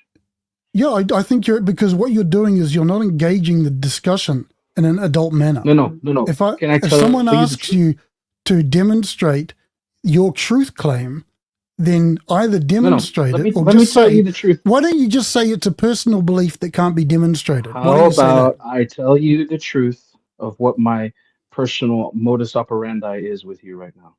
I'm letting you run in circles because I don't care for your validation. I'm You not want to win an trying argument. to validate you, mate. No, you want validation. Your dog I just said don't give a something. fuck about validation. Your I dog, don't your care. dog just said No, something. no. You extremely want to be right profound. about the argument. I don't Hold care up, about hold the up. argument. I'm asking you a question. Why is it so difficult for you, mate? It's the same. Honestly, all of the Christians and the Muslims, I they jump already down to the gave you same an thing. answer, bro. I already gave Sorry? you an Can answer, you bro. hold up? What? Okay, You all maybe you I speak missed it. of is the Maybe I basic missed bitch it. fedora atheist mentality, bro. That's what you look like right now. Okay, like I Both said, of you can you guys hold psychoanalyze up me. for That's 1 fine. second. Spec, please, mate. Can you shut I'm up? gonna Just forget. please. Otherwise, I'll literally forget. You just Fuck, said okay. something really, really profound just now.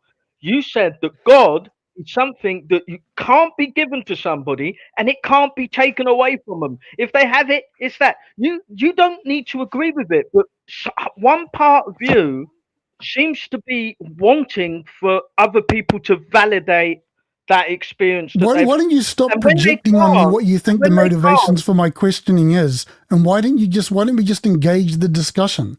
Let's not Tesla, psychoanalyze each How other. about you tell us your motivation?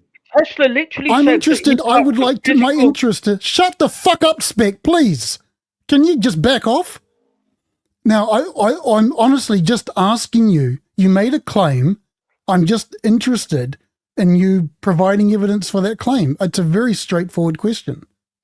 Okay, and I honestly gave you a straightforward answer and told you I would love to provide evidence for you, but you do not have your equipment turned on to receive the evidence. Okay, right. And so that to me is a non-answer because what you're saying is that No, it's not I a am non-answer. If I'm a teacher in a classroom and I'm trying to send you a file to your computer, but you didn't bring your fucking computer, well, that's too fucking bad. That's on you, right? that's a very poor analogy. No, it's not, because a computer has a connection signal just as much as your fucking pineal gland. Yeah, okay, but maybe that means I forgot to bring the computer, so I'll go home and please email it to me later. No. Okay? You forgot to turn on your pineal gland, your third eye. You forgot to turn it on. But again, that you're just kicking the can down the road. Now the question is No. No, I feel like a fucking alien trying to explain to you simple technology that you just can't understand. I agree with you. I don't understand what you're talking about when you talk about this third eye that apparently I haven't turned on. How do I go about turning it on? There are many ways. There are many mystery schools to go about it. I do know that there were certain soldiers from the Vietnamese War, and they explained it in this way because they saved their little company by predicting an ambush or something. They basically It's such a simple fucking question, and the conversation gets all fucking diluted on these different diversions. Specman is no. Your spec is bringing up a very pertinent piece of evidence in military wartime, where intuition, it's predicting not an event before it happens, and then save people. It doesn't. If a prophet was in your face right now and told you a prophecy and it came true, you would probably just say, "Dude, I've predicted the future before pretty accurately." But I recognize it's probably just because I joined certain dots together, and that's all that happened. Okay, so that's game theory. That's basic game theory prediction. Yeah, but the point is, there's no justification for me to jump to a god in that instance. The point is, there's no justification to jump to God in that instance. That's what I'm trying to say. How can you expect to have answers when you're asking answers from a source, like a wellspring from divinity, from the spirit world? You're a wellspring from divinity. Answers from the Are you a wellspring from? Is that what you're claiming? Not understand. Is that what you're claiming? No, that you are a wellspring from divinity? Stop personalizing. I'm saying you just said yourself. Answers. You said I'm asking questions from a wellspring of divinity. I'm asking you questions. You were asking questions of. Are you saying that you are a wellspring of divinity? That's not the question. You're looking for a got you. Dude, you're you always just looking said that for I'm a got asking you, questions of a wellspring of divinity. Dude, I'm asking you the questions. With you, man? No, you're so binary. Are you describing yourself? Are you describing yourself when you refer Why to are a you wellspring of always divinity. personalizing the ideas being spoken about? Dude, you're just being a jerk now. You said that I am asking questions How? of a No. wellspring of identity. You're being disingenuous and very Now bad I'm at it. asking, is that you? Are you that wellspring? It's just yes or no. Dude, I'm not even going to answer. Yeah, you I can't said, because you know that you're just you- cornered into a place that you no. can't get out of. It makes you look like no, an idiot. not okay. Now you just fell into my intellectual trap. Okay, you literally just fell into my intellectual trap. The whole Oh, go fucking on. time. Show me how I'm Thank trapped. you. Go on, mate. Dude, basically, this whole time I've been getting you to run around in circles, thinking and getting your validation. You're right and right and right. You want to be right don't so psychoanalyze badly. me. At the Don't same psychoanalyze time, me. I fucking will.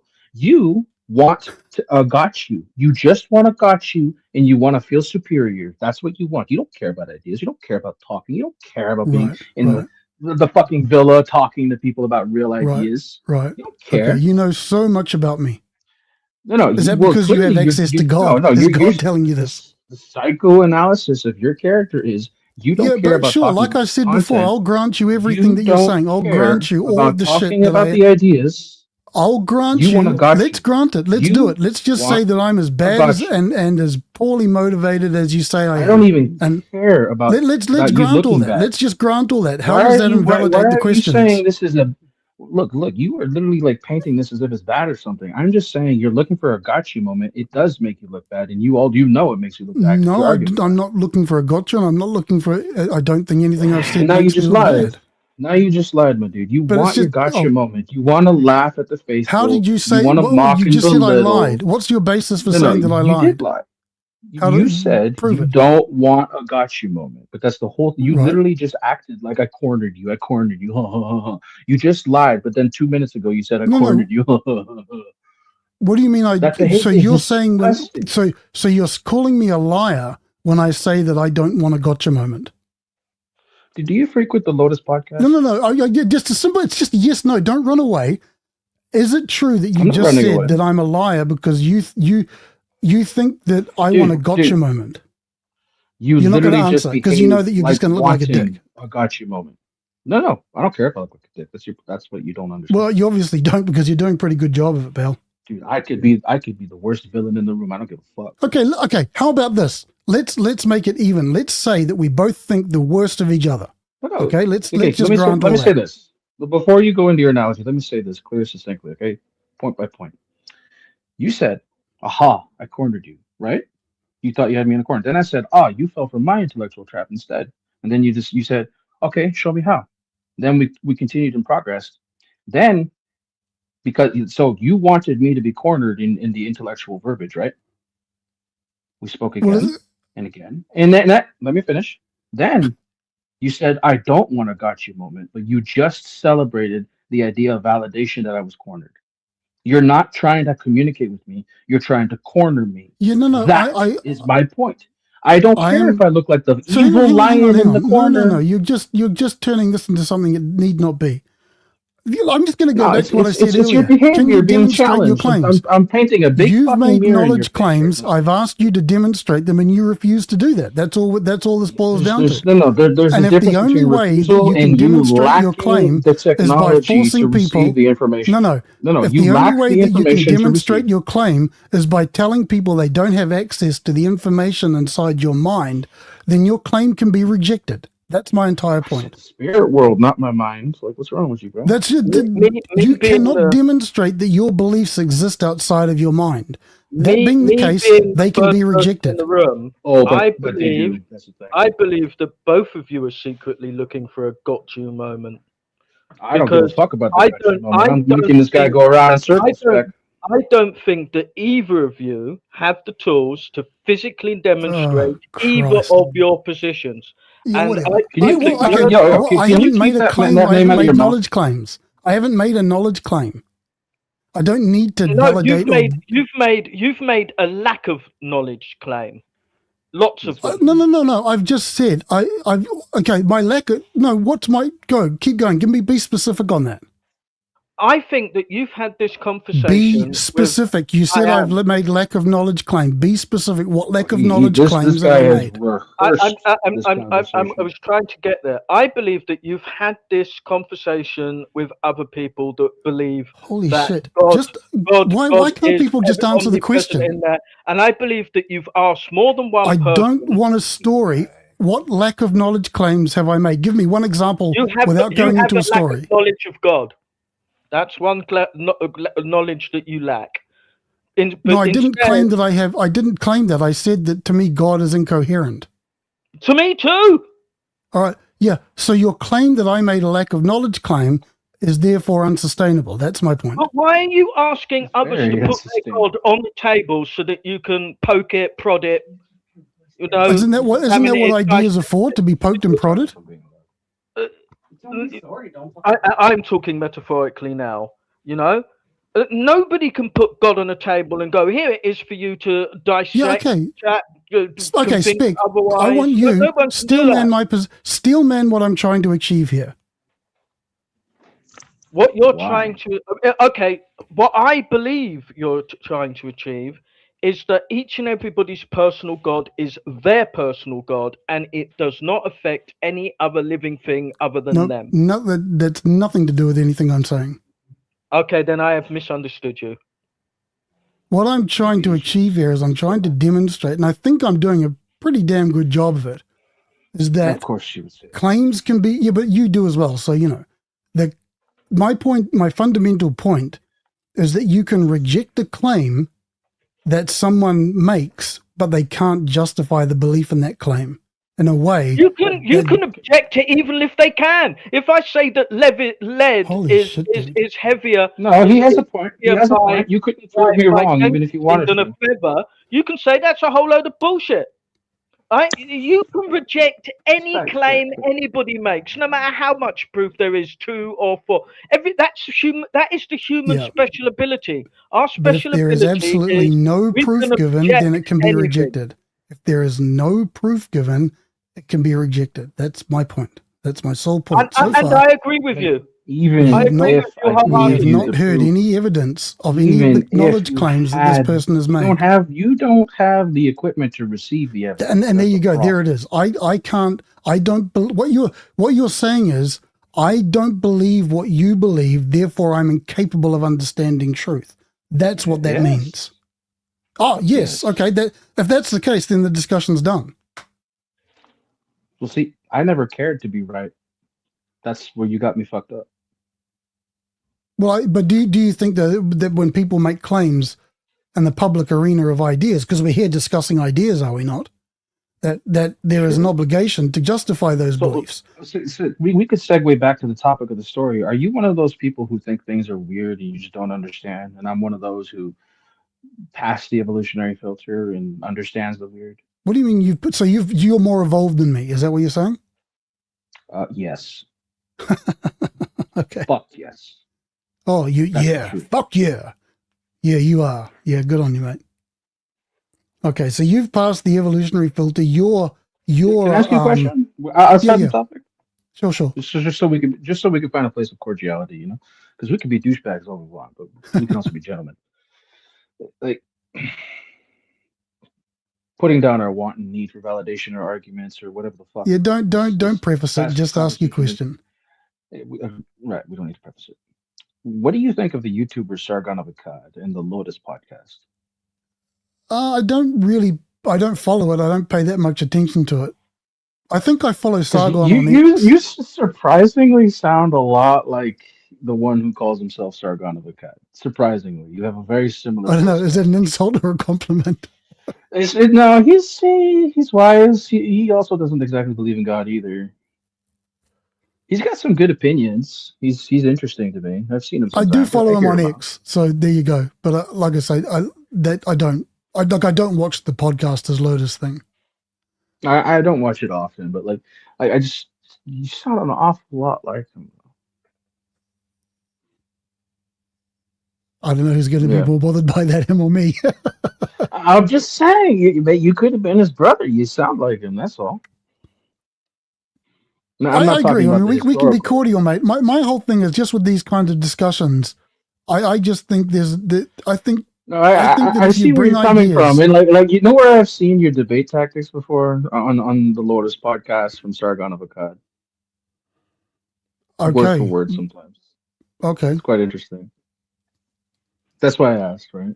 yeah, no, Would I be right, Al, if he was debating any other subject than God, you know, right?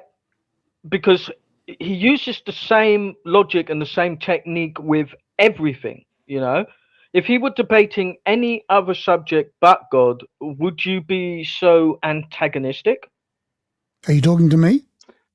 I think maybe he'd be less antagonistic, but we could also talk about quantum physics. I personally like Wallace. I also, what's that guy's Hang on, name? Spec. Who's being antagonistic? Al He, Parter. he He's not being antagonistic at all. I don't think he is. I think he's being a bit of a dick, but not antagonistic. I wouldn't go that far. Oh, come on.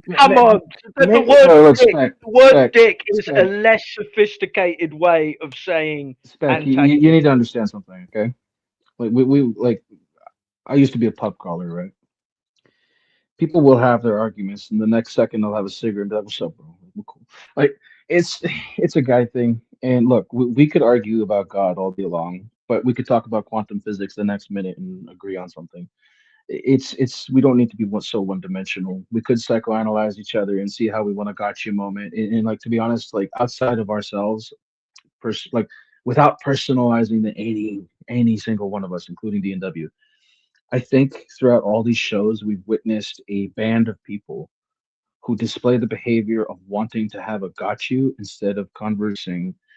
Or I hate the word I converse. enjoy it. Hold up, hold up, hold enjoy up. a I'm on something, moment Spec. as much as I want to that, make this man. point, Spec. Please. Now look at the word converse, fake verse, like con being a fake, right? Verse meaning word. So the fake word, right? So converse is fake word. So I don't even like using the word conversation. There's phonetics within words. There's words within words. People can look it up. It's Phoenician maritime speak, but Like the that's a whole other rapist. topic. The rapist is Yeah, another yes. one. Therapist, right? There's the, and then that word in there. There's also comfortable, right? But that's not the Oh, topic of the come on, this question. is My all point is, nonsense. This is no. This etymology is It nonsense. actually no. You need to understand the etymological. Con is fraud. I mean, come on, that's just nonsense. No. Hear me out. You don't understand Kabbalah, and it shows. But I do understand that con and converse does not. Your etymology is wrong. Well, look. There are some words from Latin that come from the Latin form of con, which is a completely different meaning, right? But then you have the you English just form tried of to the give the word con. impression that it was some kind of No, falsehood or not the fraud. point. It is the Not point because it's what you just tried to do. No, Don't run away from what you did. Stand with what you did. I tried to show you. I tried to show you there are words hidden within words, and you just decided to belittle me. Whatever. Yes, because the examples you're giving are nonsense. To you. No, they're just nonsense. You can't, like, for example, pencil. No, you don't comprehend, so you're going to call it nonsense. That's just a fact. But I'm telling you, you're wrong. The word converse and conversation is not made up of some root con, which means to deceive or fraud or something. That's just false. That's not true. So you're just speaking nonsense. How do you know that's not true? Well, I can just look it up on the internet. Converse, late Middle Age, from the old French converse. I guess that's pronunciation. I'm just making that accent up. From the Latin conversari, so conversari. Conversari means keep company with. It doesn't. This. So what you just said is nonsense. You said that con intimates. Okay, so you're going onto the Latin root, obviously. What do you do? Okay, when you say the con and converse is some kind of fraud or something. Where are you getting that from? Not the point. I tried to display that there are. Where are you getting that from? What is the source of that claim? Fifth Amendment. You really object to being asked that particular question to justify your claims. The thing is, I don't need to justify shit to you. But if you're going to say this kind of stuff, do you not agree? Not you, everybody, me, the whole world, every person who makes knowledge claims in the public marketplace of ideas, I'm using scare quotes there, if you do that in public, is it not fair and reasonable to expect to have to justify those claims? So I brought forward. Can you please don't go on to another topic? Can you answer the question? Questions again and again and again without getting an answer? I'm trying to give you one. Okay. Can you let me think? How about that? That's a good. It's a yes/no question. So do you think that people should have to justify their claims in the, when they present their ideas in public? You want to know what "con" means in French? It means retard. Okay. Do you know that? I speak French. You're so frustrating, dude. Do you think that everybody has Am I frustrating to you? Do you believe that everybody has an obligation to justify knowledge claims when they make those knowledge claims in public? Is that reasonable or unreasonable? No, you're just looking for a character got you all the time, aren't you? Well, there's nothing to do with your character, dude. Where do you get that from? Dude, your people, entire... Okay, I'll give you my answer to the question. Here's my answer to that question. In my opinion, it is reasonable to expect people to justify their claims when they make those claims in public. That's my answer to the question. A direct, straightforward answer. Your answer is what? My mum said that everybody has to justify their existence, sir. Al, what's your answer to that? Do you think that people should be expected to justify their claims or not? Regardless of what the claims are, regardless of what the topic is.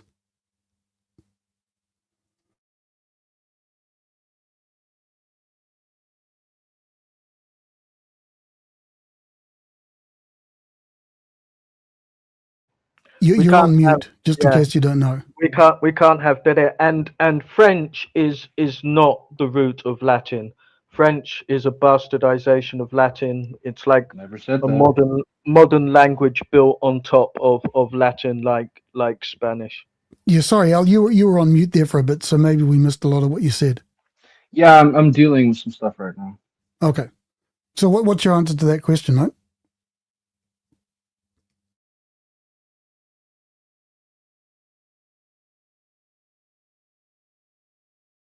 Are you going to give an answer or are you not going to give one? Bit busy right now. Give me a minute. It's real simple. I hope you're not searching up the answer on GPT or something. It's such a simple question. Could you shut the fuck up? Well, you can not listen to me. Are you praying? You're right. I don't need to argue with you. I don't need to give a fuck about. No, you don't. You don't need to care about me at all. Are you? But it's just a simple question. Did you just ask me if I'm praying? Yeah. Because I want to know why you can't answer the question. Do you think that it's reasonable to expect people to justify their claims? Yes or no? Or maybe you think sometimes yes, sometimes no.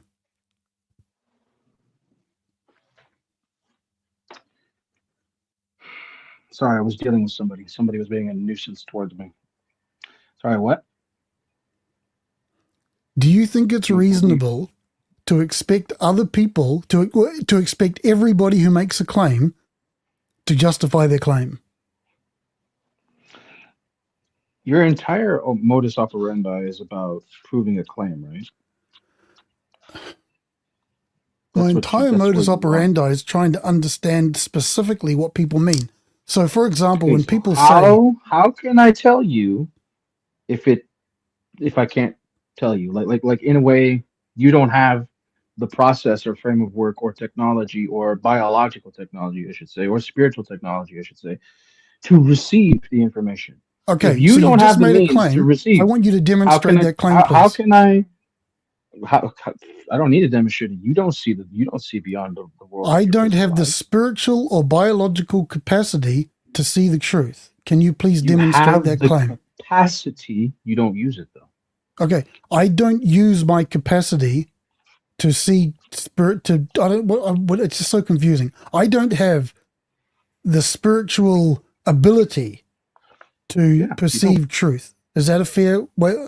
Tell me what the problem is. Tell me what my problem is. Something in the material plane can be true, but also in the spiritual plane. Okay, I don't. But again, so do you think is it unreasonable for me to ask you what do you mean by the spiritual plane? Is that an unreasonable ask? It is, because you're not educated on the topic, and I think it would be very facetious of me to ask somebody who is retarded on the topic. Oh, I'm retarded on the topic. Yes, you are. You're late to the party. Oh, I see. Oh, because you're more evolved than I am. Yes, I am. Can you please demonstrate that? If anything, if I don't have the want to be right. Sense, yeah, because you're full of shit. You're just full of shit, and you're either that or you're a troll. That's what this is. Maybe you're true. I am maybe full of shit. Them chicken burgers might be by my second intestinal tract right now. That might be true. Because physically we are all equally evolved. We're all human beings, and we have all gone through the same evolutionary process. We're all physically equally evolved. So. I just got an inspiration, so if I may. So I can't prove to you that the chicken burger is in my second intestinal tract right now, and I need to take a shit. How would you like proof of that? Do you need a screenshot of the shit in the toilet? If you were to make the claim that was true, I would ask you to demonstrate it. You haven't made that claim. All right. Well, you have not provided a toilet for me to shit in to show you that the shit is in my shit. You never made the claim that your intestine is made of chicken or whatever. No. I'm making the claim right now. Okay. Right. Chicken burgers are being processed in my intestinal tract. You can't. Okay. How would you demonstrate that? How would you demonstrate that? I would send you a picture of my shit in the shitter. That wouldn't prove. But here's the problem: burgers. You don't have the technology for me to send the picture. So why don't you? I mean, but it's a mundane claim. If you just said I had chicken burgers for dinner, then I'd probably just believe that because it's just a mundane claim. Cool. You probably just believe that, right? Exactly. What if it was? But when it comes to God and spiritual stuff like this, the point is there's no reasonable basis. No. There's no reasonable basis for presuming that you have this special knowledge. Before you learn about things about the Matrix, the world, reality, you need to learn there is no fucking spoon. Okay. As cliche as that sounds. Well, it's not even cliche. It doesn't contribute to the discussion. No human being needs to learn anything about spirituality. You can get through life quite fine, still be a good person. This isn't a conversation about spirituality. This is a conversation about being able to substantiate your claims, and I think that is an important part of life. If we're going to have a functioning society, people need to be able to substantiate their claims if they want to have influence in that society. Okay, let me make an analogy. Okay, it's more of an analogy than a metaphor. I'm like somebody who passed a very high level school, and I'm already in university. And I'm not trying to be prideful or boastful here, okay? And you have you've never really researched spirituality, have you? Just to be honest, have you? I think I'm fairly well read on that area. So your book read. Have you experienced? Well, yeah, but I've had numinous experiences. I'm not going to deny that. That doesn't. But I don't suddenly jump to, that must be spiritual. It must be God. That's the point. I don't make those jumps. This is like Harry Potter trying to tell a Muggle that Hogwarts exists. Okay, that's just poisoning the well. That's a fallacy of argumentation. That's not poisoning the well. That's no. You feel like shit and you're insecure because you're a Muggle. I don't feel insecure. It's just ridiculous how you say that. I don't get that. No. It's not that it's ridiculous. It's an analogy that you will not understand. That there are spiritual, magical, godly things in this world, and sometimes demonic. But you refuse. I would say so that's exactly. This circles back to exactly what I said before when I said that your whole point, your perspective is, I don't have the ability to understand what you believe. Yes.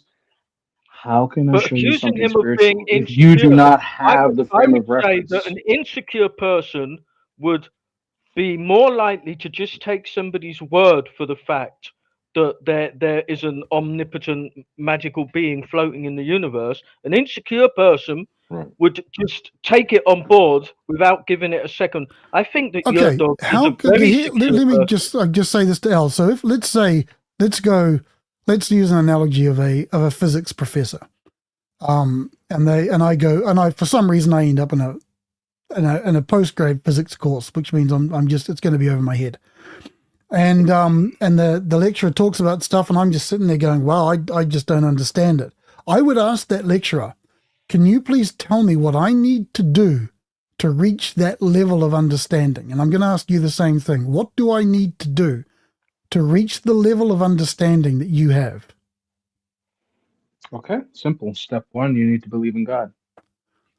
Okay, but God is I don't know what to believe in what. Do you see the problem? You can read the Bible. You can read the Bible. Yeah, but how do you know this is the problem, dude? Believe in, when you say God, No. You concept. asked me. You asked me to point you the way. I just told you Jesus is the way. All right, so you asked the lecturer. You asked the question. How can I get the answer? Okay, your answer is bullshit. No, you have a problem with the answer because of your insecurity and lack of faith in God. But why should I read the Bible? Why shouldn't I read the Quran or the Talmud or something else? There are different schools of mystery and faith and religion. Different schools of mystery and faith. It's also if you want to get close to God, actually, see, you're mocking all the religions now. I'll explain my position on religion if you want to know. No. Let me explain something right now. You made an analogy. Okay, you explain who I am. You're asking the question. Go.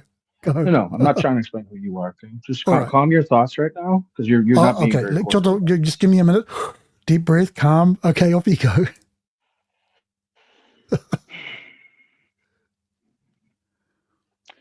You're like the class clown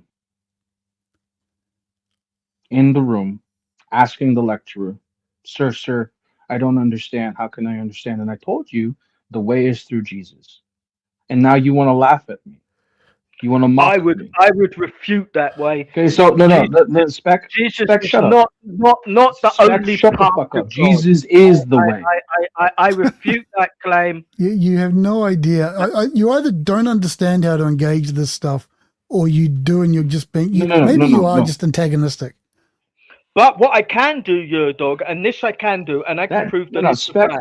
There have been very many people that have publicly, literally said everything that you've said today about the nature of God, and then 30 years later, for some reason, they all of a sudden they become God fans.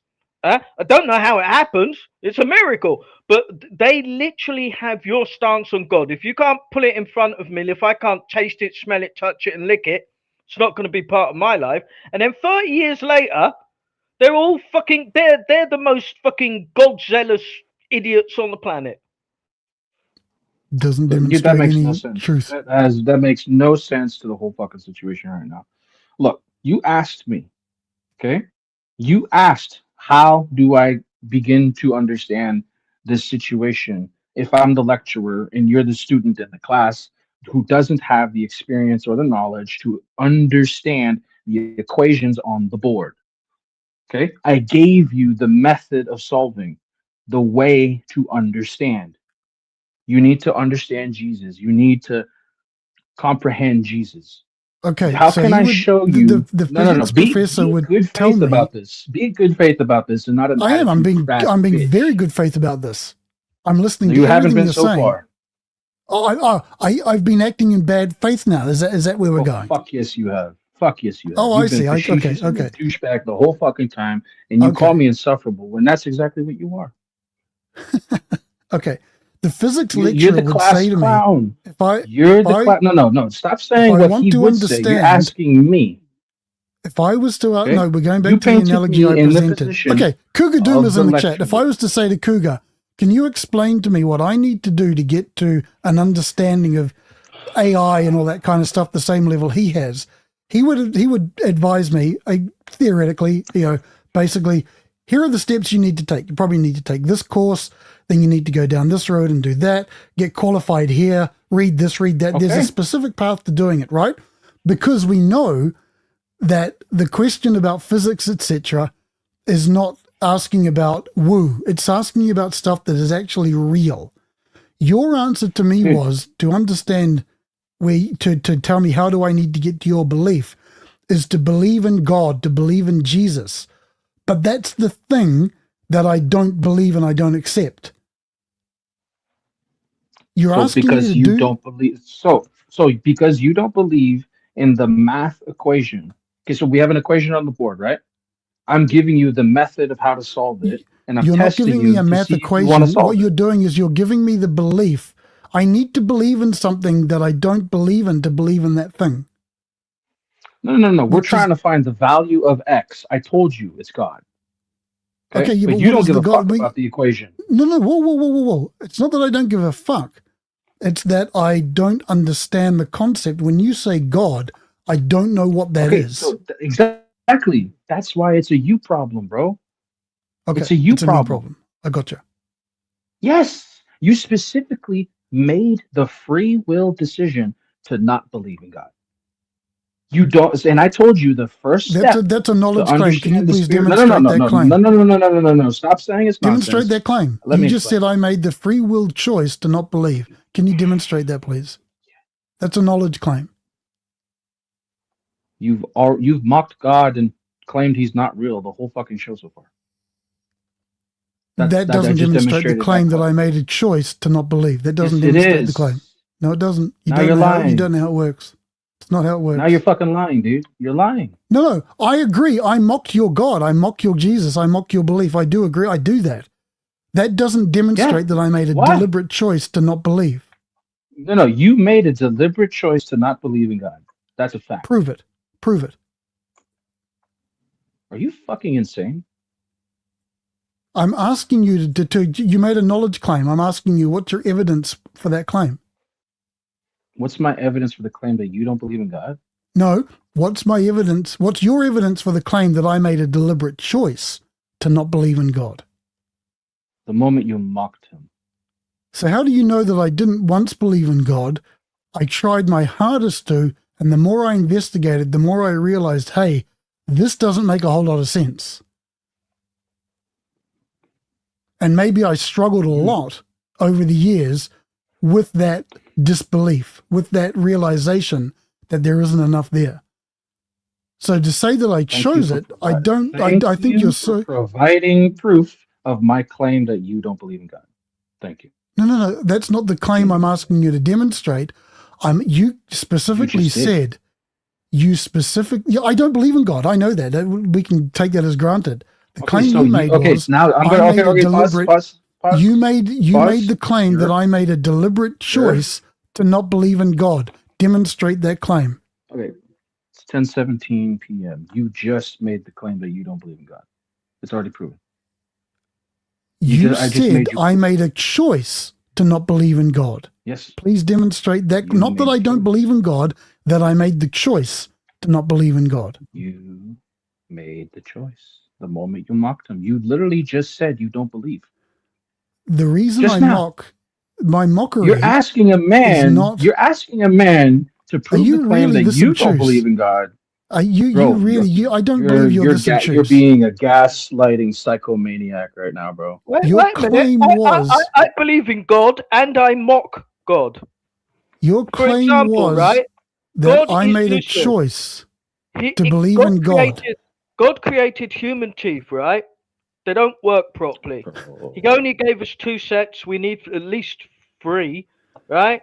God went to all of this trouble to create the universe and everything, and it underfilled the universe because it should be way fuller than it is. So God could have done a million things better than it did, and on days I wake up and I'm not happy with God. On other days I wake up and I think I'm happy. So I mock God and I believe in God. So somebody that doesn't believe in God, it's 10 times easier to mock it. Let's not get sidetracked. I want to get this. I want this plane to land. You said your claim is that I made a choice to not believe in God. Demonstrate that I made that choice. You literally just said Not that I don't presently disbelieve it, but that I made the choice, a conscious decision to not believe it. Do you understand the difference between those two things? You literally just explained a testament of you choosing not to believe in God, and now you're asking me to prove it. Do you have any idea how this level of No, because you made the gaslighting claim. I'm just asking You're you to calling demonstrate me your claim. obtruse? You're I'm calling me asking you to obtruse, demonstrate your claim. fucking That's all I'm asking. gaslighting retard? It's so simple. It's so No, simple. no. It's I'm laughable. not going to be good faith with you ever again because you're a gaslighting fucking maniac. You said That's what you I are. made the choice to disbelieve, and I asked you to demonstrate No, that. look. And now you're saying No that I'm pearls- gaslighting you no pearls for for saying you. that you said that. No. You're literally trying to tell me, claim that I don't believe in God, and then you literally say you don't believe in God. What I the don't fuck's believe in wrong God. with I accept that. That's fine. I'll accept that. That's evident. Let me be proven. specific about what I mean. I don't understand the concept of God. It's incoherent to me, and I can't believe in something I can't define. That's my position in a nutshell. But you said I made the choice to not believe. I'd like you to explain, demonstrate that I made that choice. And when did I make it? The moment you felt you didn't have evidence to satiate you. You said it was a deliberate choice for my free will to not believe. Well, what did I don't know? Say that when did you that's not exactly say, what you I said. quote, You said that. You said that. You can wind this back. You said exactly that. You said. Don't run away from your claims, mate. That's what you've done the whole time. Dude, mate, you're going in circles and you don't even know it. It's funny when You're the one Americans say being mate. obtruse. It kind of doesn't. I'm The not accent American. doesn't kind of work. I'm not American, you fucking bitch. Like, what's wrong with you? Oh no, You I think got I'm that wrong American? too. Yeah, you sound you think American. I'm I know. American. I don't know. What are you, Canadian? I don't know. Canadian. I'll just call you American because that's what you sound like, so I don't care. People call me Australian. It doesn't matter. Yeah, I'm just saying your accent doesn't work with that. And just for the record, in case anybody actually does watch this, Jesus Christ himself mocked God. When Jesus Christ was on the crucifix, he literally asked God, God, do you think this is the best use of my time right here now at the moment? It bloody hurts. It's not serving any great purpose. Jesus mocked God. So I give everybody permission to mock God, because if Jesus can do it, anyone can do it. I think if we look back over this discussion, it's just all it is. No. It boils down to I've just asked you to clarify You've been going in and circles. establish You don't your give a claims, fuck. and you've just failed to do that. That's all it is. Look, That's I all. told you need to believe in God to be able to understand. You don't want to do that. Hang on. I think this person, sorry if I get this wrong, He's not telling you is that even if you do, even if you do believe in God, you probably understand half. Why do people got to make me raise my voice, man? See, you're looking for a rise out of me. That's all you're looking for. You're demonic. I'm demonic. You just want to be right. Yes, you fucking are. You've been gaslighting. You've been obtruse. You've been projecting your own bullshit. Oh, okay. Again and again and again and again and again. You're not talking about the content of the conversation. It's always your want and need to win this debate argument. Fuck arguing with you, bro. There's no point. So all I've asked you to do is demonstrate your claims, and you're saying, fuck you for asking me that. That's what you're saying. Motherfucker, you gaslit me. Why the fuck should I be cordial? How did I guess? Can you please be specific? When did I gaslight you? How Fucking did I do guy. that? You literally told me, prove that I don't believe in God. Then you said I don't believe in God. That's what you said. No. Go back over You're the conversation. You're a fucking liar. You're a hypocrite. You said, you're a fucking faithless cunt. Because it's all there. It's all on the video. You said that I made a deliberate choice using using my free will. You want people to watch this. You want an audience to be Dude, I'll repeat to you what you said. You said that I made a deliberate choice using my free will to not believe in God, and I asked you to demonstrate that. Yeah, it's a you problem. It's a fucking you problem, bro. You said then that it's clear that I don't believe in God. That is not the claim you made. It's a different claim. Evident, bro. Go back over the conversation. Dude, you literally kept jumping around saying claim, prove this claim, prove this claim, prove this claim, prove this claim, prove this claim, prove this claim, prove this claim, prove this claim. And Yep. you even went so far as to fucking lie multiple When did I times. lie? Tell me when I lied. But you oh, for fuck's sake. No. You're going to be. We specifically, when did I lie? Fuck arguing with you, man. Okay, so you can't give a specific example. Again, I'm asking you to demonstrate your claim. You can't do that. Your claim can therefore be rejected on the basis that you haven't provided evidence for it. That's pretty much You don't the have theme the of the tools conversation. to receive evidence. That's the problem. Oh, I don't have that. Oh, sorry, I keep forgetting that. You're more evolved than me. I do keep forgetting that. So it definitely does mean that you and I are playing it's an unfair battle of wits, where you obviously I'm gonna are no, levitating. it's not an unfair You're battle. levitating above the It's rest not of an us. unfair battle. No, I'm just gonna say this. I'm gonna retire because when I like to talk to people, I don't talk to people who just want to. When you like to talk to people, you don't like people challenging what your nonsense. It's not about challenging my nonsense. You lack faith. You mock God in my face, and I hate you for it. Oh, okay, that's fine. Okay, you want to laugh about the individual who saved my life over and over and over and over again, yeah? You don't have evidence that God saved you. That you don't have evidence of these. I got war witnesses. angels. Oh, I got witnesses, all right. But you know what? Who the fuck are you? Who the fuck are you that we should prove anything to you? You don't need. These are questions. Who cares who's asking these questions? These are questions you should be ready. Day I have to deal with. Doesn't it say in the Bible? Mortals? Because I'm starting to understand why angels look at you the way that they do. Doesn't it say in the Bible always have an answer for the disbeliever that questions you or something like that? There's something like that. And come, let us reason together. Those are a couple of verses which you have it says obviously in the Bible, failed it says in the Bible also obligations. That No. How about you let me speak? Okay. It also says in the Bible that he who does not sit with scoffers and mockers who don't believe in God, who believe themselves wise when they are fools, is wise. So I'm quoting the Bible to you because it's your authority. It's not my authority. I don't care what you can't. It's these people like you, not Christians necessarily, but you utter Bible verses like they're Harry Potter spells, as if it's going to have some impact. It doesn't make any difference. The shore of end soon. The show will end soon. Look, I'm gonna say this before I retire. For a bit, but I'm putting my outro. I'm leaving like in 10 seconds, bro. Okay, I was gonna give you closing remarks, guys. Closing remarks, go on. All right. So I'm just gonna say this, man.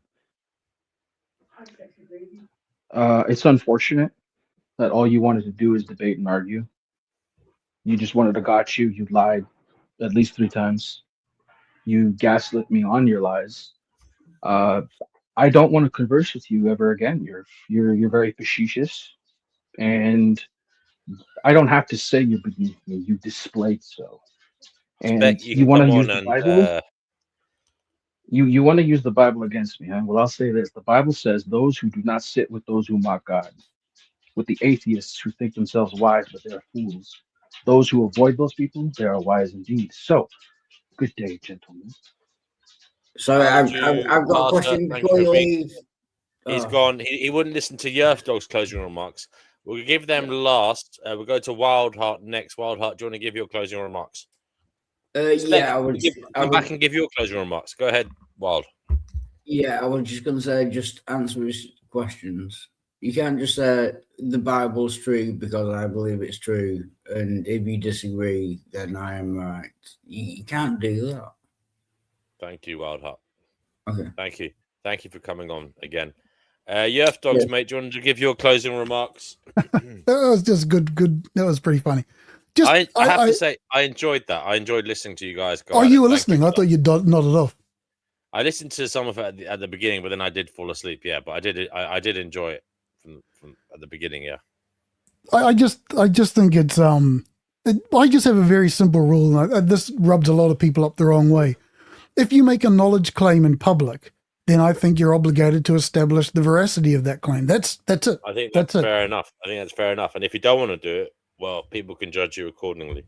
Yeah. You know, it is what it is. Yeah, there's nothing wrong. Like, I've got no problem if someone comes up and says, look, I have a belief in God. I can't substantiate it. It's my personal belief, but I have no way of, I don't know if it's absolutely true or not, but it's the way I live. I'm very open to that. That's cool. You know, no problems with that at all. But it's when people say making knowledge claims, that's the problem. That's all. And I think actually, if you are, I believe if you care about your faith, you should stand to be tested. You know, if you're about changing hearts and minds, Social Prosperity Charter probably says it better than me. He says if people don't justify their claims, they will never go mainstream. So yeah, if you care about your religious views, then yeah, you should be willing to be tested, and you shouldn't crib and moan when people ask you questions. Especially if you say that you're Napoleon. Right. Well, Anyway. On that note, we had Napoleon on the show tonight. He's not here now, but it was a good one. Thank you, Yerf. Thank you to everybody who participated. We'll come back soon, yeah? Take care, everybody.